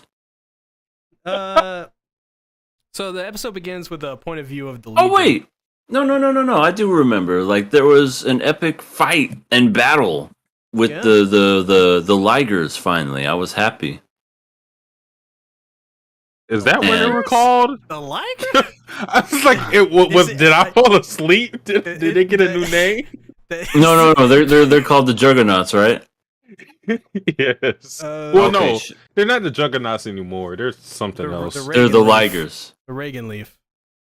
All right, they're the Ronald Reagans. Okay, so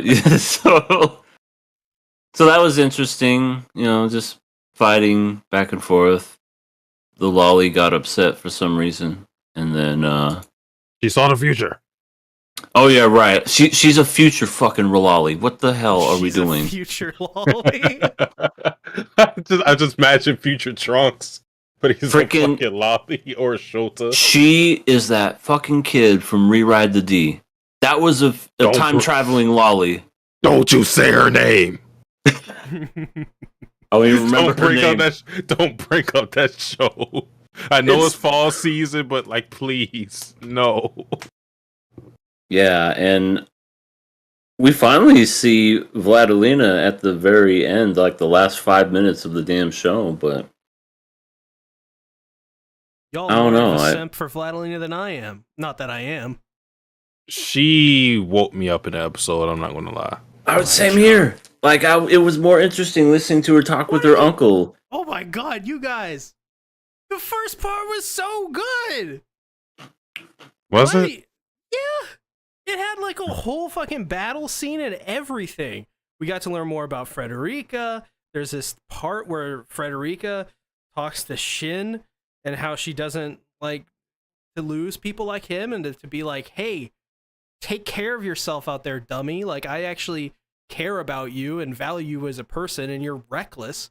And we got to see what Shin is like in the cockpit, which is an unhinged maniac of death. And he doesn't care about anything. Like, this whole episode was great. I don't know how you guys can be so bored by the Shin stuff. I mean, that part was pretty cool. I'll give you that. The whole fighting and stuff. That was neat. It was definitely something that the show needed to kind of like perk it back up, not gonna lie. And don't really remember much else, to be honest. It's just they were fighting and then like I said, time lolly, future lolly. Well, I'll because I remember all of it. I bet you do. So the big thing about this episode, I guess, besides the Shin stuff with Vladilena stuff, is that over in San Magnolia, the Republic, they're fucked. They're serious. Like they are at like DEFCON 1. They're perishing. It's falling completely. And Lena she sees what's happened, what we saw at the first part of the episode, and she's going to go to her room, cockpit, whatever she does, whatever that room is called, and go to battle, right, and be the handler. But she's stopped by her uncle, Karlstall, I believe is his name. Always forget how to pronounce his name, so I don't know if I'm pronouncing that right.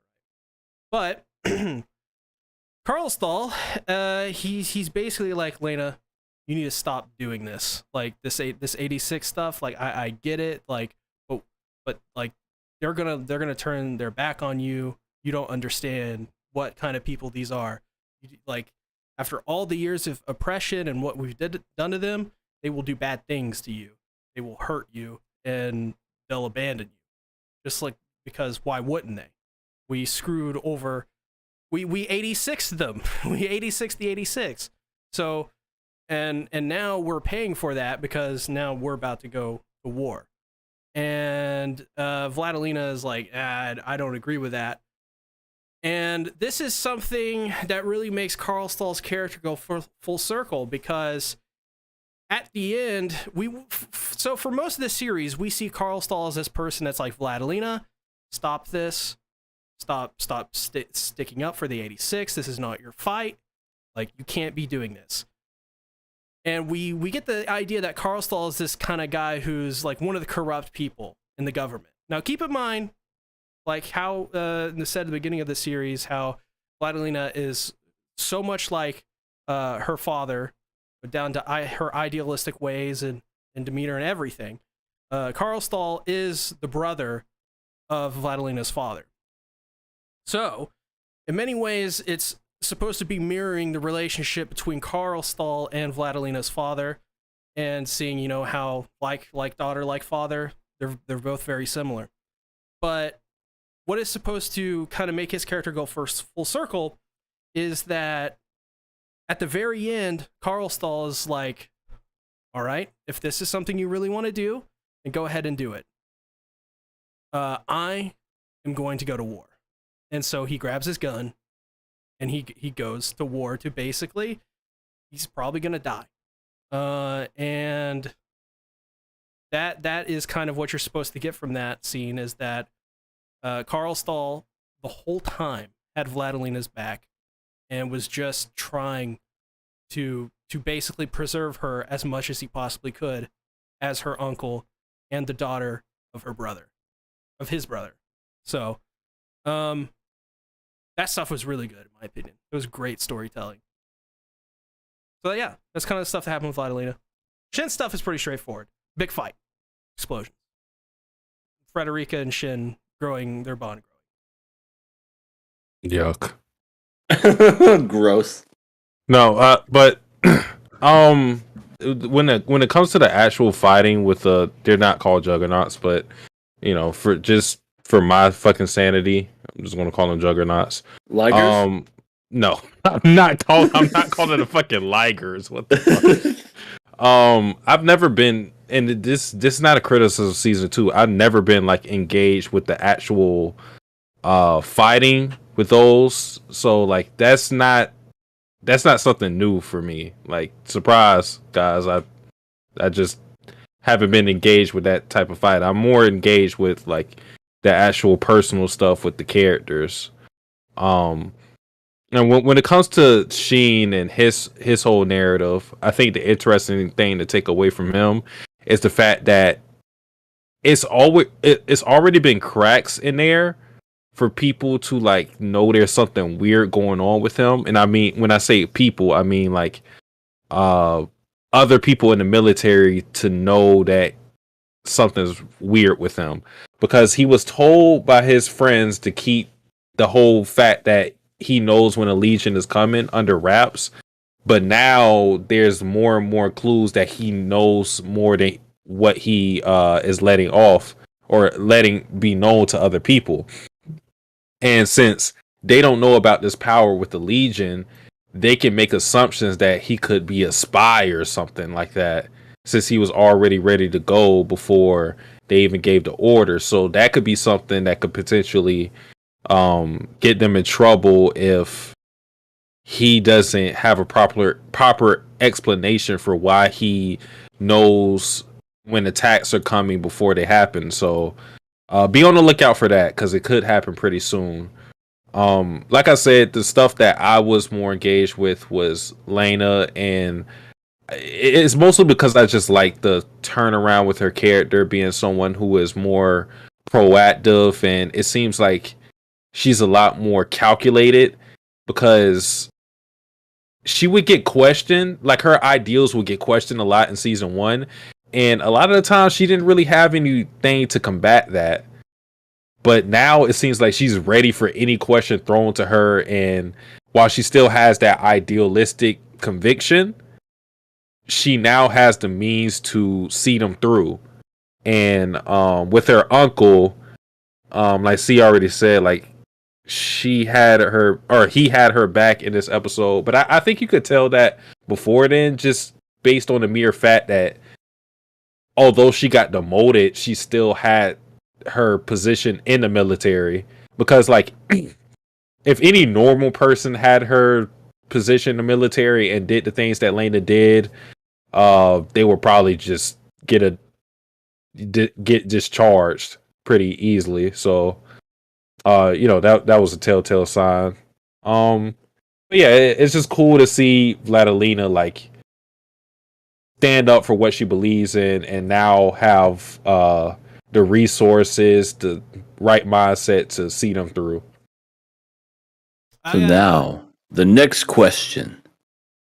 When does Vladilina take up a gun and start mowing these suckers down? Oh my god. She's going to be like Rambo, the M60, one-handed. Mm-hmm. She's like, what? She's what, 5'1" or something like that? Dude, M60. 5'1", about 80 pounds, yeah.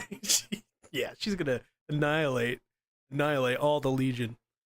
She's going to start shooting him and then just go, eh!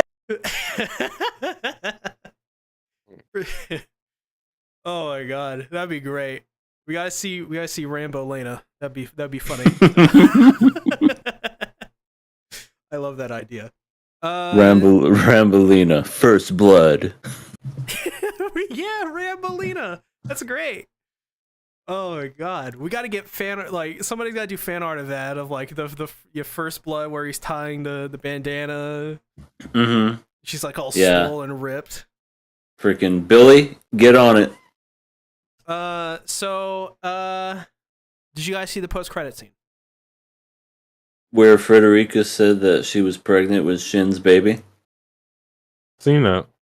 That was disturbing.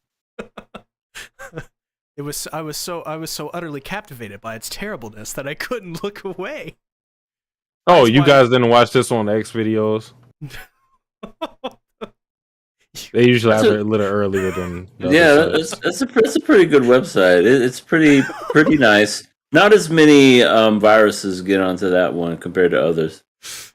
So the final scene, in case you guys didn't see it, is Frederica is talking with Shin and the rest of the 86. They're in a room, and Frederica is talking about how during like the scene earlier in the episode when she activated her powers, it seems that it's involuntarily. It seems that she can't control it, so it just happens whenever, which is very interesting. She saw a future where the Republic was being attacked by Kiri, her former knight, and the Republic is falling. So where Vladilena is. And then right when that happens, Kiri attacks them, like Frederica and Shin and the rest of the 86. And that is how the episode ends. Burn that bitch down.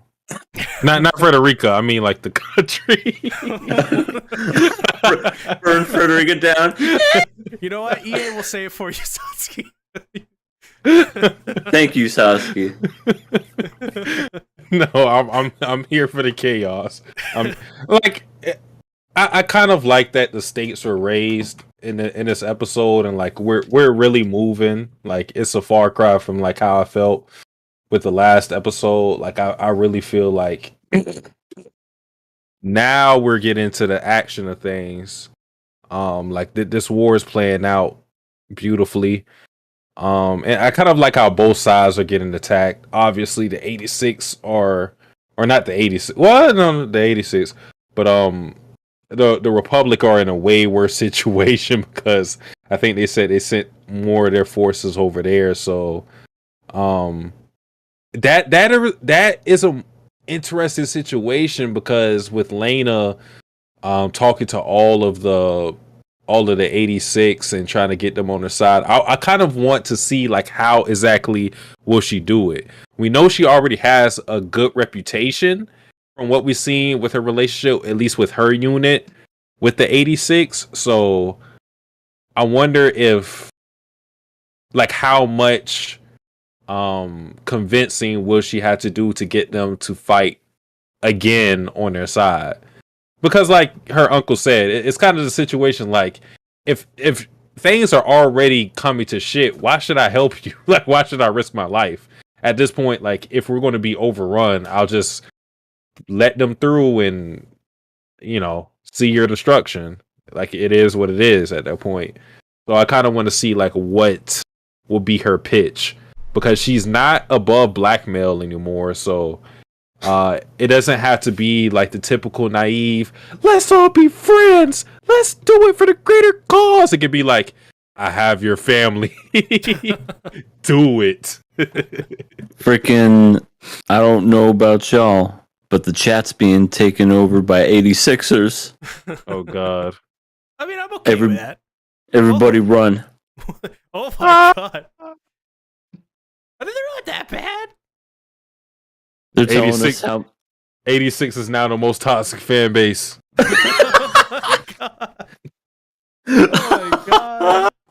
I mean, Mushoku Tensei, it's like, oh, they're not so bad. 86, boom. Yeah, so that is weird. We've said way worse about Mushoku Tensei. I don't think. No, this isn't that bad. We've gotten shit on for our takes on Mushoku Tensei. You guys are just getting criticized. No, Rightfully the only so. thing. Rightfully the only so, thing- may I add. What the fuck? The only thing I said about this episode is I almost fell asleep. Listen, I heard. I heard you under your breath, Satsuki. You said you didn't like Lena at all. That's what I heard. What? I heard. I think he did not say that. Lena woke me. Listen, as soon as Lena stepped in the episode, I said, Yeah, you woke up. You woke up to turn your TV off. That's what you said. Oh, that's what I heard. That's what I don't watch anime on my TV first and foremost. I watch it on my phone. Yeah, that's probably a good idea. You get those screenshots. We're just playing. We're just bullshitting, and you know this, man. Yo, we gonna get you high. We just Friday being brought up. What the fuck? we just turned into the Friday podcast. Scarlett says, I didn't like Frederica at first because she was, for me, the typical lolly who bends the plot to include herself, but now we are having more and more plot with her and even deeper characterization, and I love it. Yeah, I've always liked Frederica from the very beginning.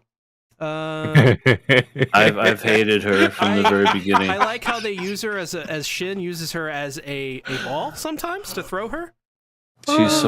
She's so fucking pointless. She is. Whoa! Hold up. I love EA. Like I will never I never had to ask EA's opinion on any lolly in any show. I know where he stands immediately. Okay, EA. How is she pointless? Okay, so she copies stuff on TV and goes, "Could you give me a caramel candied apple?" And then they do it. What did I say? I told you, EA always, every fucking show, EA has like this one little takeaway, and that's the whole character. And then when it comes to what else she does, she wakes up and pisses her pants. What else does she do? She just goes around getting thrown around by people apparently. And now her big appeal is that I could see the future, y'all, but apparently she can't see the future. So once again, pointless. I like how we fucked that up, and you're like, you piece of shit. I think Lightning Eagle puts into perspective. I don't understand how you all hate her so much. She is very out of the way and funny. I agree. It's not. She's never really a focus at all. I don't hate her. I've said it before. I'm just indifferent. Like I don't like cringe when she's on screen. I think she's okay. She also doesn't eat her vegetables. That's okay. That's true. She didn't finish her mushroom. And what is she, like 5? And she's like, I don't want to eat my mushrooms. You know what? You're right, EA. You're right.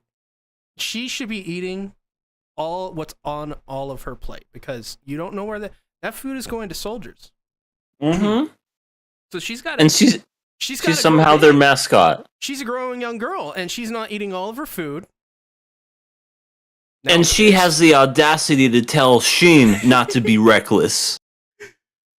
Oh, Lord. Don't be reckless, Sheen. I would have looked at her and said, you didn't eat all your fucking mushrooms. Oh my God. What the fuck? Oh, okay. Lightning Eagle, yes I do. I eat all my vegetables because I don't get a snack if I don't. So if you don't eat your vegetables, you're a piece of shit confirmed. What the fuck is... Oh my Lord. Oh my God, Lightning Eagle knows. He says that, but he also says, also thank you for the bits, EA. Oh, you're welcome, Lightning. I like throwing those nickels at you. Oh, nickels at... Okay. I throw nickels at Lightning and at Hollow. Well, I'm passing it. What are you guys giving it? I said if Lena didn't come back, I'd kill it. She came back. I'm passing it. Yeah, keep out the Lena. Keep that up. I like that. I'm passing it.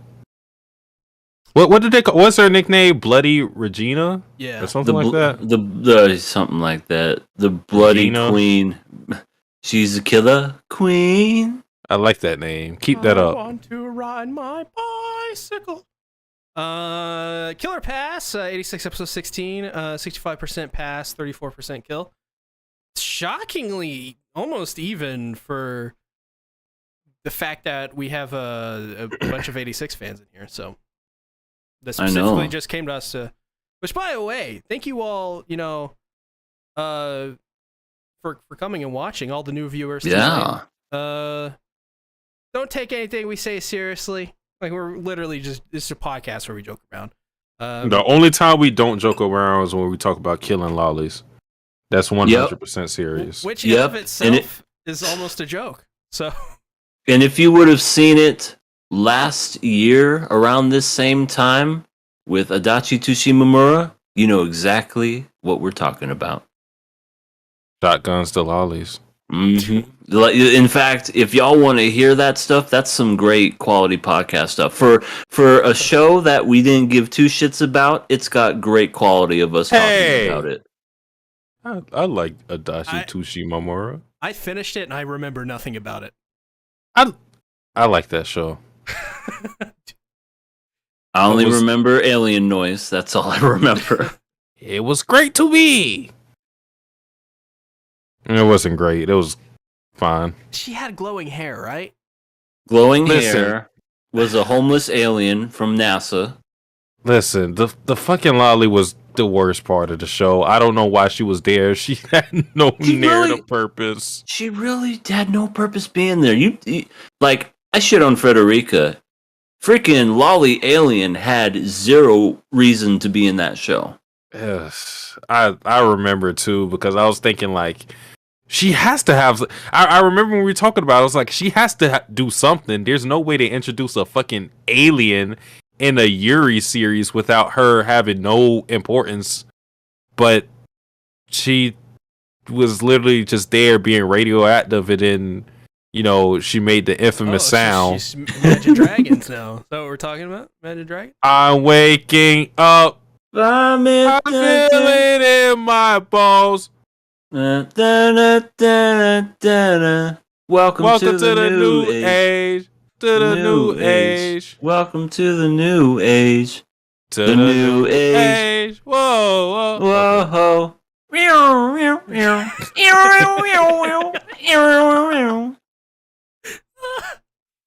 Oh, Lord. Oh, fuck. That's the end of the show, you guys. That's the end of the show. 86, episode 17. You guys, first impression? I don't even remember what happened. What? I knew someone was going to say that. I never remember. Either me or EA who said. I never remember what happened in these episodes. Like, they're like talking, and then they eat, and then they talk some more. And then so the like literal fall of the goddamn Republic EA happened. There was a fucking war. We don't know if Vladilina is alive or dead. Big Vladilina hasn't even been in this damn series. I'm so pissed. She was in the previous episode and this episode for like 2 minutes. That's a lot of time in a 20-minute episode. If you literally count the whole time that she's been in this series, you could literally like put it on a YouTube video where it's like, I don't know, like 5 minutes long. I love this. The best of Vladilina. Right. Season 2, 3 minutes. Right, this is her walking, talking, walking, talking. We got to see where she gets the red hair dye. Yeah. But okay, like let's get serious, guys. We're a professional podcast. That's right. Okay, first of all, bad grammar. The podcast is not professional. You would be the professional podcaster. Because the podcast is not a person. You can't call the podcast professional. I mean, this podcast is alive and well. This is the podcast is a living person. It's a manifestation of our soul. That's right. I sold my soul. The tortured soul. Shit. So two out of 3. My bad. I forgot. Didn't mean to dredge up the old bad times. Yeah. It's okay. That's why I'm planning to go to Hawaii to get my soul back from Hollow. Oh yeah, Oh my next God. week's 86 episode is delayed, so next week's show is going to be. Dude, the did you see what it said? It said next week a behind the scenes featurette. I'm like, what? Oh, that's Why is cool. it- I mean, I guess that's cool, but I've never seen that ever in a series before. From the reason it's delayed actually is not because of that. It's because there have been some production issues. Maybe somebody got sick or something like that, or because that rarely happens, and it's A1, so Yeah, I've never. it seems pretty rare. Okay, guys. Do we seriously think Lena is dead? Like, let's be real. No, God no. Her- She's on the her cover of giant- like all the manga volumes and all the light novel Right. volumes. Her giant face is on the cover of this of whatever the show is, the living podcast. So yeah, she's not dead. I mean, the fact that they even want to tempt that thing where it's like, is she actually dead? No. Like So- I'm willing to open up bets and all 100% not dead. To be well, in my opinion, I won't say like it is what it is, what I say it is, but in my opinion, I don't really think they leaned in on the whole "is she dead" cliffhanger thing. I feel like it's just they were just showing like the fall of the Republic, really. Yeah. And honestly, like I'll say this about that whole thing, I wish that was more focused on, because I felt like there was a lot of potential with that. Because we saw how lackadaisical everybody was, and granted, they could go back to it. It could be in some flashback when we actually see Lena again. So this is just my opinion on the story as it stands now. You know what? But Sorry to cut you short, but you continue. Just add on to that. I bet you in the light novel that was probably covered more because of the format of a light novel.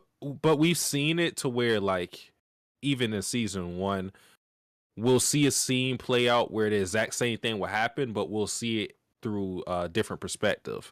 So I'm not throwing out that possibility that could be focused on, but I just want to, state here and now, like, the potential of that, because, like I said, everybody in the Republic was so lackadaisical. They were talking about there's no way we're gonna fall, and how the Legion was going to die out eventually. And then when the threat actually comes, I want to see how they reacted in that moment. I want to see, like, would people take arms? Would they still be in disbelief? Would they freeze up? What exactly were they going to do?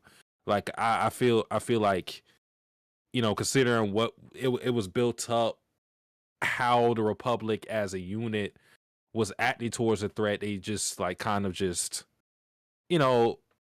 they didn't even really pay attention to it. They just went on the news and said, "We beat the Legion. We have no casualties." Blah blah blah. They didn't treat it seriously. I wanted to see how they acted in that situation, because we already know Lena was serious, and maybe like key military figures were serious. Carl Stahl That guy. But is her uncle. yeah, hey, that guy.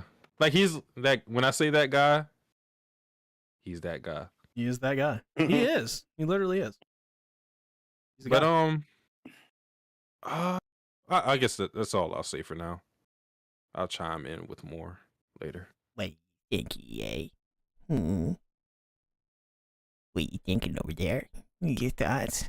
You doing? You got them? Got them collected? You gonna see them? What are you What doing? is this voice? Oh, God. Well, EA, tell us. Yeah? Tell us, EA. Tell us what? Tell us your grand wisdom. Well, don't eat cheese before noon. That is definitely something you should never Actually, do. yeah, that is. Yeah, I agree. But I'm trying to remember what Okay. Oh my God. So, like, I just think I'm like tuned out on this show now. Oh Like my there. Okay. I'm like looking through some of my notes here. So Sheen was he. Oh, okay, that was kind of interesting. She got a note from that one dude's little sister that said, "Should have been you." And It was you that It's Eugene because of you. died. yeah. changed. And then he kind of just like had that interesting, I don't know, like daydream or whatever. And then all the other 86 were there and they turned into magnets with their names on them. Oh no, And that they was just- the dog tags that he created from the Max. Oh, I thought. Oh, okay. Sorry, dog tag, not magnets. It looked like magnets to me. But yeah, that's right. You're right. And I don't know. It was just kind of one of those things where it's like, hey, 86, it's a suicide mission. You guys ready? Well, we don't really have a choice. We're 86, so let's do it. And that was it. That was essentially like it. Like, why do they never like protest these things? You know, they're always just like, yeah, that's us. Yeah, that's us. We've come to realize that there are different countries and groups of people that treat 86 like people. You know, this isn't the Republic of Whiteys anymore that, you know, keep the Republic of 86 Whiteys. down. You know, you know what I mean? Like, that's what they called them, white pigs. And they just, Whoa. like, kept them down. But, like, now they could be like, you know, that does sound like a suicide mission. Maybe we shouldn't do that. Maybe we should actually think this way through. But always, they're just like, yeah, okay. So I think are it's for a you? couple of reasons. Well, real quick, go ahead. just Go ahead, clarify. Steve. Just know what you're saying. EA. Do you mean like, like where they are now, or Republic of San Magnolia? It I was think you the talk about one- where we're at now, because right, like, Okay, where they okay. are at now, because like, you know, Shin was there, and then I guess that lady was like trying to defend and say like, no, that's a suicide mission. That one guy with the patch was like saying, oh, we must do this, yada yada yada, and then Shin was just like, yeah, it's our job, let's do it. And I think there was. I don't know. Yeah, there was an after credit scene. No, the after credit scene was Lena's destroyed. No, I think it was the scene right before the ending. It was revealed that they're corrupted politicians or figures in the military. Oh, was that right? Yeah. So. Oh, okay. Well, they still could have said no. You know what I mean? Like, to even cause that kind of conflict where it's like, you know, this really doesn't seem like a smart idea because, like, there's like 1 million of them and only a few of us. I mean, I get it. Yeah, they're corrupt and everything, and that's probably why they did it to begin with. I just always feel like it's just so weird how they're just kind of like, that's us. We're the 86, and we'll we live and we die. Right. No, I think that's a brilliant point, EA. Like, they take advantage of the 86's essentially PTSD and willingness to do the air quotes dirty jobs because somebody's got to do it. Great song, by the way. And I mean, I think that's kind of what makes it even more scummy. Where they're like, yeah, well they're saying they're gonna do it. Just let them do it. It's like, but it's a suicide mission. Right. Like, of course they would say that. They were literally enslaved by their hometown because they had different hair color. Because their skin wasn't white. Yeah. but yeah, I just always find that interesting how they just never once argue it. Again, I get it the first part of the season because they had no choice. They were sent out there to do that. But now, like, they have that choice, and I feel like they should speak up more. That's just me personally. I mean, I don't know, maybe I just see it over and over again, and I get it too. That's probably what they're conditioned as where they're just like that's the only thing that they're used to. But I mean, I'm waiting for somebody to just go, why do we have to keep doing this? We don't have to do this anymore. So I guess Well, question. I think Oh, sorry, Saucy, you go. I was gonna say I think that's what they were showing us, and I don't know his exact episode numbers, but early in this season of '86, I think they were showing us that while they were trying to do different things, they weren't comfortable doing those things. Like they are still very used to like military culture. Like they're used to just fighting. Like that's literally it's not all they know now because they tried different things, but that's still the only thing that they're really comfortable doing because that's what they're good at. So I think they're still struggling with that issue.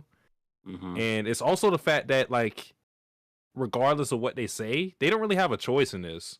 Because if they don't fight, I mean with them being like one of the best soldiers in the military, if they don't fight, then you're basically resigning to lose and eventually die out. So it's one of those things where, I mean, you don't want kids to fight, but I mean, if they're the best that you got, then I mean, you got to do it.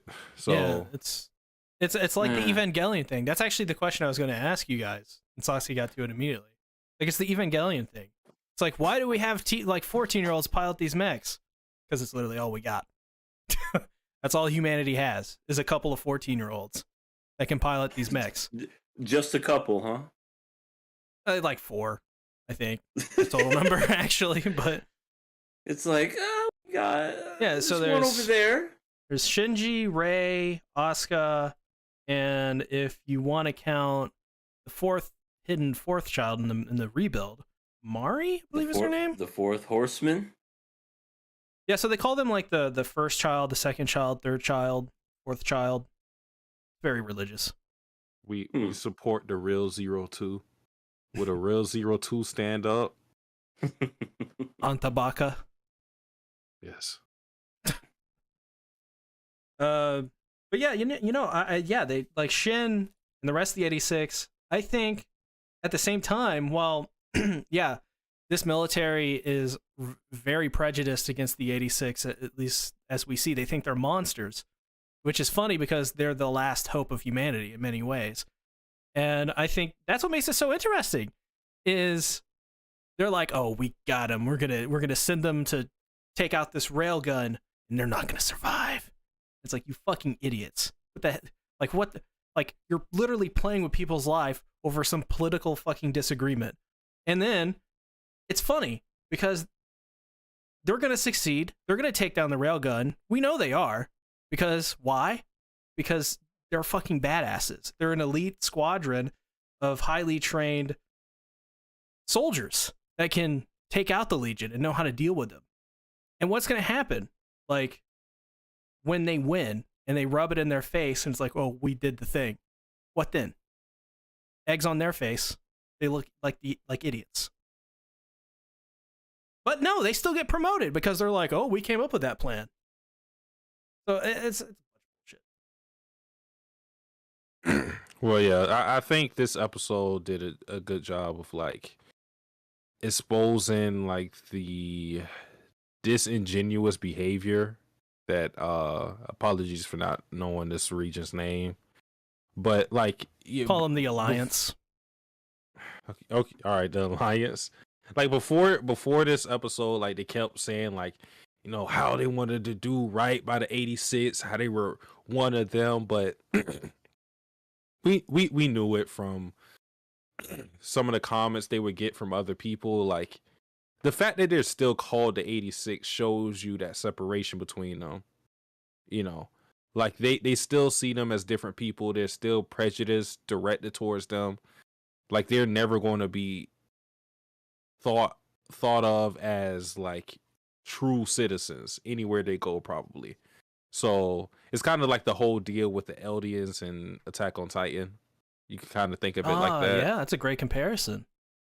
Yeah. So it's like they're doing what they were born to do, at least when it came to how the Republic used them. They're used to fight, and they're seen as soldiers, and that is how they'll be utilized. So I guess in the next couple of episodes, we're going to get the big scene, probably the whole episodes where they take down the railgun. That like this is this massive big like weapon of mass destruction that they can fire it from pretty like extreme distances and just kill tons of people. And I think they have 8 weeks to come up with and formulate a plan. And we figure out that Shin is actually psychic. If you remember correctly, though, this is what's really cool about this. You guys remember the para-raid devices that they used in the Republic? Yeah. Do you think it has something to do if you use this para-raid device that you... Because the point of the para-raid is that you connect with all 6 senses, 5 senses, or whatever. I forget what they did. How many senses they say. Once you establish that connection, the more you use it, they even said like if you use it too much, like it can cause a lot of issues. I think it could make you blind if you use vision, for example. But most people just do it, connect through like a walkie-talkie. They just connect through their mind. Do you think that it's the para-raid that gave Shin this pseudo-psychic ability? No. I do not know.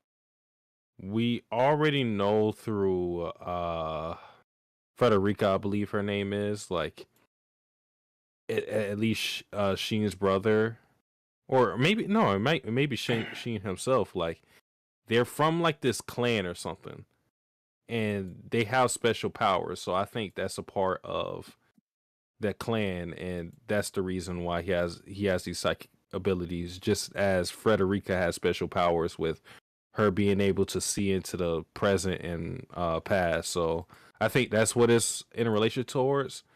Because with the para-raid, that was like, I mean, that's kind of like a recent thing too. It's not even some ancient thing that was developed. It was made with, I think it was Annette's father who made it. The originally. ancients passed down the iPhone through generations and generations. The damn iPhone. The Aztecs created the iPhone on their Mayan calendar technology. While we're worried about Lena being alive, is Annette alive? That's my girl. Is she alive? Probably. No, she's dead. I think a lot of the military and probably the people have survived, but I think most people were wiped out, most likely by the Legion.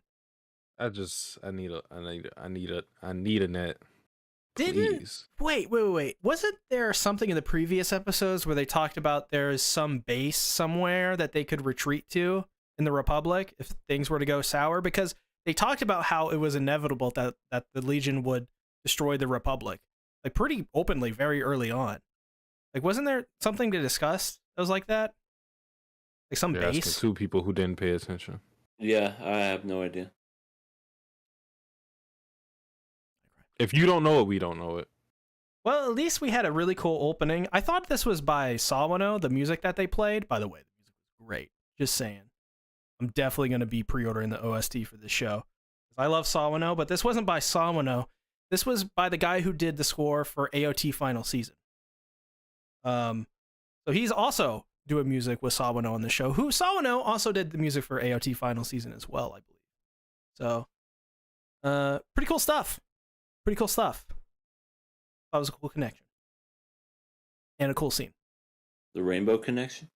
Yes. So, Killer Pass. I have to see if Lena's alive. I gotta pass it. We know she's alive. No, we don't know that, Satsuki, because next week they're showing us behind the scenes. Annette is the one I had to worry about because that's my girl, and she definitely does not have the same level of protection as Lena would have. Guys, holy shit. You guys didn't realize this. I didn't either. Fuck. Ghislaine got What? teleported to the world of 86. Okay, I'm killing 86 now. I'm just kidding. What? What was that supposed to even lead to? What? It was the a, fuck? it was just, I don't know. I was just trying to fuck with you guys. Oh my God, the Steelers won. I can't believe that. Wait. Oh, he missed. Oh my fucking goodness. Yeah, He missed the field goal. I heard that was a very ref-heavy game, if you know what I mean. I didn't watch it. I just, oh my God, I'm watching it live right now. He just missed the field goal. Oh my goodness. Damn, tough break, Bears fans. Yeah. But as for the episode, I wanted to ask you guys. I feel like somebody's gonna die out of well, Sheen's not gonna die, but like out of Karina, Anju, Theotol, Yeah. and Raiden. I feel like one of those guys are gonna die because I feel like other than Sheen and Lena, everybody else is kind of expendable. So Yeah, it's gonna be the redhead. Yeah, Really? I think Karina? Karina. It's gonna. she be has the been redhead. talking a lot these episodes. She loves Shin, so of course it would make sense for her to die. You're right. You're right. Yep. Damn. It makes the most sense, I think, as well. I think Anju and Theo are pretty well established, but I think Karina, in terms of her connection with Shin, is the most established, and I think that would just make more sense. Like, it would be weird if, like, some random character died. But, like, if that does come to happen, I think it would be Karina. It's gonna be Joel again. Wait, what? Oh my God. I need Anju alive. They just revive her. Raiden's cool too. Yeah, Raiden's. Yeah, I love Raiden. He's not, he's not the most important character, but he's cool. I like him. But pass. Yeah, I mean, you guys, passing it for. Oh yeah, I'm passing. For my favorite character in the whole wide world. Lame. No. Shin. No. Love That's Shin. not your favorite character. Handsome guy. Last show that 86, episode 18. There seems to be something going on over there at Anyplex. Seems Anyplex. Anyplex. Seems they're apparently, from reports, rushing A1. So A1 is in turn having to delay stuff for this series. And yeah, we're not going to have an episode next week either because of Anyplex. Really? I didn't know that. Yeah, at the very end, I saw it said special episode, and I didn't get that. I was like, wait, does this mean there's going to be another non-episode next week? Yep. Sure enough, that's what it means. I don't know what they're doing over there at Anyplex, but let's just not rush our studios for like a big show, I mean, that makes sense, right?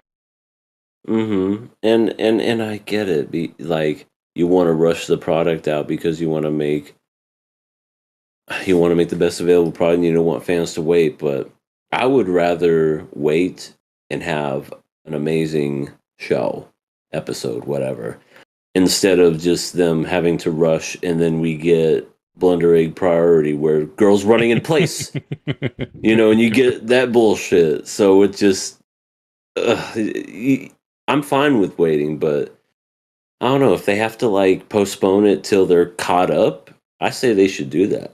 So we don't know, like, until we see the episode, we don't know if it's because maybe there's going to be like a big battle, which there I'm is. sure there's gonna be. So we don't know if that's why there is a cause for delay. Maybe it's just this is a very ambitious scene and they have to animate it, or maybe it's the case of they rushed him out of the gate to begin with and they've A1 has just, and their animators have been, trying to play catch up since then, and it's gotten to a point where they kind of, because of this, big, apparently big fight scene and big action sequence coming in the next couple episodes, they can't release it weekly because of these constraints that are put upon them by their publishers and producers, which sucks. Like, aren't these people in the anime business? Shouldn't they know to not when stuff like this happens, just let the animators do their job. Let the product be as good as it can be. Normally that's what it would work. There has to be some kind of things going on behind the scene, because I agree, there's no way they wouldn't know something like that. So I think something else is going on that maybe we don't even know. Like, maybe there's a lot of animators that maybe they don't have a lot of animators, maybe they lost a whole bunch or something. Or maybe they had to outsource. You never know. More so than they already do, because outsourcing is a very normal part. But oh yeah. But yeah, I mean, as for the episode itself, I enjoyed the episode. I thought this episode was just really sad in so many ways, and showed just why war is so awful. In the sense of strategizing and getting this plan to go up, get off the ground. Like, they literally had to sacrifice tons of people just so that they could go and ensure that hopefully they can destroy this Morpho cannon and not lose to the Legion. Which, and they're like, it sucks, but it's a necessary thing, and that's why it's so sad, because you see all the soldiers die at the very end, where you hear their deaths. You see the 86's reaction, and you kind of realize watching that scene, wow, they're kind of they had to do this. There was no other way around it. They had to go and do this plan no matter what, no matter how imperfect or perfect it was. They had to do this, because if they don't destroy the Morpho cannon, all of humanity falls, because it's such a powerful WMD.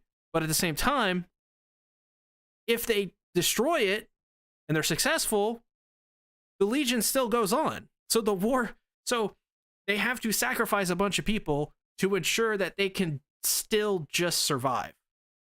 And it doesn't even, destroying the Morpho cannon, it doesn't even mean anything other than just, well, we get to fight another day. That just sucks, man. That's brutal. But yeah, what did you guys think about the episode?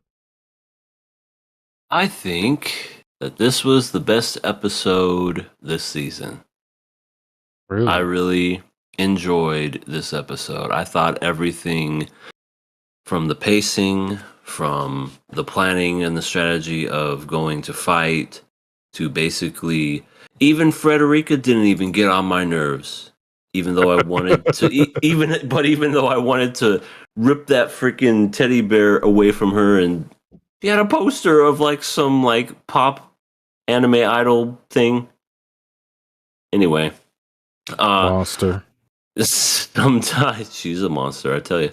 But yeah, I just enjoyed just the sheer gravity of everything, because you realize, just like you said, C Tactics, just the whole gravity of everything, just how they felt like this was an important thing they needed to do. Frederica was begging Shin not to go, basically saying, you don't have to do this. Kind of what I was saying last week. Why do they always want to do this? And they kind of touched base on it, where they said that's all they know. That's really all they're kind of born and bred to do, and that's really all they know. And it was such, dare I say it, a nice little heartwarming scene, even though the throwing of the bear, I'm just like, all right, you took me out of it. You took me out of it. That's what did you in. I mean, everything else was great, but then she's like, my teddy bear, how dare you? But yeah, and then when literally you see just them getting everything ready, you saw them load up this almost kind of looked like one of those stealth bombers, but looks it to me was like basically an SR-71. yeah, just basically designed to be inches away from the ground so that they wouldn't be, or fly inches away from the ground so that they wouldn't be able to detect them on radar, which I thought was pretty interesting. And just when it got to the end where it just has that end credits playing and you just see Shin go from kind of worried to intense to just like that smile of I'm ready to fuck shit up type thing. I was like, yeah, I'm ready to see him fuck shit up. And then it ends. So now we have to wait a couple of weeks until we're all caught up. But I just thought they did everything so well in this episode. Like I felt the pacing, the story, just the sheer building up on everything, just getting you ready for this epic battle that's about to come was just very good. And even though other people might disagree, I thought stuff like this was lacking pretty much most of the season. And I enjoyed, who was that one guy with the beard and glasses who kind of like took in the 86 at the very beginning? I forget his name. I think his last name was Zimmerman. Was it really? I think so. Yeah, no, it was. His name is Ernst Zimmerman. Okay then. Well, yeah, it was also kind of cool just to see him just kind of like wishing them all well, and that you saw that it was like he had to give this kind of like encouraging speech to everybody, and it was just like you could tell because he was like nervous about everything. You know, his hands were twitchy and what he was getting at. But like I said, everything was just well done. This episode, just I don't know. I can't say any more praises other than that. I just cannot wait for the next episode. The next episode is going to be so. I feel like it's going to be probably the most epic episode out of all of 86. That's what it's the way that it impressed me and how it just kind of left off. It made me feel like that's what the next episode is going to be like. So I cannot wait. I mean, yeah, it seems that just the way it's all been set up is that the next maybe until the end of the season, because 86 is a light novel. So I mean, they could in light novels they're long, so. This battle may be multiple episodes, and if that is the case, maybe should delay it so make sure it's it's all good. And I mean, the CGI for this series is already pretty great, so I could see why maybe the delays were needed, but yeah, it definitely that's what I'm excited for is whatever the hell's gonna happen in the next episode. Like, are people like? I don't think any of the 86 are gonna die. Mostly because we've already seen it happen, but right. I guess that would be kind of repeating the same formula if they did that again. But someone has to die. I think it is Vladilena. Vladilena dies. Your girl's gonna die. Whoa, She's the main whoa. character with the hair and everything. Just Hold up. dead, fucking dead. Whose girl? Your girl. My girl. Mm-hmm. Do you have talking about your girl? Do you have proof of this, EA? Oh, I have lots. Of I do. proof. Okay, Sasuke, take it away. Let me see. Let me drop a link real quick. A link? Yeah. There you go. What? It's just a link to my channel. What does this even mean? There's a lot of evidence there. I would recommend going to the KOA podcast, and then you'll see a lot. Yeah, look at the community tab. It has nothing but Vladilena naked on there. No, listen. The community tab is non-canon to this story, okay? Oh, I think you want to whip out your cannon. You know what I'm saying? Oh my God. You're like Vladilena. Oh my God. You know what? You know what? You know what's funny? Funny, EA and Sasuke, you gremlins. Listen, What? I am in contact with people, okay, to prove my innocence. And the last time a slideshow apparently You have a didn't lawyer? work. Oh no, these people are a tier above a lawyer, my friend. I am in contact with 2 individuals that will supply me with enough evidence to prove that everyone here who thinks that I like Vladilena is wrong. I don't trust these people. Me What are these neither. people like the devil and a demon? No. It might be. He know what? probably made a deal with the devil. You know what? Tune in next week on the podcast. I'll have my evidence. I mean, we won't be able to talk about 86, so I mean. That's a good point. Week after that, I'll have my evidence. Kind of can't do this without an 86 episode airing. But listen, 2 weeks on the podcast, KOA, I'll have my evidence, my proof, and the egg will be on your face, and then the other eggs will be in Annette's sweets. And What? yeah, because Annette makes like sweets with like real eggs. Oh, yeah. Yeah, the one that said fuck them bitches. Yeah, I remember her. What? What? The one that didn't care for the 86 because she felt bad because she liked the 86 when she was young and got him killed. Are we talking about the same person? That's you're talking about Shin. Like Annette. No. Vladilina's friend. Yeah. Talking about Annette. Annette did that to Shin though. Like it wasn't just like random. It was Shin. And Shin was her name. Okay. So she has the hots for Shin. Yeah. I mean, well, she did. She did maybe as a kid, but I mean, to be fair, at this point, like I feel like Annette could. She doesn't have really any good luck with dating. You know what, Satsuki? Maybe you got a chance. I've already said this. I've already said like Annette's having all these bad experiences. Just I'm here. I'm single. Wow. Talk to me. Wow. I'm surprised Vladilena hasn't showed up much in this season.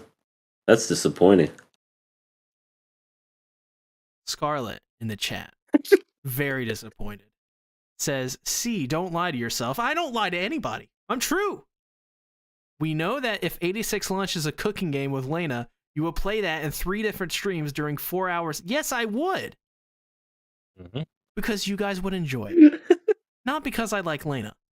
Bullshit. Bullshit. Just like you didn't play it with Saber because you didn't like Saber, right? I bought that game because I love Saber, okay? So you would do the same with Lena. Well, I mean, if they had a game about Satsuki, it was a cooking game. Does it mean I love Satsuki? Yes. Which Satsuki are we talking about? This one. The one in here, the podcast. I mean, a Satsuki cooking game would be pretty fire, if I'm being honest. Be lots of fire. Yeah, we'd be fire because I'll fucking burn everything. Like, it would be fun. It'd be like, oh shit, I burned these pancakes too. Well, come here, Maroha. Listen, this is ridiculous. This is ridiculous. Everyone who says that I love Vladilena, they don't understand. They don't get it, okay? I love Saber. You can love 2 women. Yeah. I happen to love 5. Oh, see? Normal. Quintessential quintuplets? No, none of them are that. That would be weird if you love 5 of the same sisters all at once. I mean, is it that weird? Because if you're in love with one of them, does? If you're in love with one of their faces, then like it makes sense that you would be in love with all of their faces. Well, I mean, faces are one thing, but oh my god, why are we? Listen, let's get back to 86. Okay. So I think like besides like the last scene, I think the I think these scenes to pay attention to was the Sheen and Frederica thing.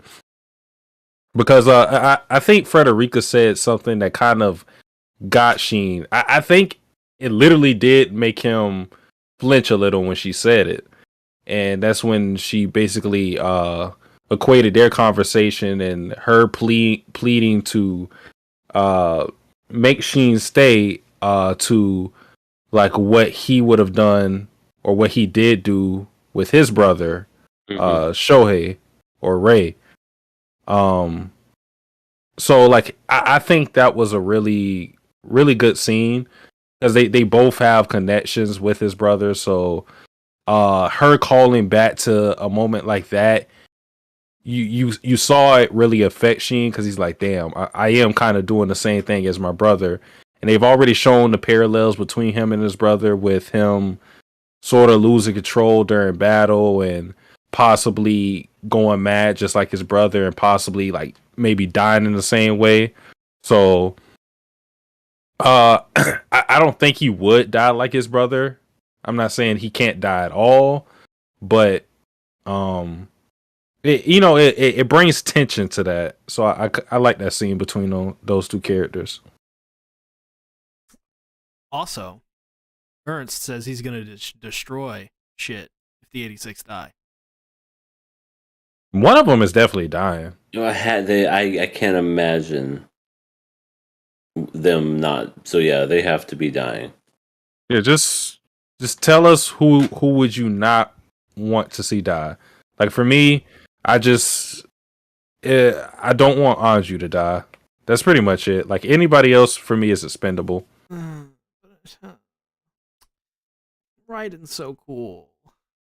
Yeah, Raiden's pretty cool too. Like he would be like next on the list I wouldn't want to die. Actually, honestly, I kind of like all of them. Yeah. Maybe Kurna. I don't want Kirschblue to die. Oh, she's dead. She's been dead for a while. What? When did this happen? Episode 4. No, she was so young. And she's now so dead.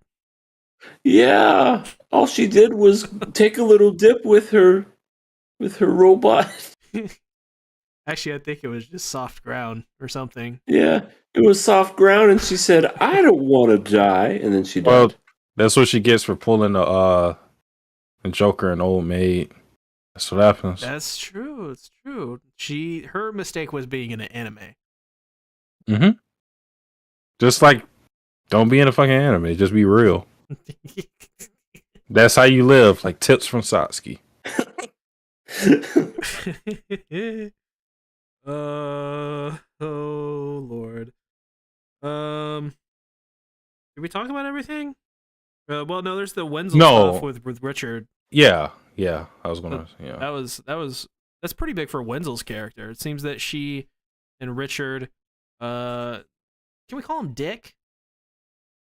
Mm-hmm. Dick Patch. His name was Dick. Dick Patch. His name is Richard, right? Can we call him Dick? Yep. His first name's Little, and then Richard. We're talking about the same guy, like eye patch guy, right? Yeah. Okay. Yeah, little Dick Davidson. Seems like he and Wenzel maybe have battle experience on the field together. So, and it makes sense because he has an eye patch. Mm-hmm. Yeah, he's a pirate of some sort. And Wenzel and him were on pirate adventures before robots and Skynet decided to attack. What happened to your life, see? It sounds like personal experience. Did you also meet a woman by the name of Sarah Connor? Yes. I said, "Come with me if you want to live." Oh, so you were the one. Apparently so. I don't know what this means, but yes. I don't think we can do actor voice impersonations anymore. What are you talking about? I can do it. You get to the chopper now. You must go now. 5 dislikes coming in hot. Yeah. We can't do any impressions. He's right. We did a Rocky impression and we just got bombed. We just got 2 dislikes in like the last 20 seconds. By the way, it's because you told them to dislike. Satsuki. I didn't say shit. Satsuki's the reason for the dislikes. He's trying to sabotage us. I mean, that's like that is something I would do, like as a troll, but Mm-hmm. I didn't do it here. Trust me, but don't trust me. I don't know what to think anymore.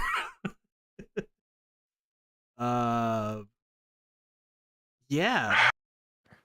What'd you guys say? She said something in this episode that I like was important to me. Well, I guess like the important thing is the fact that like their conversation that they had kind of showed their difference in how they view the 86, and that a lot of people, and it's not just like those two characters in particular, some people still see the 86 as like children to be sheltered, while fucking what's her face, Wenzel. Wenzel, Winslow? she's From at Family- least like no, she's not From fucking Family Carl Matters? Winslow. She's not fucking Carl Winslow. No.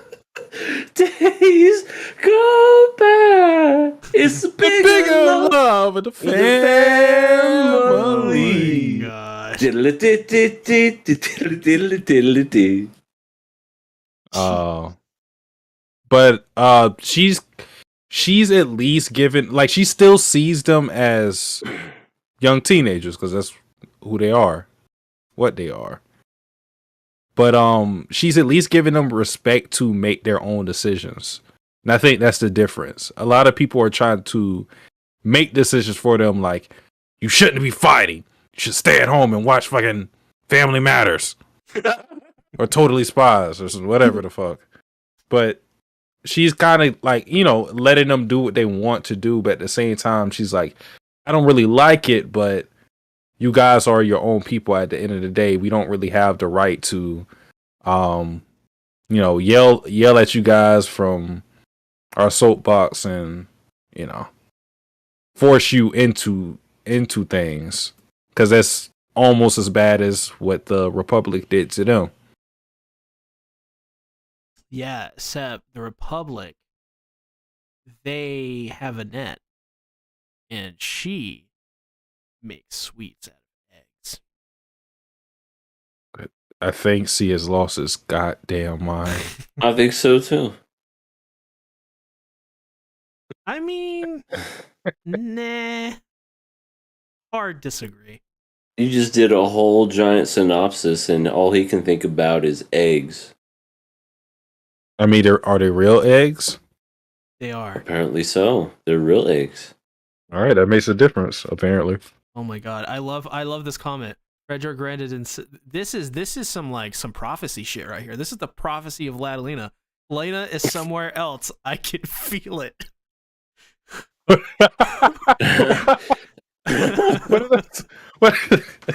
was that supposed to be like that gives us like an epiphany, like, oh shit. That's almost like something out of Star Wars.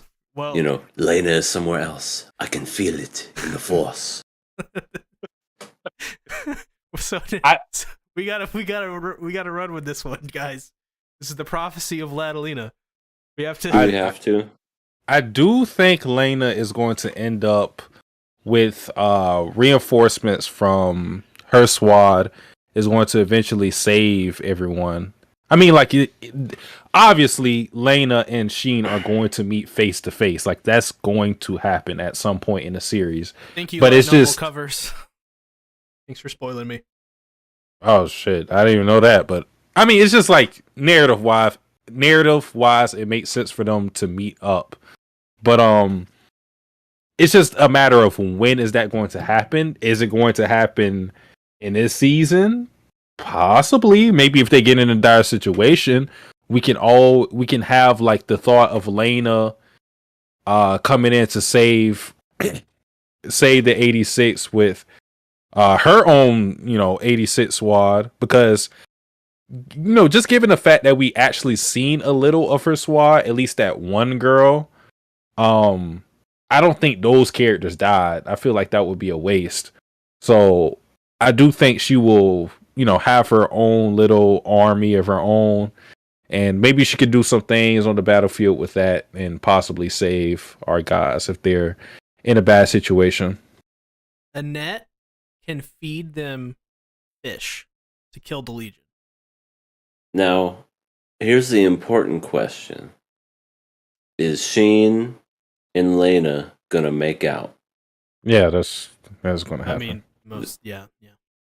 Like tongue down throat and everything? Probably more than that. Oh shit. You- Man, they're gonna have babies? Multiple. Yeah, they're I'm gonna calling have 86 mixed with what's Vladilita's race called again? Alba. Selena. Albus. So okay. So yeah, they're gonna have a lot of genes in there, and not so much genes while making them. If you know what I'm saying. Oh my. The Yeah. no pants dance. The no pants dance. Oops, I fell somewhere. Ooh. Oh, He fell right up in that thing. oh, Jesus Christ. So yeah. What do you guys give this episode? This is my favorite one so far, and I cannot wait for the next one. Well, I guess I'm gonna have to wait, but you know what I mean. I definitely passed this one, and I cannot wait for this epic battle of Middle Earth that's about to begin. You shall not pass. Oh, come on. You gotta give it with more gusto. You shall not pass! That's how he does it. Oh, I just remembered. Zimmerman said something in this episode where he was like, everybody wants you guys to come back. And I was like, that's a lie. There was a little girl who like threatened, or not threatened Sheen, but it was like, fuck you. You're the reason why my brother died. Like, not everybody loves these guys. There's one. Right. And there was even people, whenever they were flying to the war zone, you heard them over the intercom. Can't wait till these 86 fucks get over here and help us. I don't think, like, I understand you want to like boost their morale, but I don't think everybody wants to see them make it back. This is the pilot of the flight, and to your right, if you look out the window, you will see a scarred battlefield.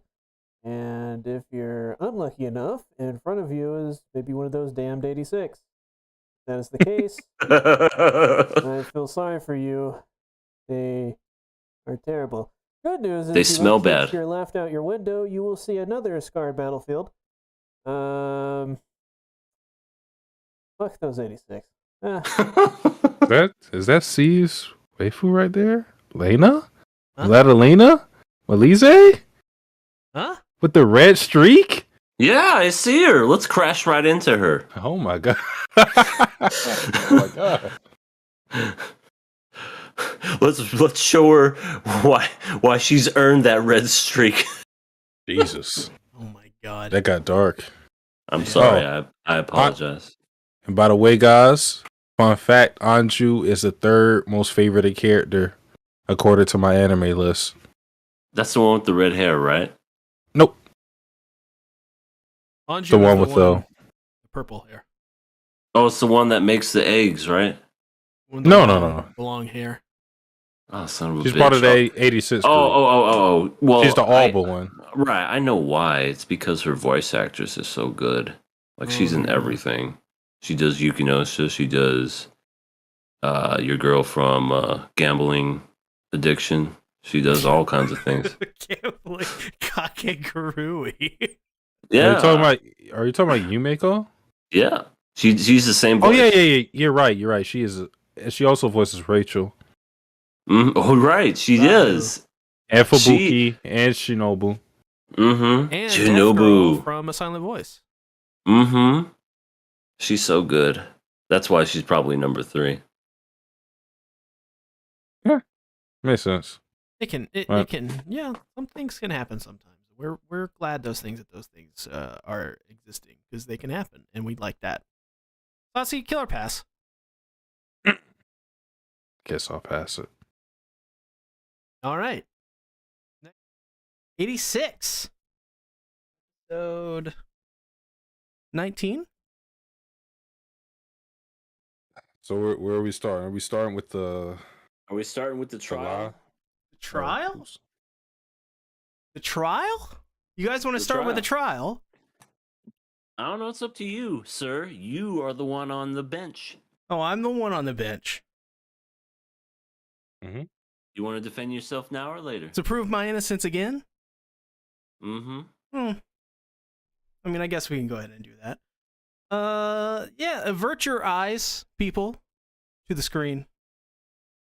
CTAT, this is my new PowerPoint presentation, trademarked.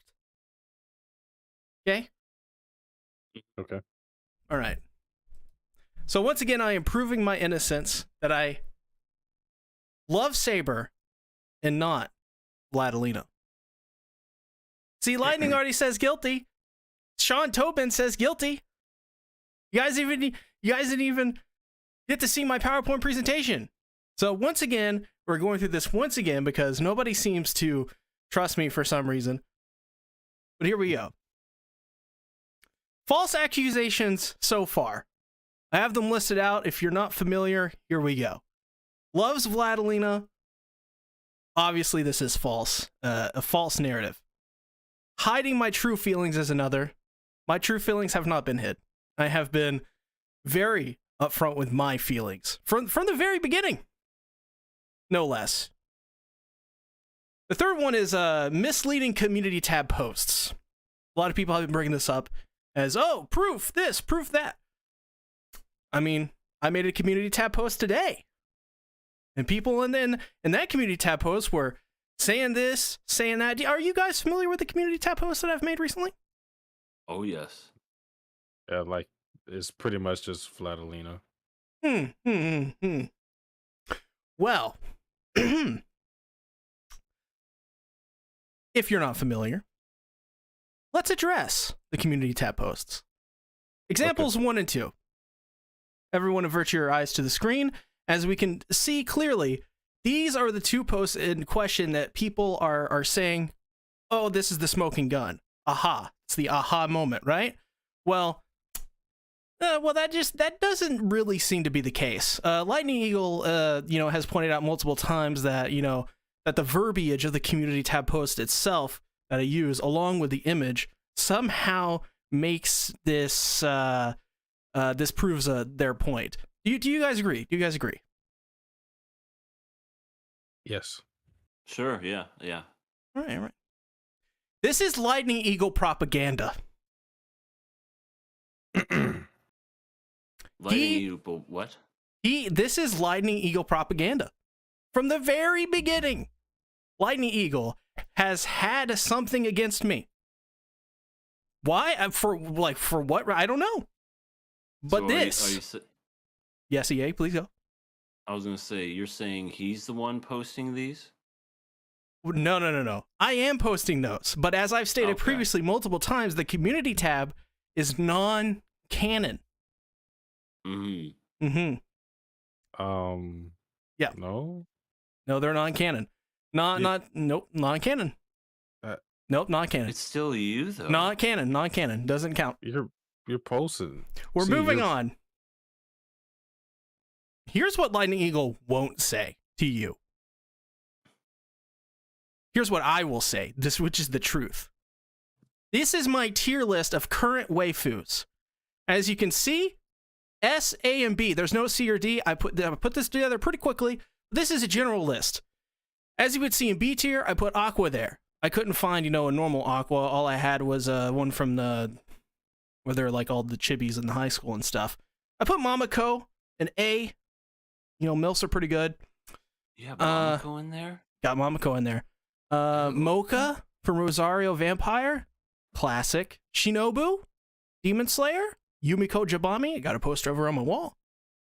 Agree. Of course, S tier, we got to put in there Peak. Mm-hmm. Peak's great. AOT, Peak's awesome. Yep. I got 2B, apparently drinking from a fire hydrant. Don't know what that's about, but that's the only 2B picture I had on my hard drive. At least the ones I can show you. Then Arquaid from Tsukihime. And then Mikasa from Attack on Titan, because who doesn't love Mikasa? And then another vampire, a new one, Jane from Case Study of Vanitas. And of course, Saber. People are saying, what's above S? Yeah, what's above it, sir? No, I don't know, nothing. Moving on. I've been working with outside authorities to prove my innocence, as you know. Okay.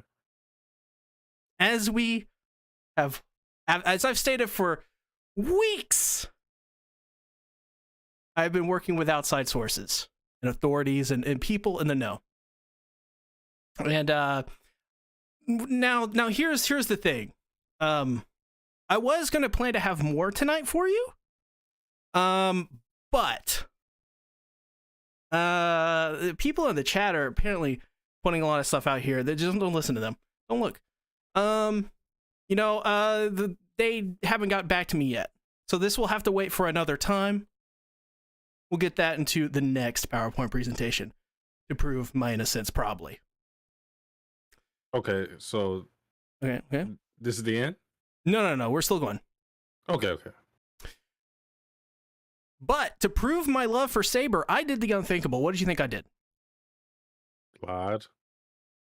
Yeah, lied. Wrong. I made my own new waifu. What? Yeah. You made her?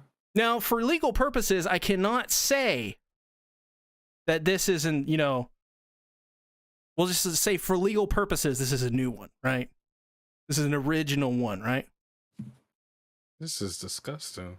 Polymerization. What are we going to use polymerization for? I don't know. Let's find out. Sabelina.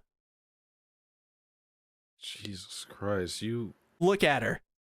Perfect. See, you are... What have you become?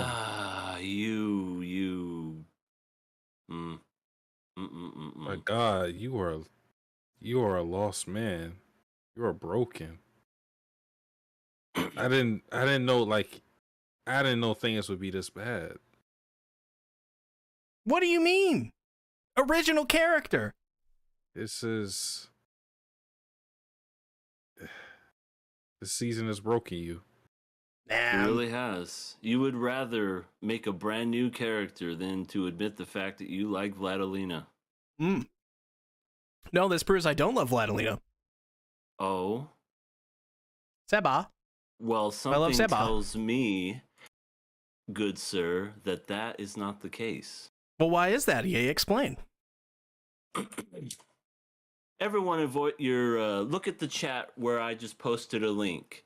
And sir, I want you to click on this link and I want you to put it on this here stream. Prosecution calls EA to the stand. If you are as innocent as you say you are, you will play this for everyone to see. Well, I can't. Why not? The link does not work for me, apparently. Sure. Well, Hold on, don't worry. Discord. Okay. There you go, Ben.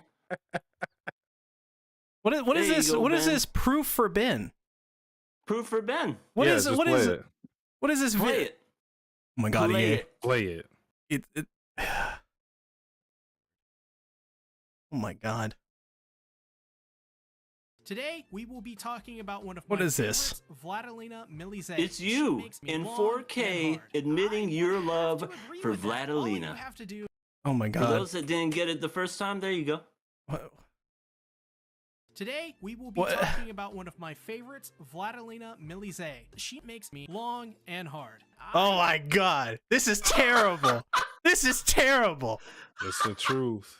I hate everything. Thank you. We rest our case. The fact that you did this. Yes. This is we're gonna have to start EA propaganda at this point. What do you mean, good sir? You? This is obviously Said all spliced that. together. You could tell it's spliced together. I Mm-mm. couldn't. Oh my This is you. Oh my god. I can't believe you said this, but you know, it's fine. Yeah, I wasn't That going to pr- stop you. That proves that you, sir, love Vladilena. No. And you know what? It's okay. No, this It's is fine. this is not. No. Sabalina. I win. Not only do I win, we still got more to go. Also, those pictures, as I got an inside spy, were sent to me because those are your personal pictures, buddy. Mm. Yes, In the I video. sent them. I sent them to Lightning Eagle. So this is another example of Lightning Eagle propaganda. Well, I just want to add on.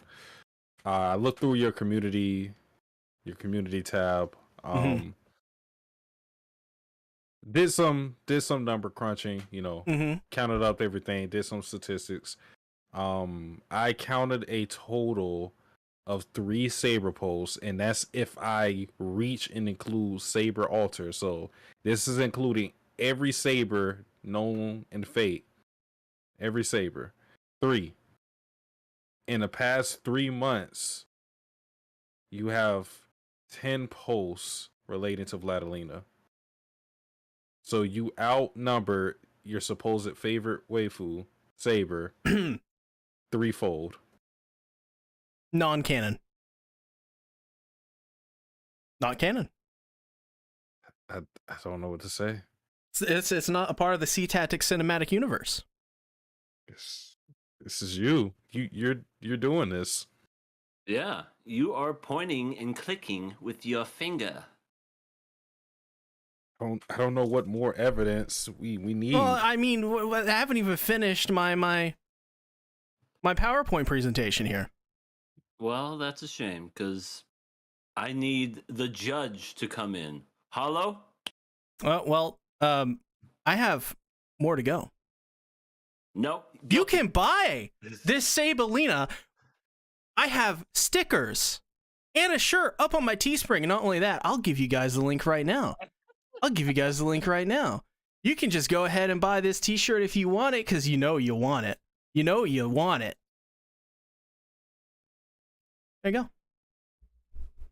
you go. Hollow, did you see the video?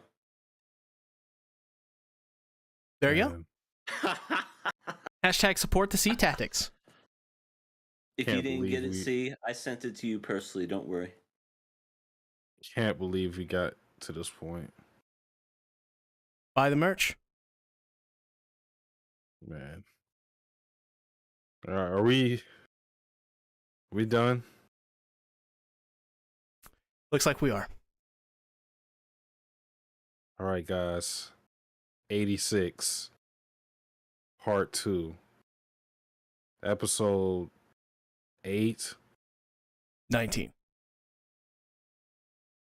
part 2, episode 8. What are our thoughts? There you go, Hollow. Uh, basically, the dude that was in the what is it called? The Morpheus or the Morpheo? That's Frederica's brother, right? No, it's her knight. Kyria Nozen. Oh, it's her knight. Okay, cool action, cool, interesting fights and whatever, and yeah, I enjoyed it. It's a shame. Well, did they say why they've been kind of like taking a while? Yes, you can, Hollow. Yes, you can. You have my permission. But what was I saying? Sorry, I got distracted. I was doing business over here. Cool fights, cool everything. I guess the Morpheo is like really, really powerful. Just like completely just decimated one part of the city. Insane. And it has this hatred towards Shin for some reason.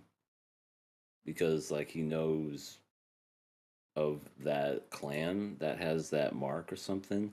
Frederica also pretended to be a cat in heat or something. A cat in So- heat? Okay, she's like 12. So that's what they said.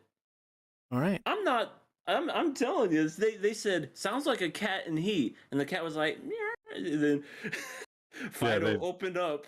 Yeah, they did say that. See, I wasn't being perv, unlike you, but that's what happened. Yeah, see right there, the cat in heat.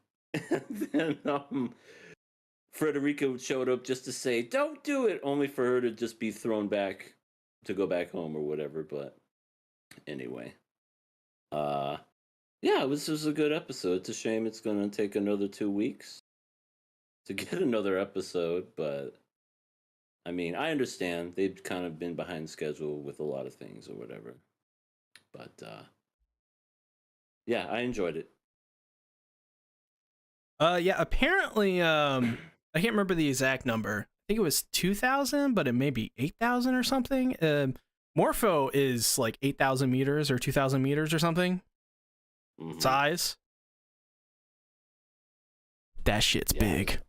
I know, it's freaking huge.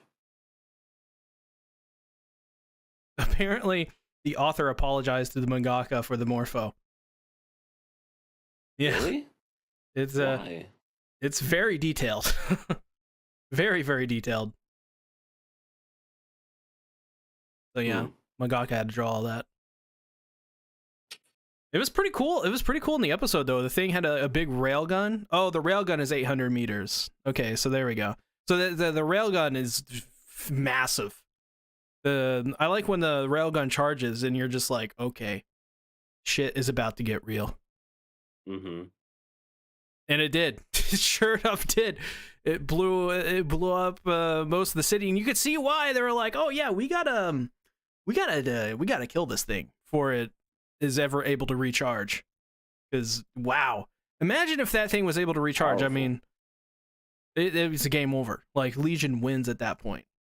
So no wonder they had to go through with this mission. I mean, it's like, like I just can't get over its size. And not only that, it's scary because they have it on a railway. So it can just move.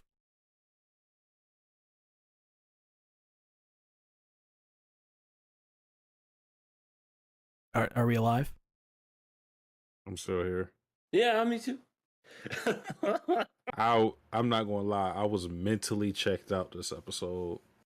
Like I saw things unfold, and like it was like I was watching myself watch the episode. Like it was on some trippy shit. I can't even like give you a takeaway from this episode, to be honest. Like I could tell you what happened, but I can't really even tell you how I feel because like, I was out of it completely. I guess like the thing I found interesting was Frederica kind of using herself as, what do I want to say? She's using herself. I guess you can say she's using herself as a hostage, so everybody has an incentive to want to come back alive, because that's been a whole thing. Trying to make sure these kids don't look at this as a suicide mission, and they try to make their lives a priority, because people don't like how they're used on the battlefield like that. So and of course Frederica wants our boy Sheen to be alive, so yeah. That's the only really major takeaway I have from the episode. I mean, I think it's interesting how Frederica is like, well, you guys have to protect me now. And they all get like really serious, and they're like, no, this is the last time that you're going to be able to do this. And I think it really sets in when Shin's like, here, take this, and hands her a gun and is like, if you're ever surrounded, close your eyes and pull the trigger. And it's like, what the fuck? That got dark really quick. Very sad. Very, very sad. I mean, it is, but when you think about it, I mean, I don't know how old Frederica is exactly, but she's not really far from their age. No, that's true. That is very true. They make all these characters look like they're in their 20s, but they're teenagers. So same as Frederica.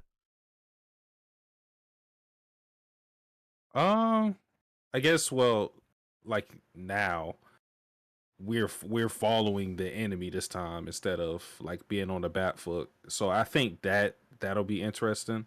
I mean, like we're already in enemy territory, but like now we're kind of our characters are being the predator in this sense because we have to chase these guys down and destroy the thing. So, next episode, I feel like it's weird. I can't really call this episode a setup because a lot of action happened, but I feel like it's still set up in a sense that we still didn't get the showdown, really. The showdown we wanted. Yeah, I think the way that I will put this is like it's the first part to a multi-part battle. Because they still got to go after Morpho, which is controlled by Kiri. So, in which by the way, his mech had wings, and I'm a sucker for mechs with wings. So I enjoyed that. I was like, whoa, that's like really cool. Gave me some Evangelion vibes and some Gundam Wing vibes, which I'm all for Gundam Wing. Endless Waltz, top tier mech movie. If you've never seen Endless Waltz, it's literally a classic. Only like 90 minutes or something. Really, really good stuff. Yeah, like Euler Vengeance puts in the chat there. Shin versus Kiri round 1 draw. So it's like, yeah, it's like a multi-part thing is what I'm kind of getting at this episode. And it feels like it just feels like it's just there's still more to come. And I think that's what makes this episode so exciting. And the next episodes, the prospect of them so exciting is like this. There's still more to go, and it's gonna be awesome. Fuck. What is her name? Gwenzel. What is the Gwenzel? You're probably going with Gwenzel. I feel like short hair, blonde. Yeah, I feel like I was calling her something else. Like, does she have a first and last name, or is that just it? I'm trying to remember. I can't remember her. I think it is just Gwenzel, like her first name. Okay, we'll go with Gwenzel. I found her dialogue with the other guy a little weird, just because like they were giving us exposition, but it just was done in a weird way because he was like the Black Widow, like I don't know. The way that conversation went felt awkward between people who supposedly know each other and had like a one-sided romance on it, because he was like he was like condemning her for marrying this guy who left his wife behind. It was just weird.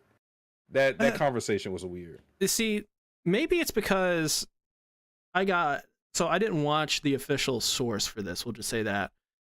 I was very confused as well because I thought the way that this conversation was going is that these two were married, or am I? I think I even talked about it in my video. Like I don't know what the hell is going on. I thought it was just unrequited love. He liked her, she married somebody, and then he was like, it's kind of like, you should have got with me. That's what I was getting from it. But I found it was just like a weird conversation to have with somebody that you already know. But I guess that gave us a little more of her character. So she's widowed. Yeah, that's true. So you guys got a chance. Oh, Lightning Eagle said, Satsuki, were you worried she was going to die? I thought she was dead. But like, was I worried? Not really. Oh, you God. already know who I like, so yeah, hey. Kirschblut. Well, her too. And then, well, I guess it's 3. Oh, I guess it's 4. how many do you like? Kirschblut, Anju, Nat, and Lena. Man, nobody likes Kurina. Sad Kurina.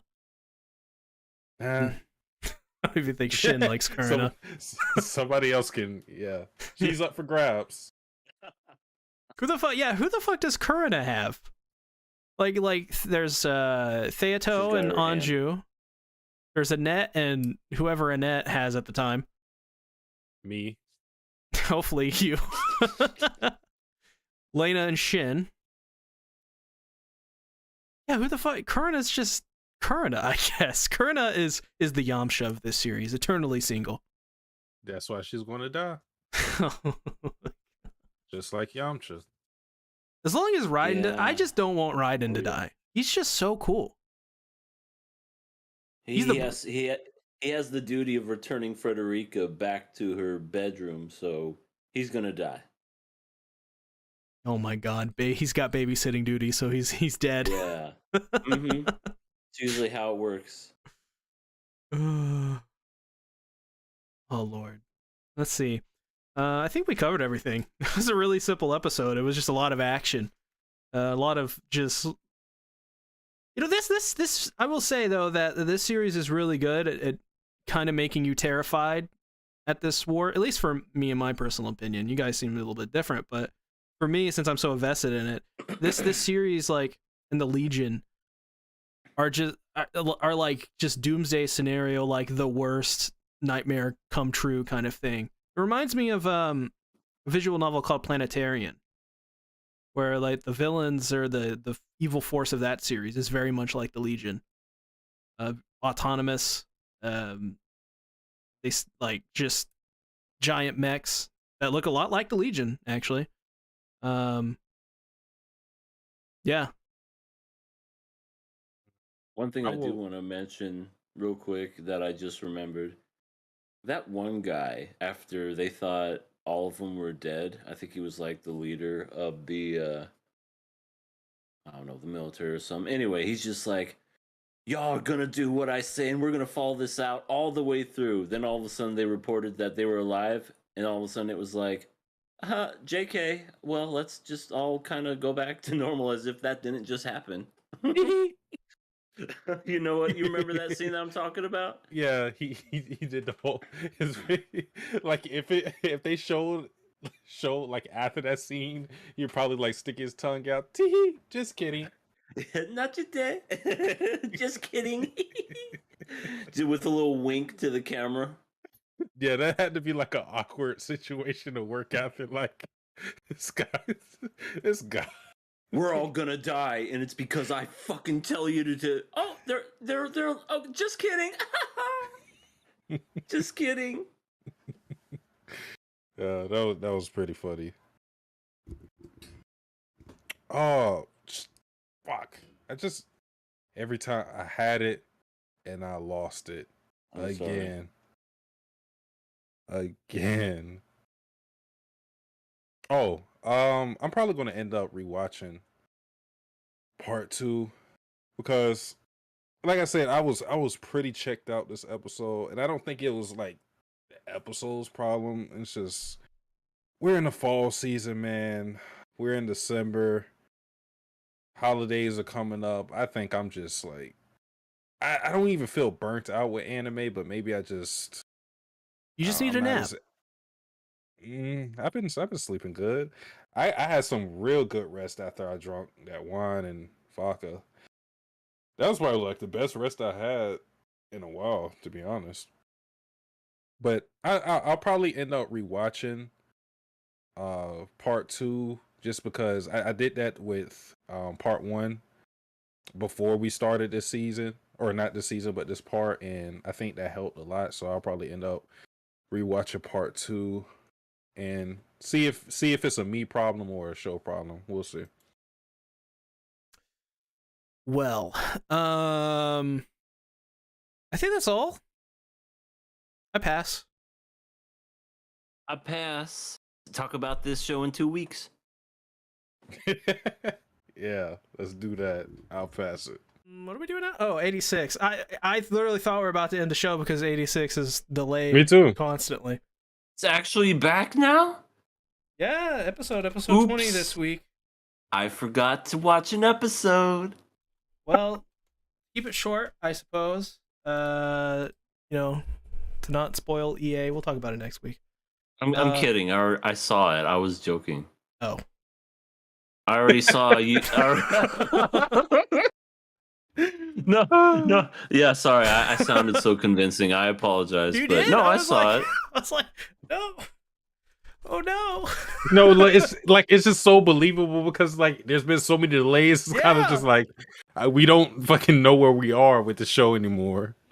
It was mainly talking, and Redhead got all steamed up over something. I remember that, and oh yeah, then of course the end with the Headless Horseman and the Morbius. And that is it for EA summaries. The only summary where you come out with more questions than answers.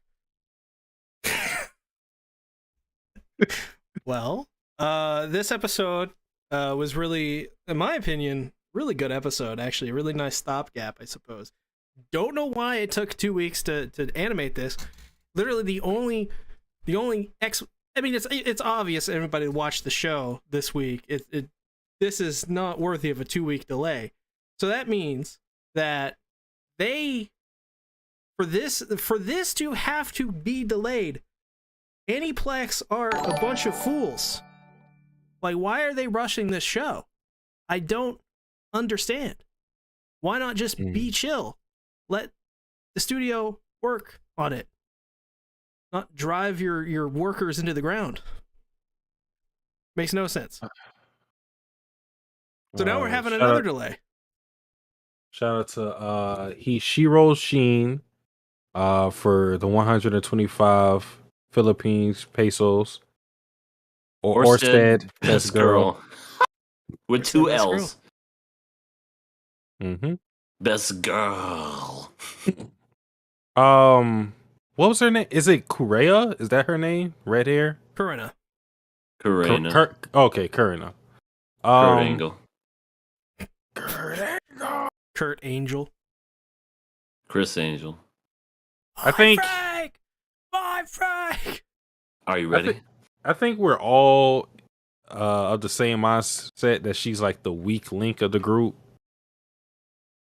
I think. Yeah, I agree. She's just there because she loves Shin, and she doesn't want to say anything to him because heaven forbid they could die tomorrow.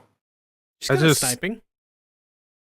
I'm just not really fond of her character because like all they've really given us with her is the fact that she's very childlike and she has this one-sided love for Sheen, and I don't think we expect it to go anywhere considering there's still Vladilena.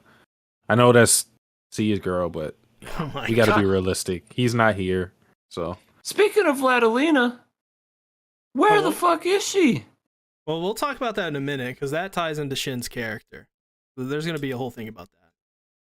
She's quote dead unquote, but yeah, pretty much. But yeah, but yeah, like I actually like Frederica in that moment because she was telling it how it is, and I was kind of mad that they tried to like silence her. I was like, no, you got to let her know because like no, I don't think Sheen is looking at her as a woman. I don't even think he's concerned about romance or anything like that. I think it's fine to tell her that, so at least she has a realistic expectation as to what will happen with that relationship. She called her a dog at first, though, to be fair. Hey, sometimes you got to start off strong, throwing a couple of insults, buzzwords, slurs. I don't know. You're a sussy baka, Kurina. You're one big sussy baka. No cap. No cap on that. YOLO. Oh yeah. Shout out to Maureen Kisagawa. YOLO weed 420. 69. 420 blazing. 420 is the Illuminati. Gucci gang. Gucci gang. What the fuck are we talking about? Is this still 86? Buzzwords. Is this 86 or 1984? No, this is Frederica's buzzwords that she's throwing at Kurina. Oh, okay. Also, 1984, Sasuke. Are you trying to say something? I'm not trying to say anything. because if I Okay. say anything, I might not be here tomorrow. That's true. 1985. Doo-doo, doo-doo, I love how your thought is somewhere. You're on a song, and Sasuke, I hope, is thinking about the book. Okay, good. You think 1985? See, tactics go home.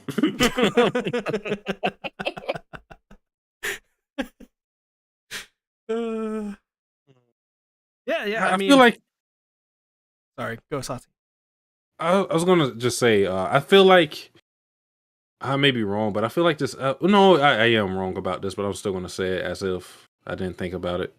But like this episode was like really broken down to like 3 conversations, and that's conversations we had with Raiden and Sheen at the very beginning, which that was just reinforcing what has already been said about them wanting Sheen to think about like what's going to happen after his goals and wanting him to like, actually like plan for the future instead of just, like having no regard for his life. Well, I think the big thing there is that he's reverted back into the Undertaker, the Reaper, rather than what he was becoming when he was interacting with the Republic in the beginning of this first half with Frederica and Giad. So I think, like, just from how I see it, I don't think he's changed much, but like you said, maybe they thought he was changing for the better. Like they were starting to see him smile and whatnot more and be a little more open. But maybe that was just a facade, just to make things like. He says at the end of the episode that he kind of let go of that stuff and he changed because he thought he was going to die, that everybody was going to die, and so he didn't have to deal with the trauma of seeing everybody before him, like him realizing that he is never going to die because he is too strong, too much of a talented pilot, that he thought that that he could just write it off as like everybody's gonna die anyway, so like might as well enjoy this while I can. And then when he realized that he's not gonna die, it's kind of set in that like, oh no, this is like a living hell I'm in. Mm-hmm. And he feels he probably feels like that's the only defense mechanism he has. Well, that kind of like I said, that the Raiden and Sheen thing was one conversation, and that conversation kind of extends to the last bit of the episode with Frederica and Sheen, and what happened before then was the rest of the 86, Anju, Karina, and everybody else talking. So like that's kind of like how the episode was split up. I know we went back to the Republic and whatnot, but fuck them. Yeah, no, this is the part where we talk about Vladilena.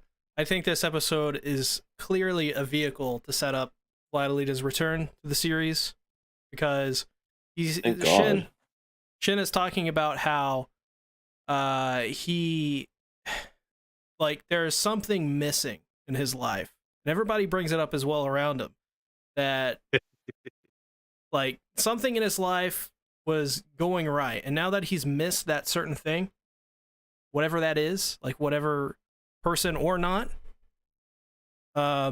it's caused him to go back to this person who he was before, and that's obviously the Major, because they brought her up like several times in this episode, pretty much.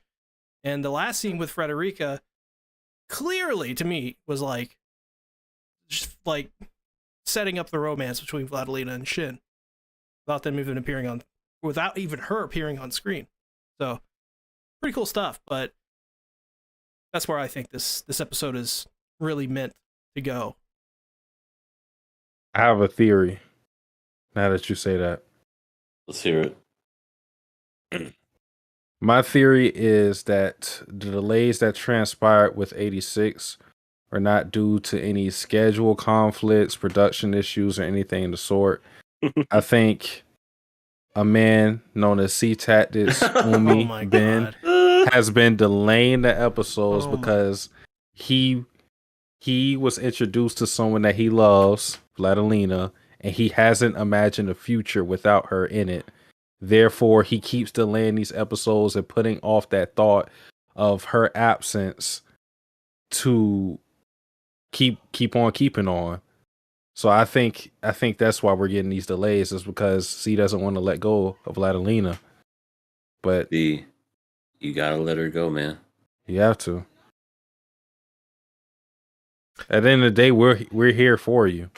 I know. I know I can't replace Lena. I can't do the things that you want her to do for you, but you know, I can give you emotional support at least. And I'm always here to talk whenever you need it. Well, Frederica also talks about how she doesn't want Kiri to die. She's still holding on to this small slimmer of hope that, well, really, it's not that hope. I mean, he's dead pretty much, but that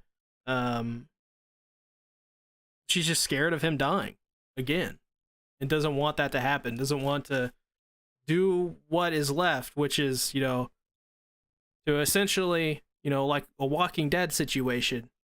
Your loved one is turned into a zombie. You got to put it down, but it's still your loved one, even though it's the rotting version of that. That's fine. What? That We've I learned mean, a lot once you, about EA this episode of KOA. I Like, mean, how- once if you're a villain, like I can imagine like EA being like a shonen protagonist villain, like gives his whole sob story, and then EA is like, okay, that's cool. Kamehameha. the funny thing is, I probably would. I'd be like, look, I get it. You're sad and shit, but here's what I have to say. Boom. I mean, well, here's the thing: is they're going forward with it anyways. It's like, I feel like it's one of those situations for them where it's like they have to do it, and it's just they have to tank it pretty much. So some seriously heavy stuff like that Frederica also is dealing with. She's like, what, 12? Like, Jesus Christ. She was like 100 years old or something. Yeah, I don't know what was going on with those lines. Apparently, she's just like a normal 12-year-old child, just with some Is she really? special blood. Yeah, about it. Yeah. Oh, I don't. Maybe it's a what makes the mistranslation. blood? What makes the blood special? That she could will not can- see the future, see the current. I was about to say some spoilers for the show. I should have said. Glad I caught It's fine. Go ahead. Go No, ahead. no, No, it's definitely not. Definitely not. It's definitely not okay.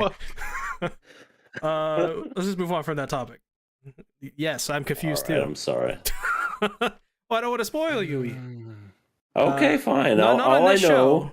On another show. Oh, okay. People in the comments are telling me to stop lying and telling me to admit it so there are no more delays. What is this? And Light Eagle says I'm blackmailing. Yeah, somebody. What is When's this? the next episode? Does it come out next week? No, I think there's like Why another do delay. you gotta keep doing this? Not Sasuke. See Tactics. Why are you doing this? No, they announced that there's going to be delay for the last 2 episodes for both individually. So there's going to probably be a 2-week delay in between the last 2 episodes. At this point, I don't know what the fuck's going on over there at Aniplex, but Jesus Christ. Jesus Christ. Like, we just gone through a pandemic, and still going through one. And like, there's no need for any of this. Like, I just delayed the season, like, outright. Yeah. Why do you need to rush this? Just make the last 2 episodes an OVA, and then we'll catch it later. I mean, that's usually what they do, EA.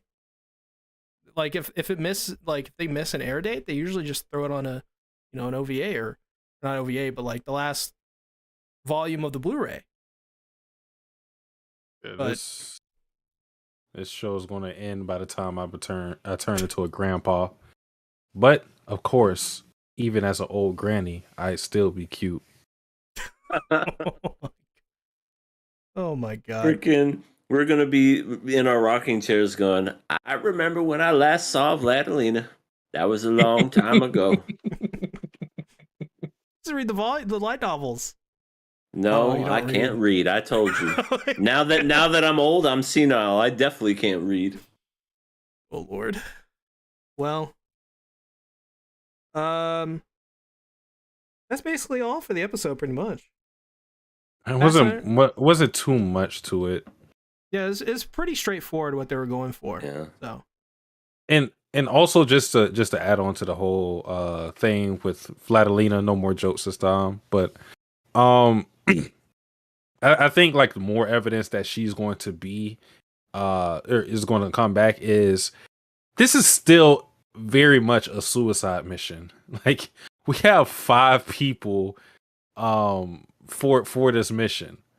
Like it realistically, and even with the whole, protagonist boost, all of that, plot armor, whatever you want to say, it still shouldn't work out. Like this plan should fail flat on its face, but they just have to go through with it. So because it's a situation where because things feel so hopeless, you have to account for something else to happen. And I think that something else would be something with Vladimina, and maybe a detachment of some of the 86 that she we knew, because we saw at least the female character.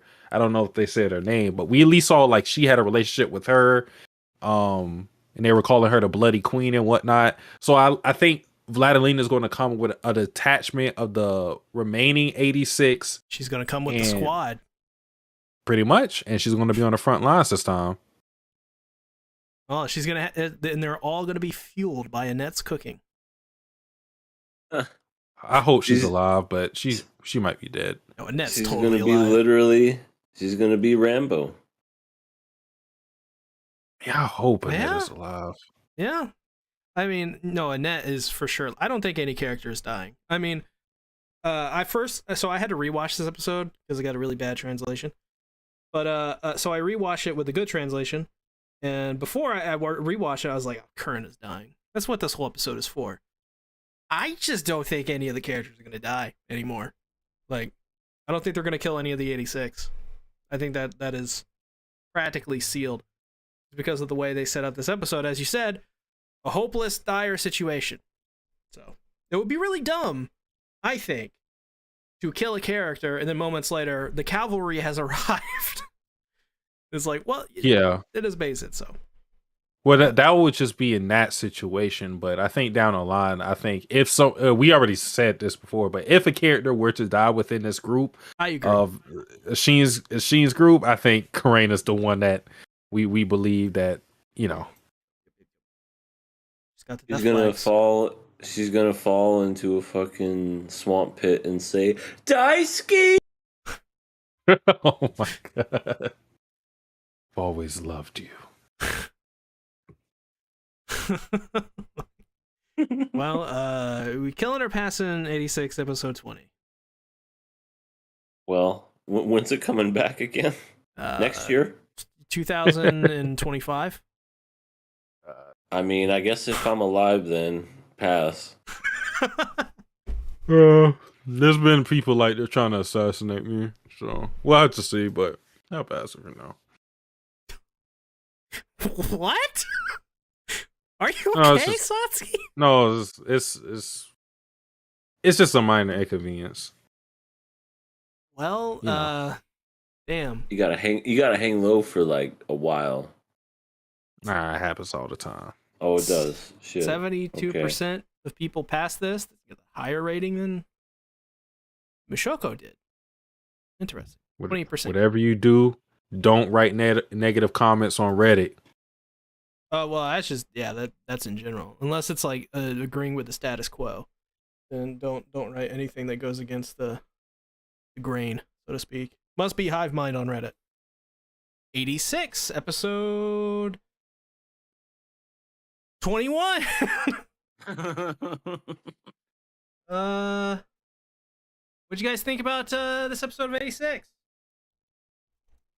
Well, I have to admit, after a long delay, of No 86 and this particular episode altogether, it might just be my favorite episode of 86 altogether. It was really, really good. I enjoyed the pacing. I enjoyed, the character driven, sacrifices, just action. The fact that Frederica almost blew her brains out. Oh my god. And everything else. It was really, really, really good. I enjoyed it, and now we have to wait until March to find out if Shin died or not, which he didn't. Okay, so the real question coming out of this episode, EA, whose voice was that he was hearing? What were those bombardments coming from, EA? Were people talking to him? Because it sounded very like... Yeah. Okay. But whose voice was that? It might be your girl, Vladilena. It's very possible that's whoa. who it is. Whoa. Coming at me with these allegations. My girl? Yes, your girl. You talking about my girl? I'm talking about C's girl. C's girl. At least you got the reference. Mm-hmm. I have no love for Vladilena. I've already stated previously many times. People are even saying the voice was Saber. I mean, I'd be okay with this. But my theory is Vladilena has been gone all this time, recruiting through Saber. I'd be okay with this. Then I'll say, yeah, I do love Vladilena. But I'm not, because I don't. There you go. Can you clip this? Where's the clip button? Oh my god, this is out of context. This is framing. You can't say that. You can't do that. You'll get banned. I'll get banned? Yes, you specifically. Oh, okay. I'll ban myself. Where's the button? Well. Oh my god.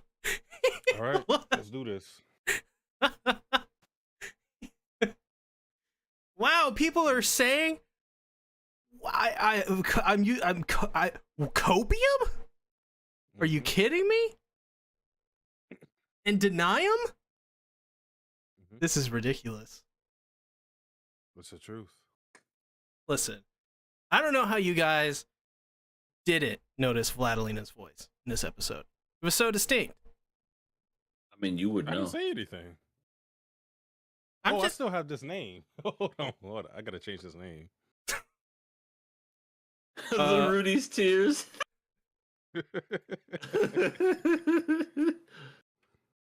So that was the best. So there people are calling me crazy now? What is this? What is this? This is just slander time for C Tactics, apparently. See, denial's not just a river in Cairo, okay? It's also you. Your state of mind for the past 5 weeks. What do you probably longer than that. I swear this whole season's been like this. Listen. I just noticed her voice, that's all. That's all I'm saying. It was there. Yeah, I bet. As soon as you heard her voice, your freaking ears pricked up and you were like, my love? My one and only? Well, part of that's true. My ears did perk up, but not the rest. No, I think something else perked up along with your ears. Oh my god. Did you hit the table too hard? Oh my god. Listen. I'm just saying, that bombardment, we don't know where that bombardment came from. That voice sounded awfully familiar. Don't check the credits, because it will spoil you. Not saying it is or it isn't. Just saying it will give you a definitive answer who it is. But, Sasuke, what did you think about the episode? I thought this episode was good. Actually, the only thing I didn't really find good, which I disagree with EA on, is the whole like everybody splitting up, because I feel like I feel like with that, the show kind of puts you. It's a lose-lose situation because either it's a fake out and it's like we're doing another death fake out with all these characters, or they do die and then it's kind of like, well, that was kind of anticlimactic. So I think most of them probably didn't die, and they also got saved by, if that person was Lena, maybe some other troop saved them. I think that's more likely. And like I said, it's just a matter of it being another fake out. With the exception of Didn't Raiden die? Raiden. Yeah, like he's like the only one that I feel like he had, like, if that was to be his death, it was kind of epic. So it was a terrible death. I mean, he got point blanked by a railgun, so he freaking had to play babysitter to Frederica and died. God.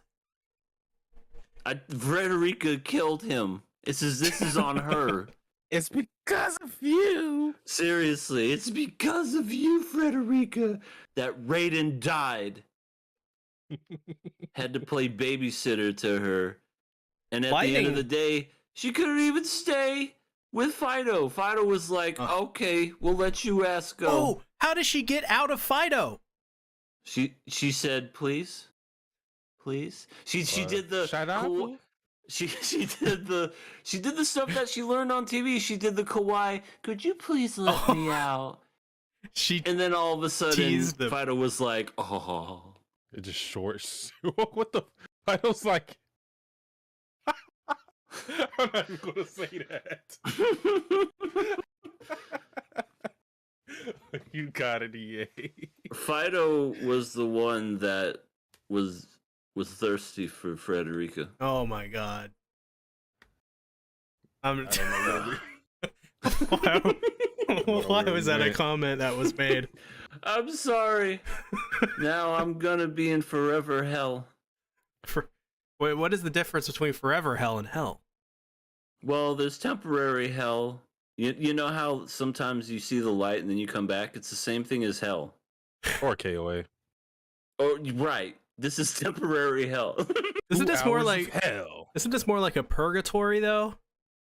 Oh man. I don't know what the fuck it is. When I was watching X-Arm, it sure as fuck was. It's definitely like a fever dream. Well, that's another show. Into myself. I can't imagine just like not being a fan of this podcast for a while and just clicking in and listening in on these conversations. Like, what the fuck are these dudes talking about? What is wrong with this? I would like to know the same people that started listening to us, what they think of us now. See, I explained to Kyle's Miggles that KOA has literally just become a litany of inside jokes that nobody gets except for people that watch the show more than like a year.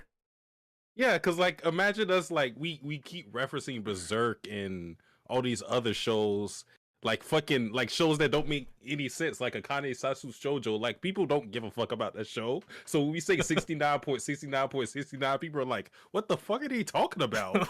Why are they 69ing? Nice. True.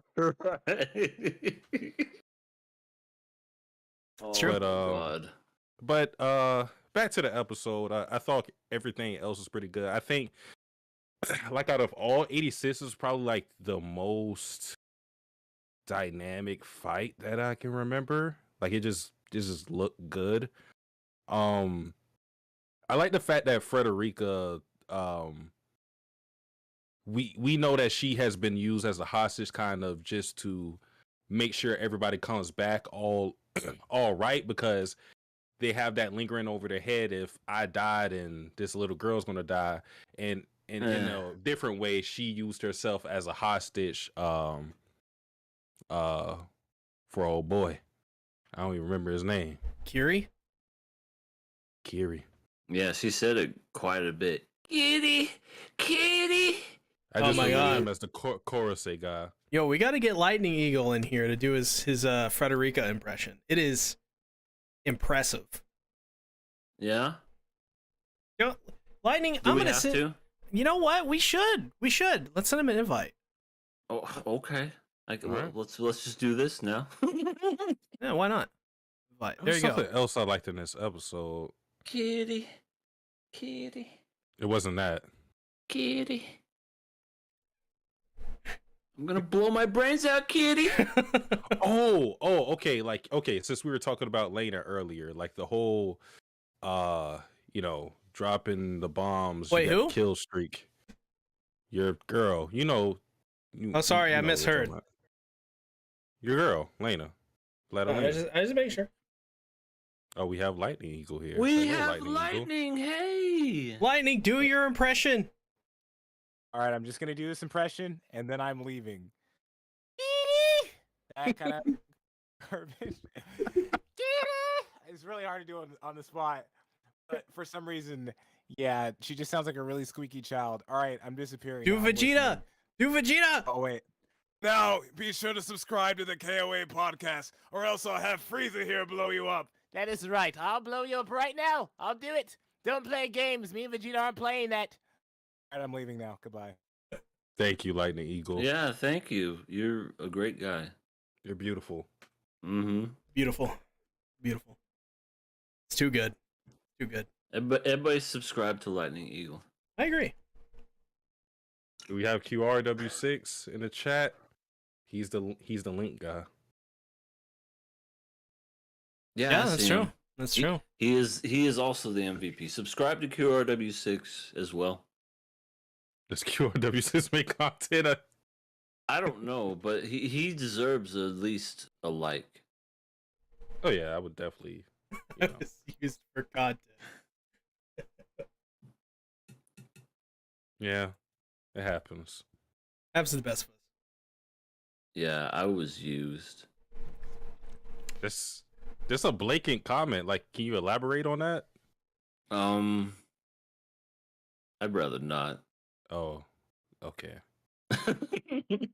So is it me or does Kurina have the most red flags, but is likely probably the one to survive? Like she's like a cockroach. She's No, the one if with she- the red hair, right? Yeah, Well, yeah, she's red flags, red hair. She's dead. she's Oni-chan or One-chan. She's always gonna live. I'm telling you, she's gonna outsurvive everybody. She better not. What is it? If everybody else dies and then like she is like the one to come out on top, I would be very vexed. Here She comes take- number 3. She's like she goes to confess to Shin and she's like, Shin, I loved you all along, but there's something I must reveal. Takes off wig to reveal it is I'm a man. Vladilena. Oh, Or that. I will drop this show immediately. I'm not watching another second after that. You know what? That would explain why Vladilena has a red streak in her hair. Ah, you She's see? got a cheap ass wig. See? Putting 2 and 2 together, EA. Yeah. No. What the? This is lemonberry. This is a little better. It don't taste like ass. And just to clarify, this does not mean I want her to die. It just means that I have priorities when it comes to who I want to live or not. And she's bottom. She's at the bottom. I'm sorry. At my priority list, I already gave you guys it. I want Anju and well, yeah, that's pretty. Anju and Raiden, like those are the like right. 2 at the top. Well, at least you got one of them right. And then I guess Sheen would be 3rd, and then Laughing Fox, whatever the fuck his real name is, 4th, and then Oni-chan. Last. Hey, Chan. I don't know where I would put Frederica at. In the grave. Oh, there you go. This No. is EA has a disdain for girls under 10 years old. I mean, she's not 10. She's like a 50 or something, Like 12. right? Yeah, I think Is that was she a ho- weird mistranslation on Crunchyroll's part, because that piece of dialogue has not So showed up back since. Is she really 12? I think she's just 12. It's just like it's Oh man, I'm an asshole. it's like think of like an Assassin's Creed. They have wait, why are you an asshole? Because She's only 12. She doesn't know how stupid she is. EA, you've done worse than this. I just want This you is- to know that. This is true. This is true. You know what? I stand by what I said. All right, there you go. That's what I wanted. Fido is better than Frederica. I mean, And he's got no soul. hold on. He has a soul. Yeah, isn't he like a human put into a robot? Is he? Wasn't that in the story? Or am I confusing this with some random 80s OVA? I don't know. mean- Maybe you watched like what's that one horror game? That analog game? I don't know. They like stuff the souls into like dolls. It's Five Nights at Freddy's. No, it gets influence from that game, but it's not that game. Mm. I can't remember what it's called. Fuck. I like this comment. She has to live, so there can be the love triangle between Shin, Vlad, and her next season. She winds up falling Well, for Fido. Get that. Who said that? Get that bullshit out of here. Listen, Philip, Derek, I know you're a nice guy, but come on now. Shin, Vlad, and I was about to say Fido. Frederica, come on. Vlad wins 10 times out of 10. I think he meant Kurina, not Frederica. Oh, Hopefully. I don't. I hope so too. I don't think there's gonna be a love triangle between Shin, Vladilina. If this And thing fucking turns into a love Frederica. triangle, when it's all about robots fighting and politics and shit, come on now. Oh, which by the way, I should say this: if anybody here likes 86, since it's we're gonna be waiting a while, check out Legend of Galactic Heroes. This takes obvious inspiration from that series. Okay. What? It's more like a square between Shin, Kurina, Vladilina, and C? I know why that is, because C is be wanting that Vlad. Mm-hmm. And everybody else wants her, and C's like, you're going to have to get through me before you God. touch a hair on her. Listen, I'm gonna say I have a pillowcase of her. I have a figurine and a shirt. I do have a shirt of her. I did buy more volumes of the light novel. I own 6 volumes altogether. So, Damn. yep, definitely gonna be reading those. But if I'm just gonna say right now, there is no love square, whatever you want to call it, because it's between me and Sabalina. That's the only romance that you need to see. I mean, No. Sabelina is a made-up character. Mm-hmm. No, she's real. In your mind, dude. You made her. Yo, bro, bro. What did you even do? What were you drinking whenever you created that monstrosity? Probably coffee at the time. I asked 2 separate artists to do some art of my wife, or my future wife, I should say. Mm-hmm. Mm. You said, you know what's great? Okay, listen. I want Saber and Vladilina to have a chick. No, I just No, he didn't say all that. No. He just said, I want my 2 best waifus no, merged. That's what he said. no, Yeah, They said, he probably did. Saber and Vlad. Okay.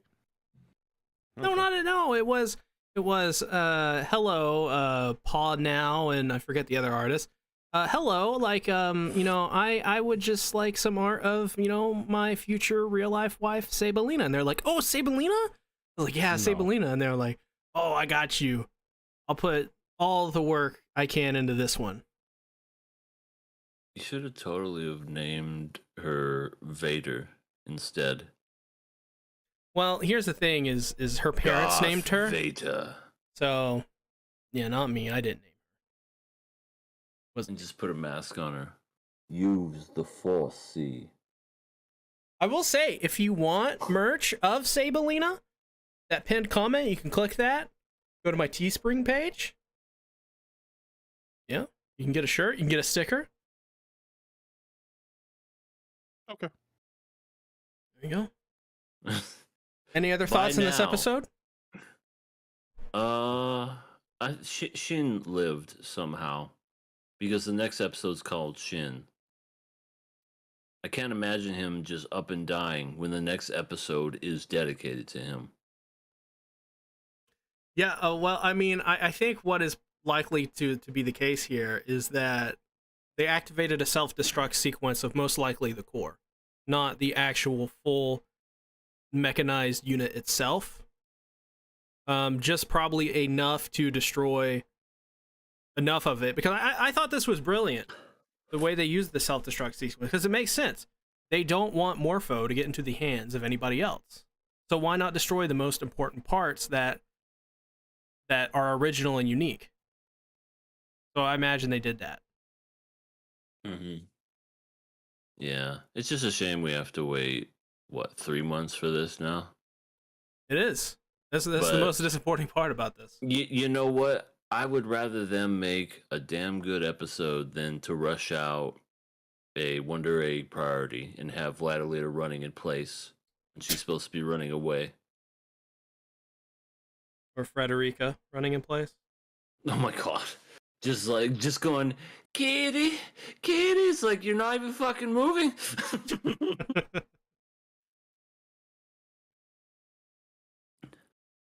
Satsuki? Any thoughts? Any ideals you'd like to throw out there for the audience to digest? Nope. All right.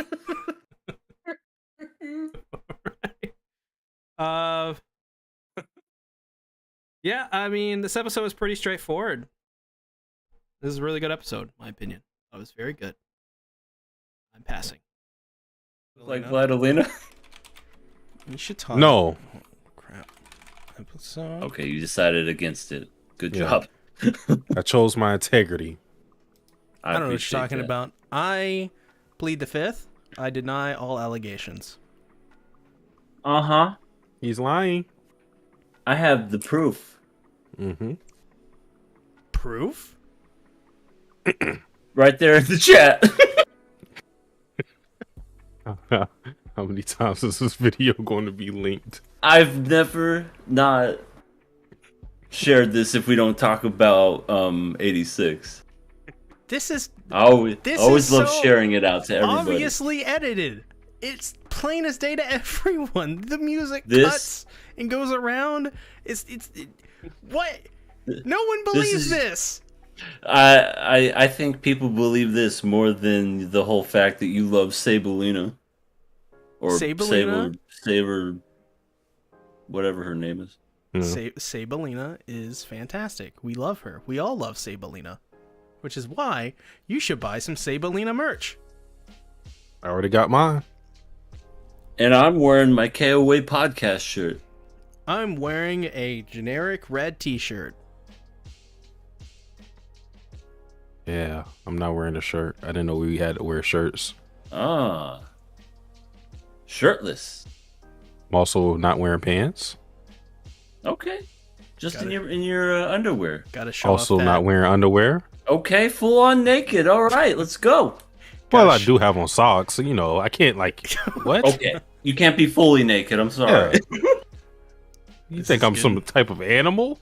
I apologize. I should have known better. You know, I misspoke. there are some people that believe you shouldn't wear socks in bed.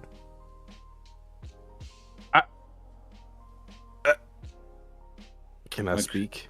My girlfriend wants me to wear socks, and my feet always get cold, but that's only because I have to wear socks at that point. But yes, you may speak. I can't wear socks in bed unless it's cold. It's like the sensation. I can't do it. I don't know why. So I guess I am one of those people against you. See, hate me. Yeah, I'm always like my body's always hot, so I can't ever wear socks. I get too hot. Well, let's get into 86 episode 22. It was just last week, and when I say last week, I mean 3 fucking months ago, we talked about episode Jesus. 21. God. It's been a long time. Without you, my friend, tell Eh. you all about it when I see you again. We saw her again, finally. It took 86 episodes. That's what it feels For like. you, it probably felt that, huh, Southsky? Yes. Definitely miss Lena. Not as much as somebody else on the podcast, but her appearance was definitely welcome. Who? All jokes aside. Hollow? Yeah. Hollow's on the It was podcast. great. Oh, I'm talking about somebody who's in here now. Yay? I don't know. Take a guess. Maybe another one would be good, just to be sure. You? Maybe one more. I don't know. Like, Well, it can't be me, so it just has to go back to EA.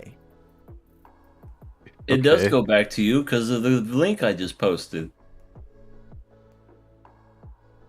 I can post it again. I can already feel like the tension. I'm not even gonna pry. I just wanna let's just talk about the episode, guys. So Sheen survived this whole ordeal thanks to Lena's support. We were speculating on who was the voice that we saw, who helped out Sheen in the battle with Kiri. I mean, we Kitty. We all thought that it was Lena. So like, it wasn't like even that big of a mystery. Like we all thought it. So this is a matter of seeing it. I will say, I am kind of annoyed that they didn't reveal themselves to each other, just a little. Satsuki, that was my biggest disappointment of this whole episode. Yeah, like I get it, like because there's more story to tell, right? And I think they're saving that for something bigger. So I do think when that reveal actually does happen, it's going to be even more grandiose than what we got in this episode. But like the reason for the reveal not happen was kind of convoluted. I was like, wait, huh? He was like, I don't want her to see this battlefield. I was like, what the hell are you talking about? Just say you're Sheen. He didn't. Right. He didn't want to. She didn't. He didn't. Fuck. He didn't didn't fuck. want to He be was left seen by blue her, balled. like in such a state. He's being all tough and hard, pretty much. He's being a man. He's being a man. I don't It's want like- my woman to see me like this. I Oh want her to god. see me all cleaned up. Cause I'm a man. How's Karina going to feel about that? Well, she's apparently resigned herself to being little sister, so fuck her, I guess. I mean, if she knows her place, I'm good. That sounds terrible out of context, but yeah. Now I'm reminded of the Berserk quote after you say that. Women? Women.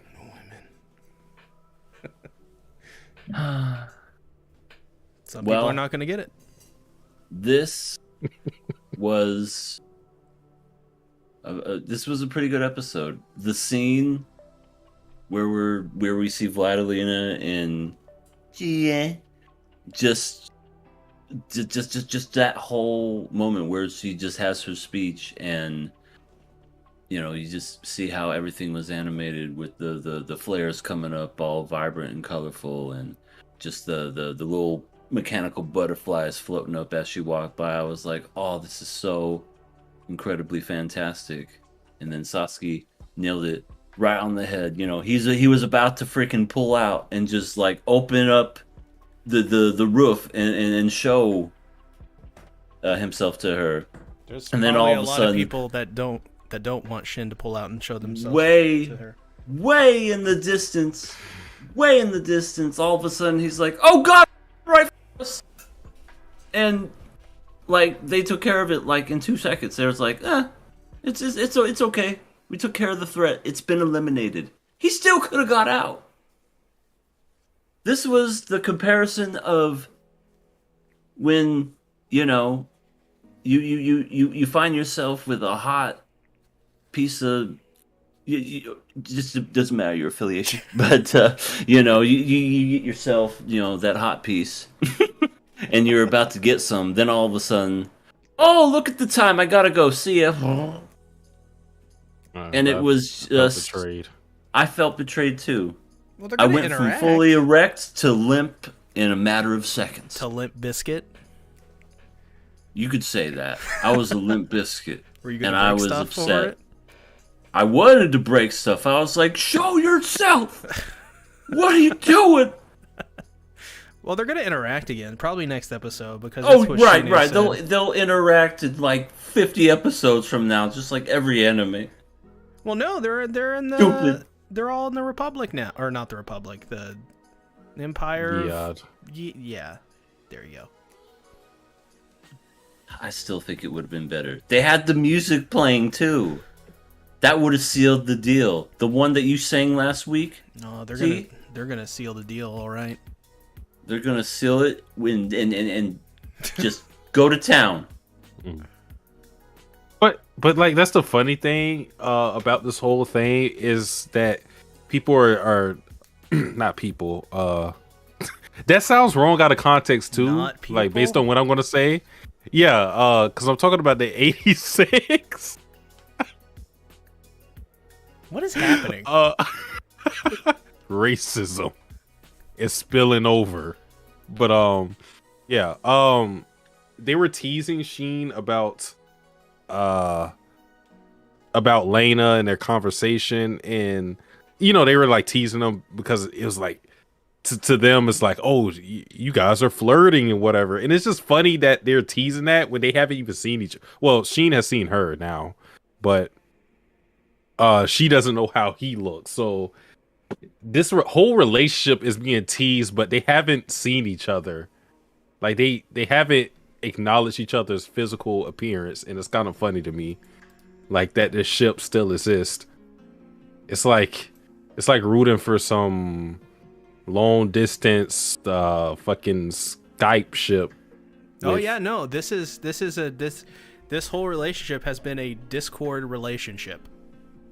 Discord. That's hilarious. The whole relationship has been via the pandemic, where they couldn't talk to one another, or they couldn't see each other in person. No, this is the bad timeline where your internet goes out or her internet goes out and you can't talk to your Discord girlfriend for like, a couple weeks. Damn, she's cheating on me with a bot. I feel bad for Old Red. Old Red. She likes Sheen too, and then Vladilena has much longer and silver white hair. Oh, you're talking about Karane? I was like, who the hell is Old Red? I was like racking my brain around who the fuck you were talking about. Sorry, I couldn't. I'm not good with names other than Sheen and Kitty. And of course Vladilena, just because I hear it so many fucking times from somebody. I got the names down because I pretty much like had to study, because like of course I remember Sheen, I remember Vladilena, but then when it came to the other names I was really struggling, but I got it. Theo equals Laughing Fox. Raiden equals what they call him, like The best boy. First Blue. They've called him Black Dog, I think, or like Werewolf, some shit like that. Oh. And Krana is I don't remember her nickname, but I think it's Gunslinger actually. And Anju is Juicy White Fruit. or Snow Witch, I believe. Yeah. It's fair. Yeah. Anju's the best, by the way. Oh, Glad no, she's alive. Anju is For now. We like Anju. To be fair, I didn't expect when I first started watching this show, and this is just me speaking personally, of course, but for all of the 86 to grow on me as they did, because I remember back in part 1, remember all of us were kind of like, yeah, they're just there, but yeah, I don't know, kind of grew on me a little bit. think like I feel the bond between all of them. Like the camaraderie of being on the battlefield for as long as they have, not even just with each other, just be on the battlefield and like understanding like what life and death is and their resolve. Like I feel that. I don't think I feel them as individuals too much. I did have a little turnaround with Sheen because I wasn't too high on him when especially in season 2. I had a little turnaround on him. Still love Anju.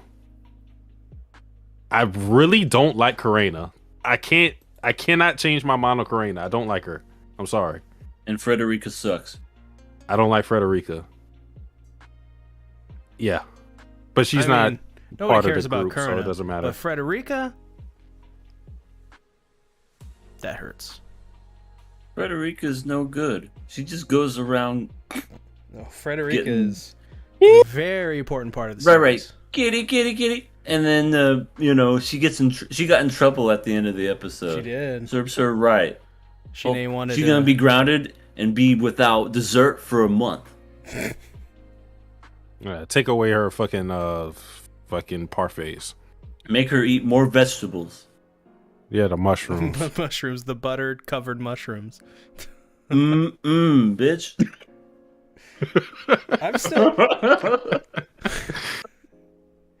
I'm still surprised because I started reading the light novels for 86 and they go into extra detail to make sure that Frederica does not like those mushrooms.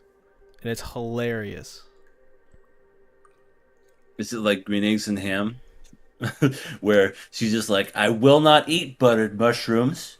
She wanted to eat them because, all the soldiers that died and stuff like that. She wants to be respectful.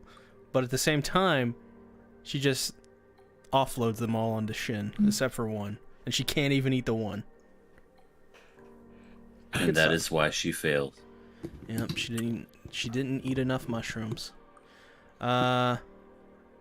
So, what did you guys think about the big development with Shin in this episode, where his character at this point kind of is fully realized? He thought he was going to be left behind by everybody, that everybody would just die after this mission, and he would be the sole survivor left to pick up the pieces once again. But that turned out to be the case. Everyone survived, and not only that, but his girlfriend survived. So, Long time coming as far as his development. Mm-hmm. Like I said, the rewatch really helped my changing views on Sheen as a character and seeing like the things that he was struggling with, because I think the Reaper title really weighed on him, and it kind of put him in a box to where he believed that he had to be the last person standing in all these confrontations and be the one to pick up the pieces of, or not pick up the pieces, but like inherit everybody's will, every fallen person's will, and carry that with him. And like what we got in this episode is basically him at least acknowledging that there's something to live for other than, just revenge or his dead comrades. And like because he just didn't have anything. That was his problem. He didn't have anything. He didn't have any ambitions. He would hear Theo and Karina and Anju and Raiden talk about like what they wanted to do after the war, and he was never really involved in it. He was just half-heartedly acting like he was a part of it. But this episode, with the help of Vladilena, it seemed like he was ready to have a goal beyond just fighting. And I think that's what everybody has been trying to drill into him. Even this Vladelena's his gonna colonel. drill something into him. Really? She's into pegging? I mean, she's a commander of a military. Sure, why not? I mean, I feel like he'd be down for it. That's not the issue. Like, I don't think Vladilena is doing that. I mean, I know she has the red streak, so she's kind of like edgy, but I don't know. For y'all that don't know what pegging is, look it up. I don't think you. If you're on your family computer, don't look that up.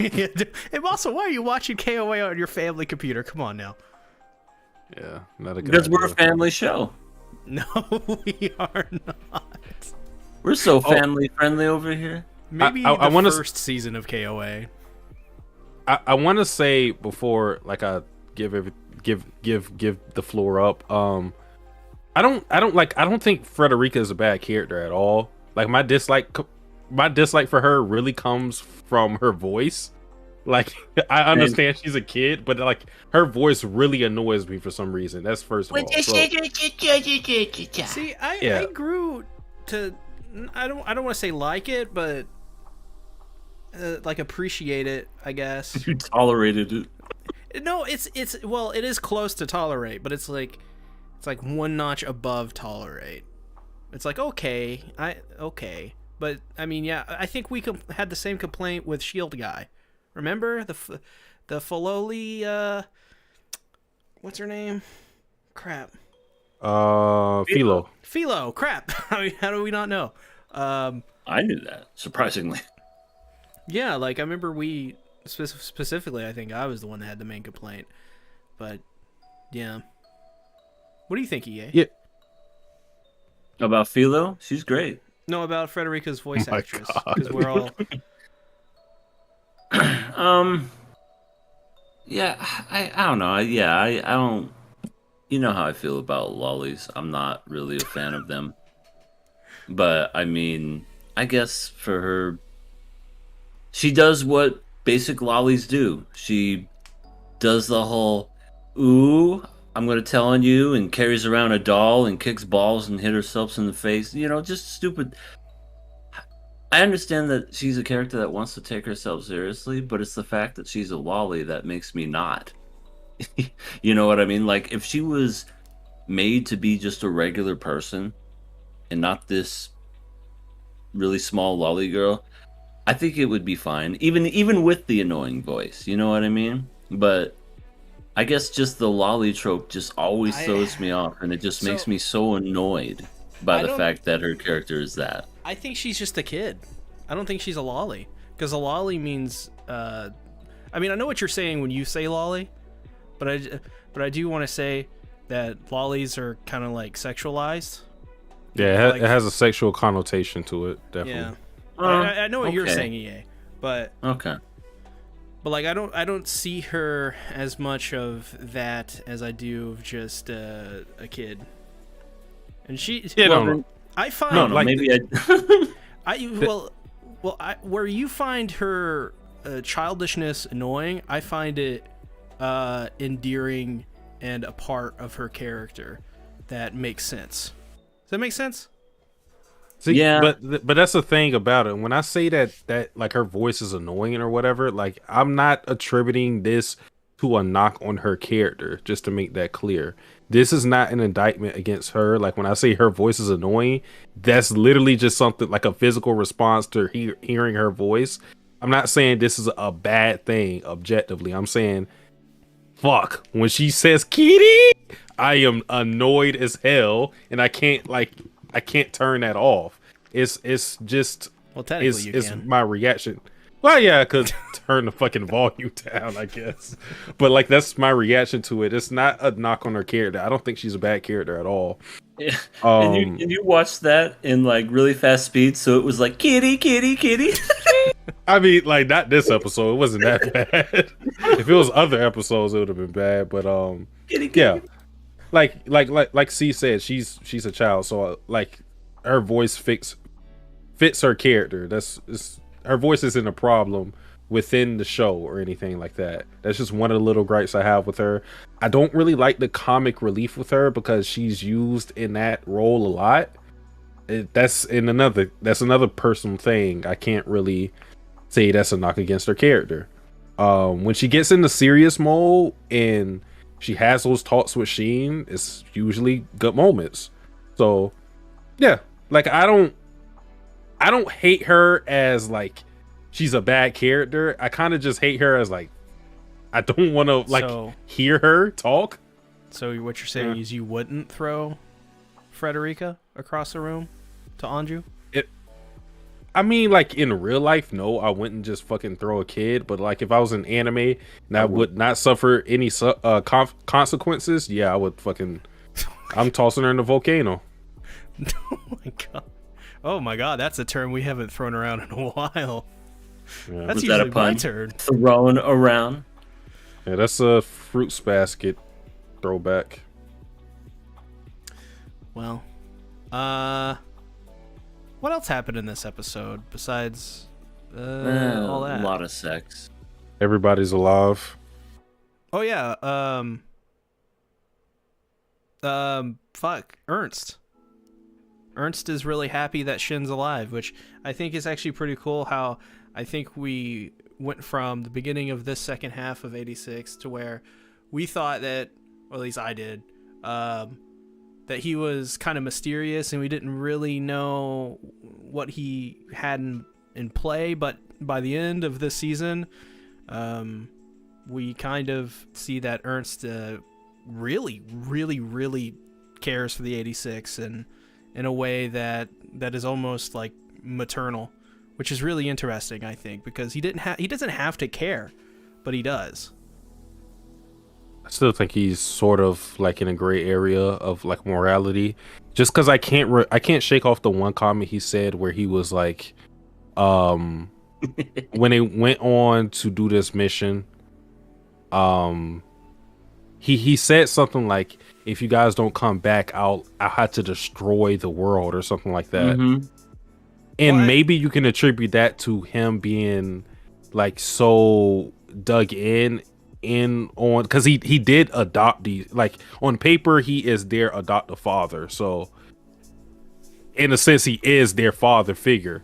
So maybe he meant it in a way, kind of like, let me kind of like tie this into Resero, the guy called it rhymes with fuck. He's like, if my daughter Remelia is dead, then fuck it, I'm gonna destroy everything. Maybe he meant it kind of like that, to where like, if my kids are going, like, why would I give a fuck about everything else? I love these characters. But I don't know. Why would you rhyme puck with fuck? Why? It rhymes. Could have said muck. Could have said Oh, luck. Or suck. Oh, Or Or suck. buck. oh, Or tuck. I have a limited vocabulary. Who knew? I'm gonna write that down. Or We pluck. just learned about these words. What timeline is this? Sasuke's favorite character on Resero is Relsa. The first thing I learned when I came to America was how to say profanity. It's the first thing they taught me. Wait, you live somewhere else? Say your before name. this? Cuss. Well, yeah. I can't say the place I lived in, but yeah. It's a whole conspiracy. Don't look it up. Hold on. What are you doing? I'm looking it up. Oh shit. Satsuki. Yeah. That's Oh my me. goodness. Wow. I had no idea. Sorry. We have It's okay. somebody monologuing in the chat. I think we have a Chunibyo. I think this is Lightning's ult. Really? Yeah, Lightning's a Chunibyo. Bear your swords. That's kind Face of cool. your hive. Wait. I, Wait, what? lowly Zer, the infinite star horse, bear gifts for our contesters on tonight's Dares of Eternity. I think you Bow have the down wrong to the chat. greatness. Yeah, I think you want to go to the chat next door. They're the one playing D&D. we stopped we stopped watching Vinland Saga like a while ago. Mm-hmm. Classic. You're also late for Berserk too. So, Is there anything else that happened this episode? no, I think we covered all of it. Yeah, because mostly the episode consisted of the conversation between Vladilena and Sheen and the dick teasing of the reveal. The dick teasing. I hated it so much. I want to like end this off by saying, like, I did initially have an issue with everybody surviving, just because I'm pretty sure like as it was happening when we watched those episodes, I was like, man, like this is kind of like fake out deaths. Like they of course they weren't deaths. They didn't show anything, but the way it was presented, it looked. Raiden was the one that was the most suspect. But Yeah, for sure. Like everybody else, it was just like, I'm gonna stay behind. You guys go on. It's like it was like that trope, and we just me. Yeah, it was like we just didn't know their fates or whatever. Raiden, I still really don't like, but I think in the grand scheme of things, them being alive had to happen for the show to progress when it came to what Sheen felt, because I think if even one of his friends died in that instance, he would have never have gotten over the whole feeling of emptiness that he felt throughout since he killed his brother, because that was like the thing that he was living for pretty much. So like it worked in that and working in that, but like I said, initially I was like, fuck, I wanted somebody to die. Krana. Too bad it wasn't Red. She wouldn't have to live with the pain. Yeah, now she's gonna be She's gonna want to die. I don't even hate Kurna. I just want her to die at this point. It's just... What? I just think it's funny. Like she has the most I'm gonna die character face. Like I don't know. I'm just like She's little gonna sister die. to the MC dude when she was trying to be the love interest. That usually means she's gonna die, and she somehow survived. Gonna die saying shit, and then fall down a well. And here's the thing. Let's say in the next season or whatever, if Kurna actually like gets like I don't know, like gets her own little story, I'm still gonna be like, yeah, they're setting this up for like an emotional death for Kurna. I'm sure of it. Like it's never gonna escape this character. I don't know. I just think she's gonna die every time. I don't think they can get me on board with her at this point. But like it's not like she's terrible or anything. I'm really fine. joking when I say this stuff. Like it's not really that serious. You know what would be the worst way for her to die? Would be like not even on the battlefield. She just kind of like slips on a bar of soap. Food poisoning. Or that. Food poisoning, slips on a bar of soap. I don't know, accidentally Sees Shin topless and has a heart attack and dies. fucking has a brain aneurysm. Or she dies via nosebleeds. There you go. Yeah, there you go. the sex tape with Lena and Shin leak, and she watches. Oh wow! It, and she dies. She watches it and goes, "You bastard!" Wait a minute, is Annette still alive? Please don't do this to me. I don't. I'm the only one that cares. I don't know. What? I love Annette. No, you don't. What? Yes, I do. I don't see Annette in the background and then photoshopped in all the faces. I see 1,000 Lena faces, not what are you one guys talking Annette. about? 1,000 Lena I don't faces. know. Where you guys seen this shit? Anyways, moving on. I'm hot. All right. Maybe we need to get EA a fan. Donate. I mean, donate now for a fan. They're like $20. We get a $20. No. We donation. need like 20,000. Fans are expensive these days. I need the industrial fan. Oh. You want to be blown away? I want to be blown That would away. be nice too. We need 20,000 for that too. Hell yeah. Escorts are expensive these days. Mm-hmm. And so are those fake plastic butts. BBLs. Fake plastic butts. What the fuck? Okay, all right. Are we killing or passing this? I'm gonna pass it, even with the cock tease.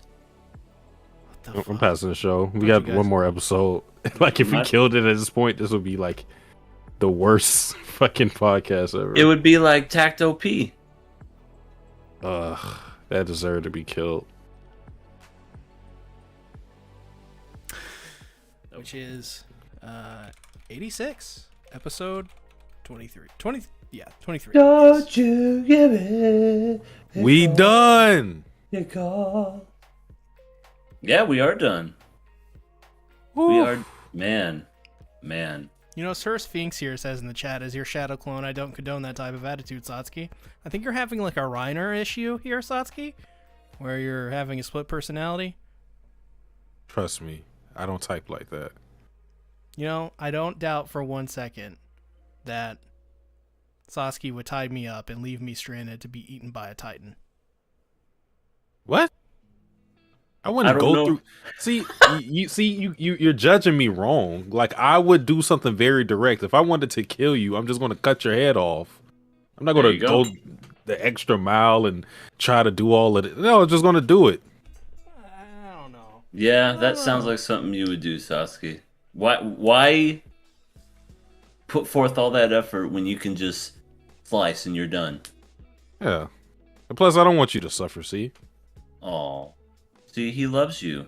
Yeah, that's why I would kill you quickly. Oh my god. All right. 86, episode 23. What'd you guys think? I feel like it took a long time to get to this point. Definitely. When did we start watching this series? 2020? Yeah, a long time ago, it seems. It feels very long, but understandably so. The last 2 episodes were delayed, etc., and so forth. And I'm actually glad that it took that little extra effort to make those final 2 episodes, because the ending was pretty good. I definitely feel like this show, I don't know, there were some parts that just kind of dragged longer than it should have, in my opinion, especially in the second half. Like the first half I loved, but the second half was just took forever. And maybe that's because it took a long time for the episodes to finally be complete. But I feel like the final 2 episodes were like amazing. Like I really loved the last 2 episodes, and overall we got that absolute tender moment. We had the cock tease last week, and then we got the full-on dick and balls this week, so I was so happy. So happy that we finally, that Vlad, your girl, your lover, who's not a widow anymore, got to finally meet Wait, who's lover? and the rest of the 86. Wait, who's lover? Shin's, You right? lover, you're a lover. No, not me. You're a lover because you love her. You love her because you love her. I'm gonna cry. I do, you guys did the whole Shin thing. Frederica. Yeah. She got caught by Fido. And she just Good. let out a shriek. I thought that was the funniest stuff. That's all she did in this episode was whoop, whoop, whoop, whoop, get caught and you know, comic relief, and then all of a sudden, selfie guys, and then just that was it. That was her importance in this whole show, was to be selfie girl.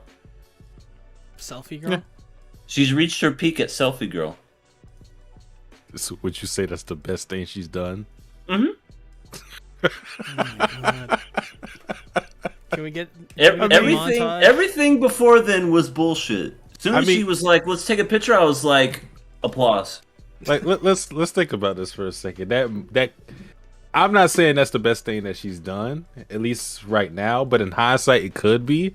Because like what if that picture is going to be something that motivates either our girl Lena or our boy Sheen to No, it's got to motivate Kurina. no.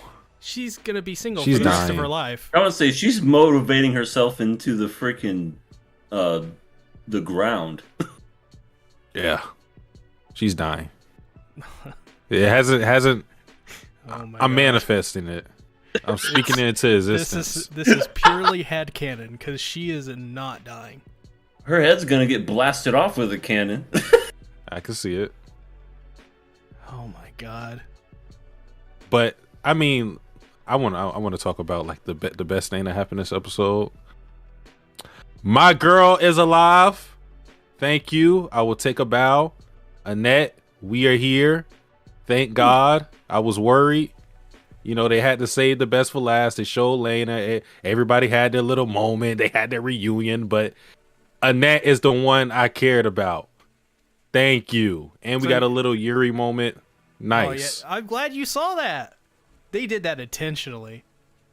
For me. And no, They knew you were watching. Like who puts their arm around their best friend?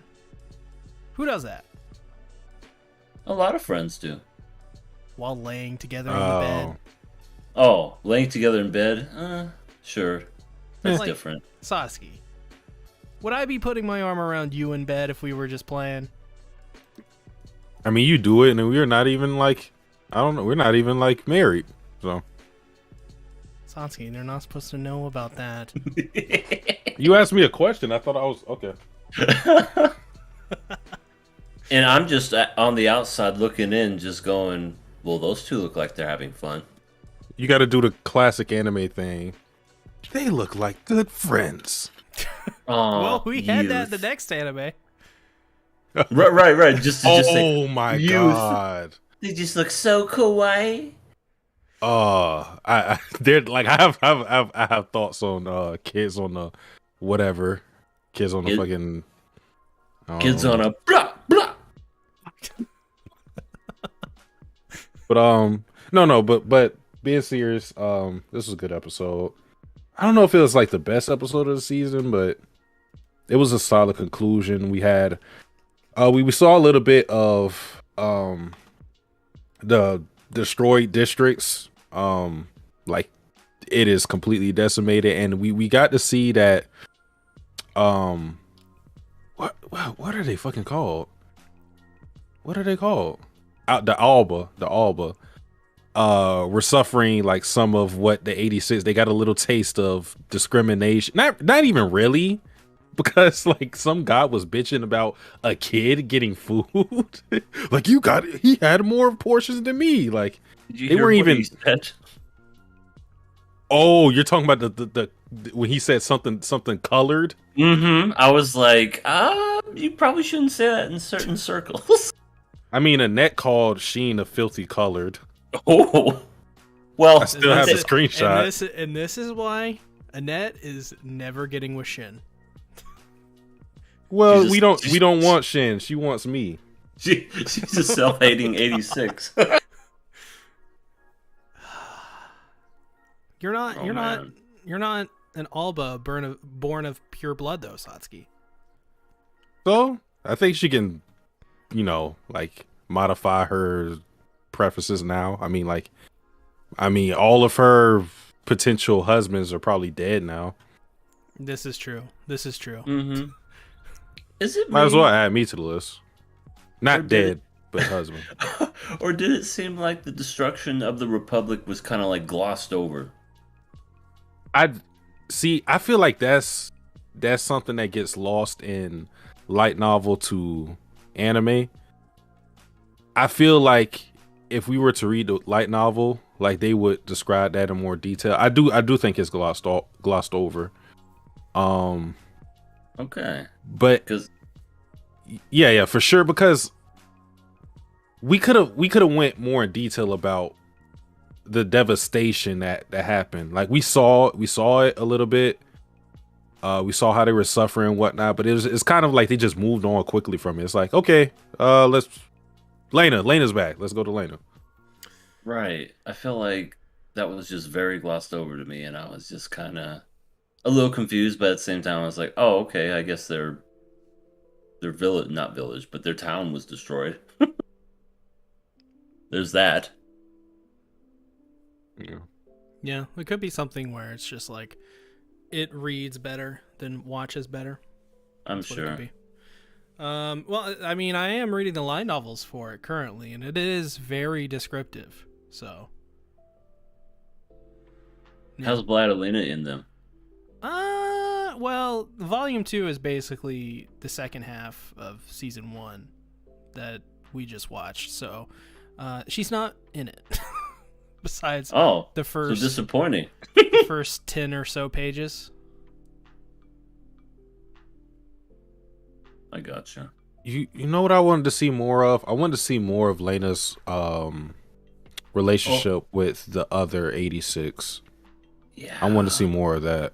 Now, and I'm not talking about like our guys like Anju, Cyclops? Sheen, and yeah, like Cyclops and her squad. I would have liked to see, because we when we fast forward to Red Streak Lena, it's kind of like her relationships with them were already established. She was the bloody Regina and whatnot, but I wanted to see more of how they treated her and how she treated them. We saw a little glimpse of it, but I wanted more. Do you think they're going to incessantly tease Lena about Shin, like how the 86 teases Yeah. Shin? Wait. Yes. They kind of already started whenever she introduced herself, and they were all just kind of snickering, just like trying to hold back their laughter. It's like, yeah, we know who you are. Ernst reviewed over a fanfic they wrote about the two.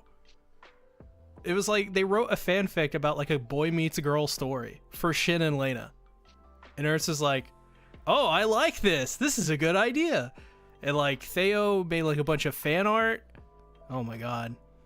It was shipping. That's what they were doing. And you know Karaina's gonna write a critique of it. This story fucking sucks. No, she apparently has won because she has accepted herself as the sister. So she is the lonely aunt. Oh, she is.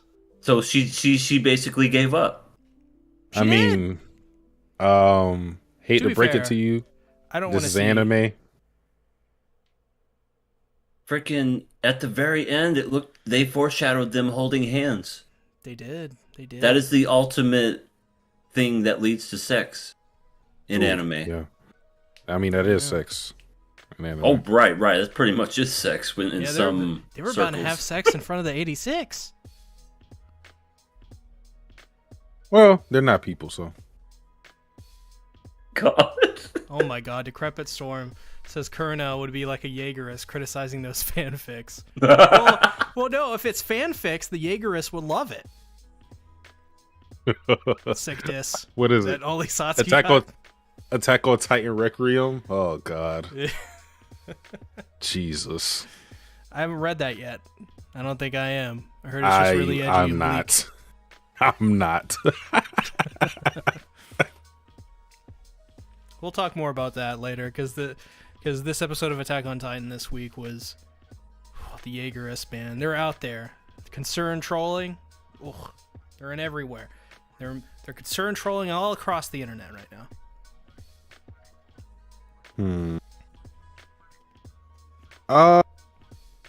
Is there anything else I wanted to add on?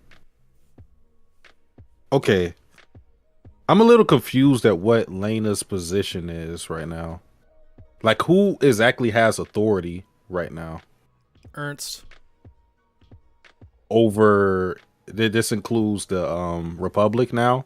No, it seems like the Republic is led by somebody else, but who it is, it's not really said. I mean, it was never said in the first place. I mean, pretty much. Like, all we know is the person above Lena currently is the guy named Stu. See, that's what I was confused on. Like, why did Lena accept this? Because them being like this mobile kind of independent unit, I'm like, okay, but like, why exactly? Like, who ordered this? Also, is her uncle dead? Her uncle, yeah, Maybe. her uncle is very dead. I mean, we didn't even see him die. He just kind of said, I don't agree with what you're doing, but I'm going to fight this war. Peace out. And then just died off screen. Yeah, no, that's pretty much what happened. Sacrificed himself. I don't like that, especially by how they just barely showed the Republic at all getting like trampled on and everything, and then the uncle just dies off screen. And Well, he's not an important character. no, I mean, someone's uncle would have to be important to them, and she just kind of like brushes it off, like, "Well, uncle, guess you're dead now." I think I said it when the episode rolled around. I was like, "Yeah, he's he's dead."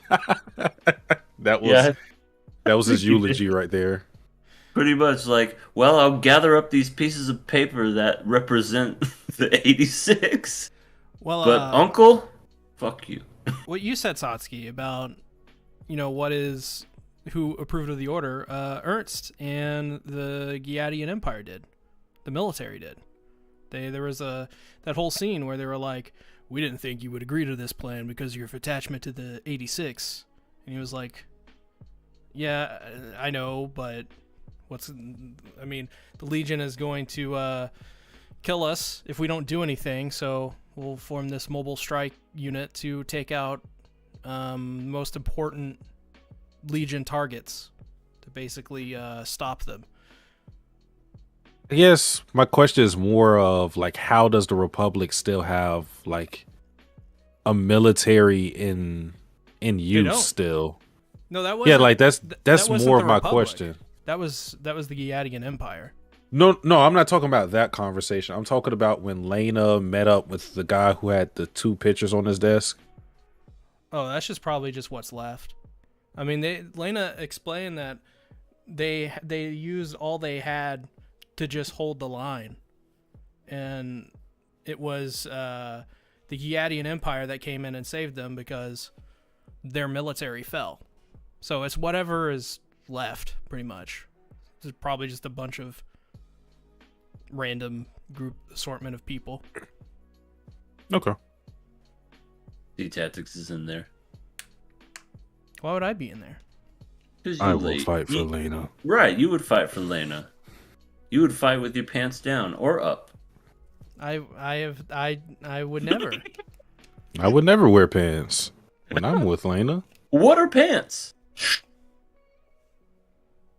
I don't know what you guys are talking about. What is underwear? Well, I mean, EA, soon we're going to be selling KOA branded panties. That's right. Can we get some based off of Keijo too? No, You we know, would need a I whole mean- bikini set.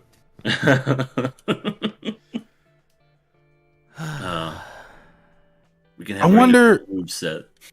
I wonder with I didn't think about this. So because I know I was like hyping up Annette, but now Annette has an opportunity to meet up with Sheen. So I wonder how that conversation is going to go between those two, because I expect them to meet up eventually. That might actually spark a cool conversation, or it could just be very simple because it is Sheen. He might just be like, "Fuck you." Oh, I remember you. You pointed and laughed as they took me away. Curveball, they get together. That'll be like Very no sad. We don't need that. We don't need that. disapprove.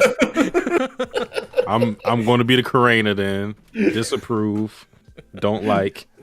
Both Karina and Vladilena would be like, "What?" with their mouths open and everything, just going, "What the fuck just happened?" They're staring at each other. What the They're fuck? both like, "I thought at least he would have picked me or you, but he picked her." Me and Karena are definitely working together to break them apart. It's going to be Oh my god. the most disgusting collab ever. I got triggered for a moment, like PTSD flashbacks. Nathaniel Duncan in the chat says, "Now that 86 is over, I'm going to rewatch Code Geass."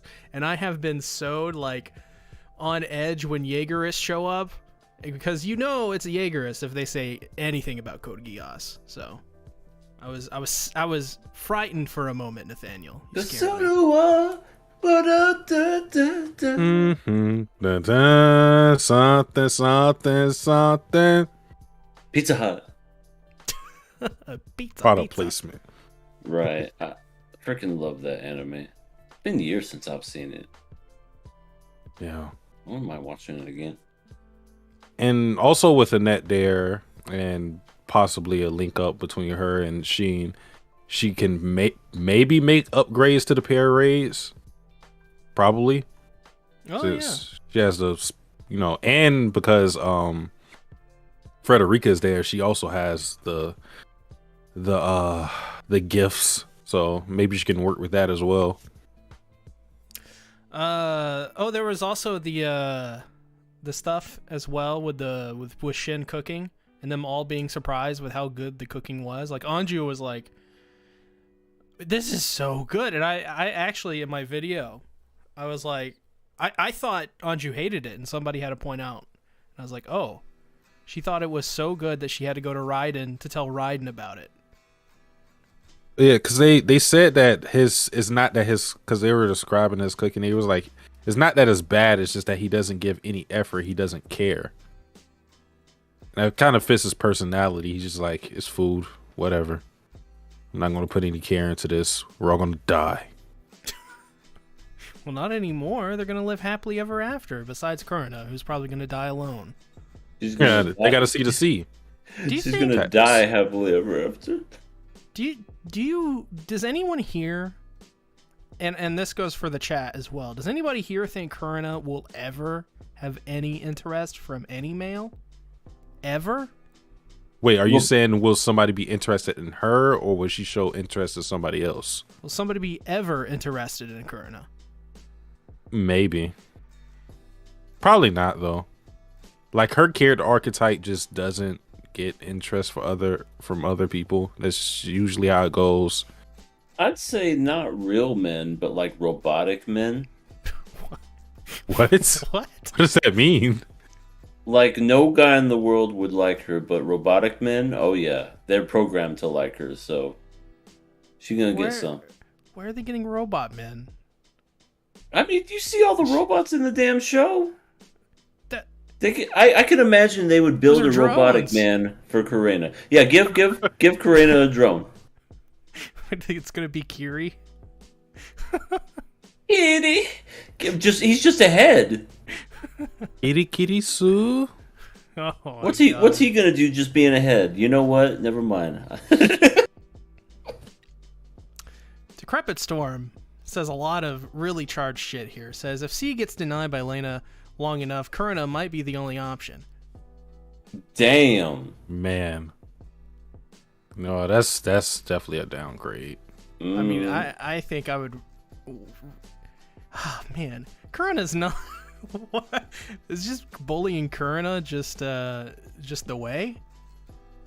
She's not even like a bad person. No, she's kind of nice. She just sucks. Yeah, I don't know why. I don't know why. Oh my god, look at this. Satsuki, this is your other alt.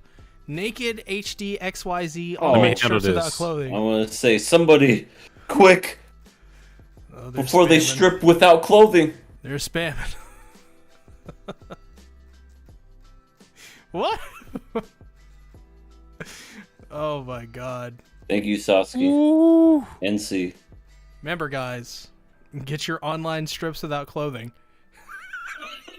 Fuck you, naked HD XYZ online strips without clothing! ! You know what it is? It's because we were talking about panties earlier. Oh yeah, no, they want some of that KOA branded underwear. It's a cost of success. Ugh, it's the worst. But at what cost? Everything. Decrepit Storm says this makes the Russians look like nothing in comparison. The VUM. Yeah, I like the VUM better. Yeah, it's VUM isn't hard. Is harmless. The Naked HD is like you're just asking for trouble. Like, everything about them pisses me off. Their name is in all caps. I don't like their Avi. Then the emojis are whack. No correlation. Just terrible time. Yeah, it just doesn't VUM make any is fun sense. though. Now VUM is It implies pisses many off things. C. Well, yeah, because damn Russian bots coming in here every single goddamn week, trying to take my tree fitty. They took our job. Fitty. Happy Gilmore, Adam Sandler is back in the chat, says, I did think some of the animations of Kurno were really good this episode. Lots of personality in her strut with the jacket, her chucking the photo at Theo, etc. Her getting her heart broken and her going. She's just very accepting of becoming the lonely aunt. She's gonna be the fucking old lady that has a bunch of cats in her house. Yeah. Yeah. Huh? She's gonna be those mythical hot single aunts that are always in anime that make no sense. Yeah. No. I disagree. She's gonna be the old lady known as Bachan. I can't see Karina as some hot, mature woman. I can't see it. I don't think her personality allows it. Come here, Mr. Whiskers. Let me pet you. That's a good kitty. Well, she is definitely going to be a cat lady, that's for sure. No, she would be into dogs, right? Because she is the dog lady, so. She has more of a dog personality. She's a lost puppy. For sure. she wore dog ears in that one episode. I don't remember the episode. I try to block Karina. It had a Kirschblut in it. I like Kirschblut, but I hate EA. Oh my god. Well, what are we giving this episode Killer Pass? Through thick and thin, through weird, crazy crushes and everything, I gotta give it a pass. You know, I will survive. I don't know if they're gonna have a season 2 of this. If they do, it's gonna be like 5 years before we see it. But I wouldn't mind seeing it just to see what else happens. Man, didn't think I would make it this far. Thought it was gonna be dropped at one point. Stuck with it. Me too. Had a decent time. No complaints, at least with this episode. So yeah, it is a pass for me. I mean, pass. Great stuff. Done to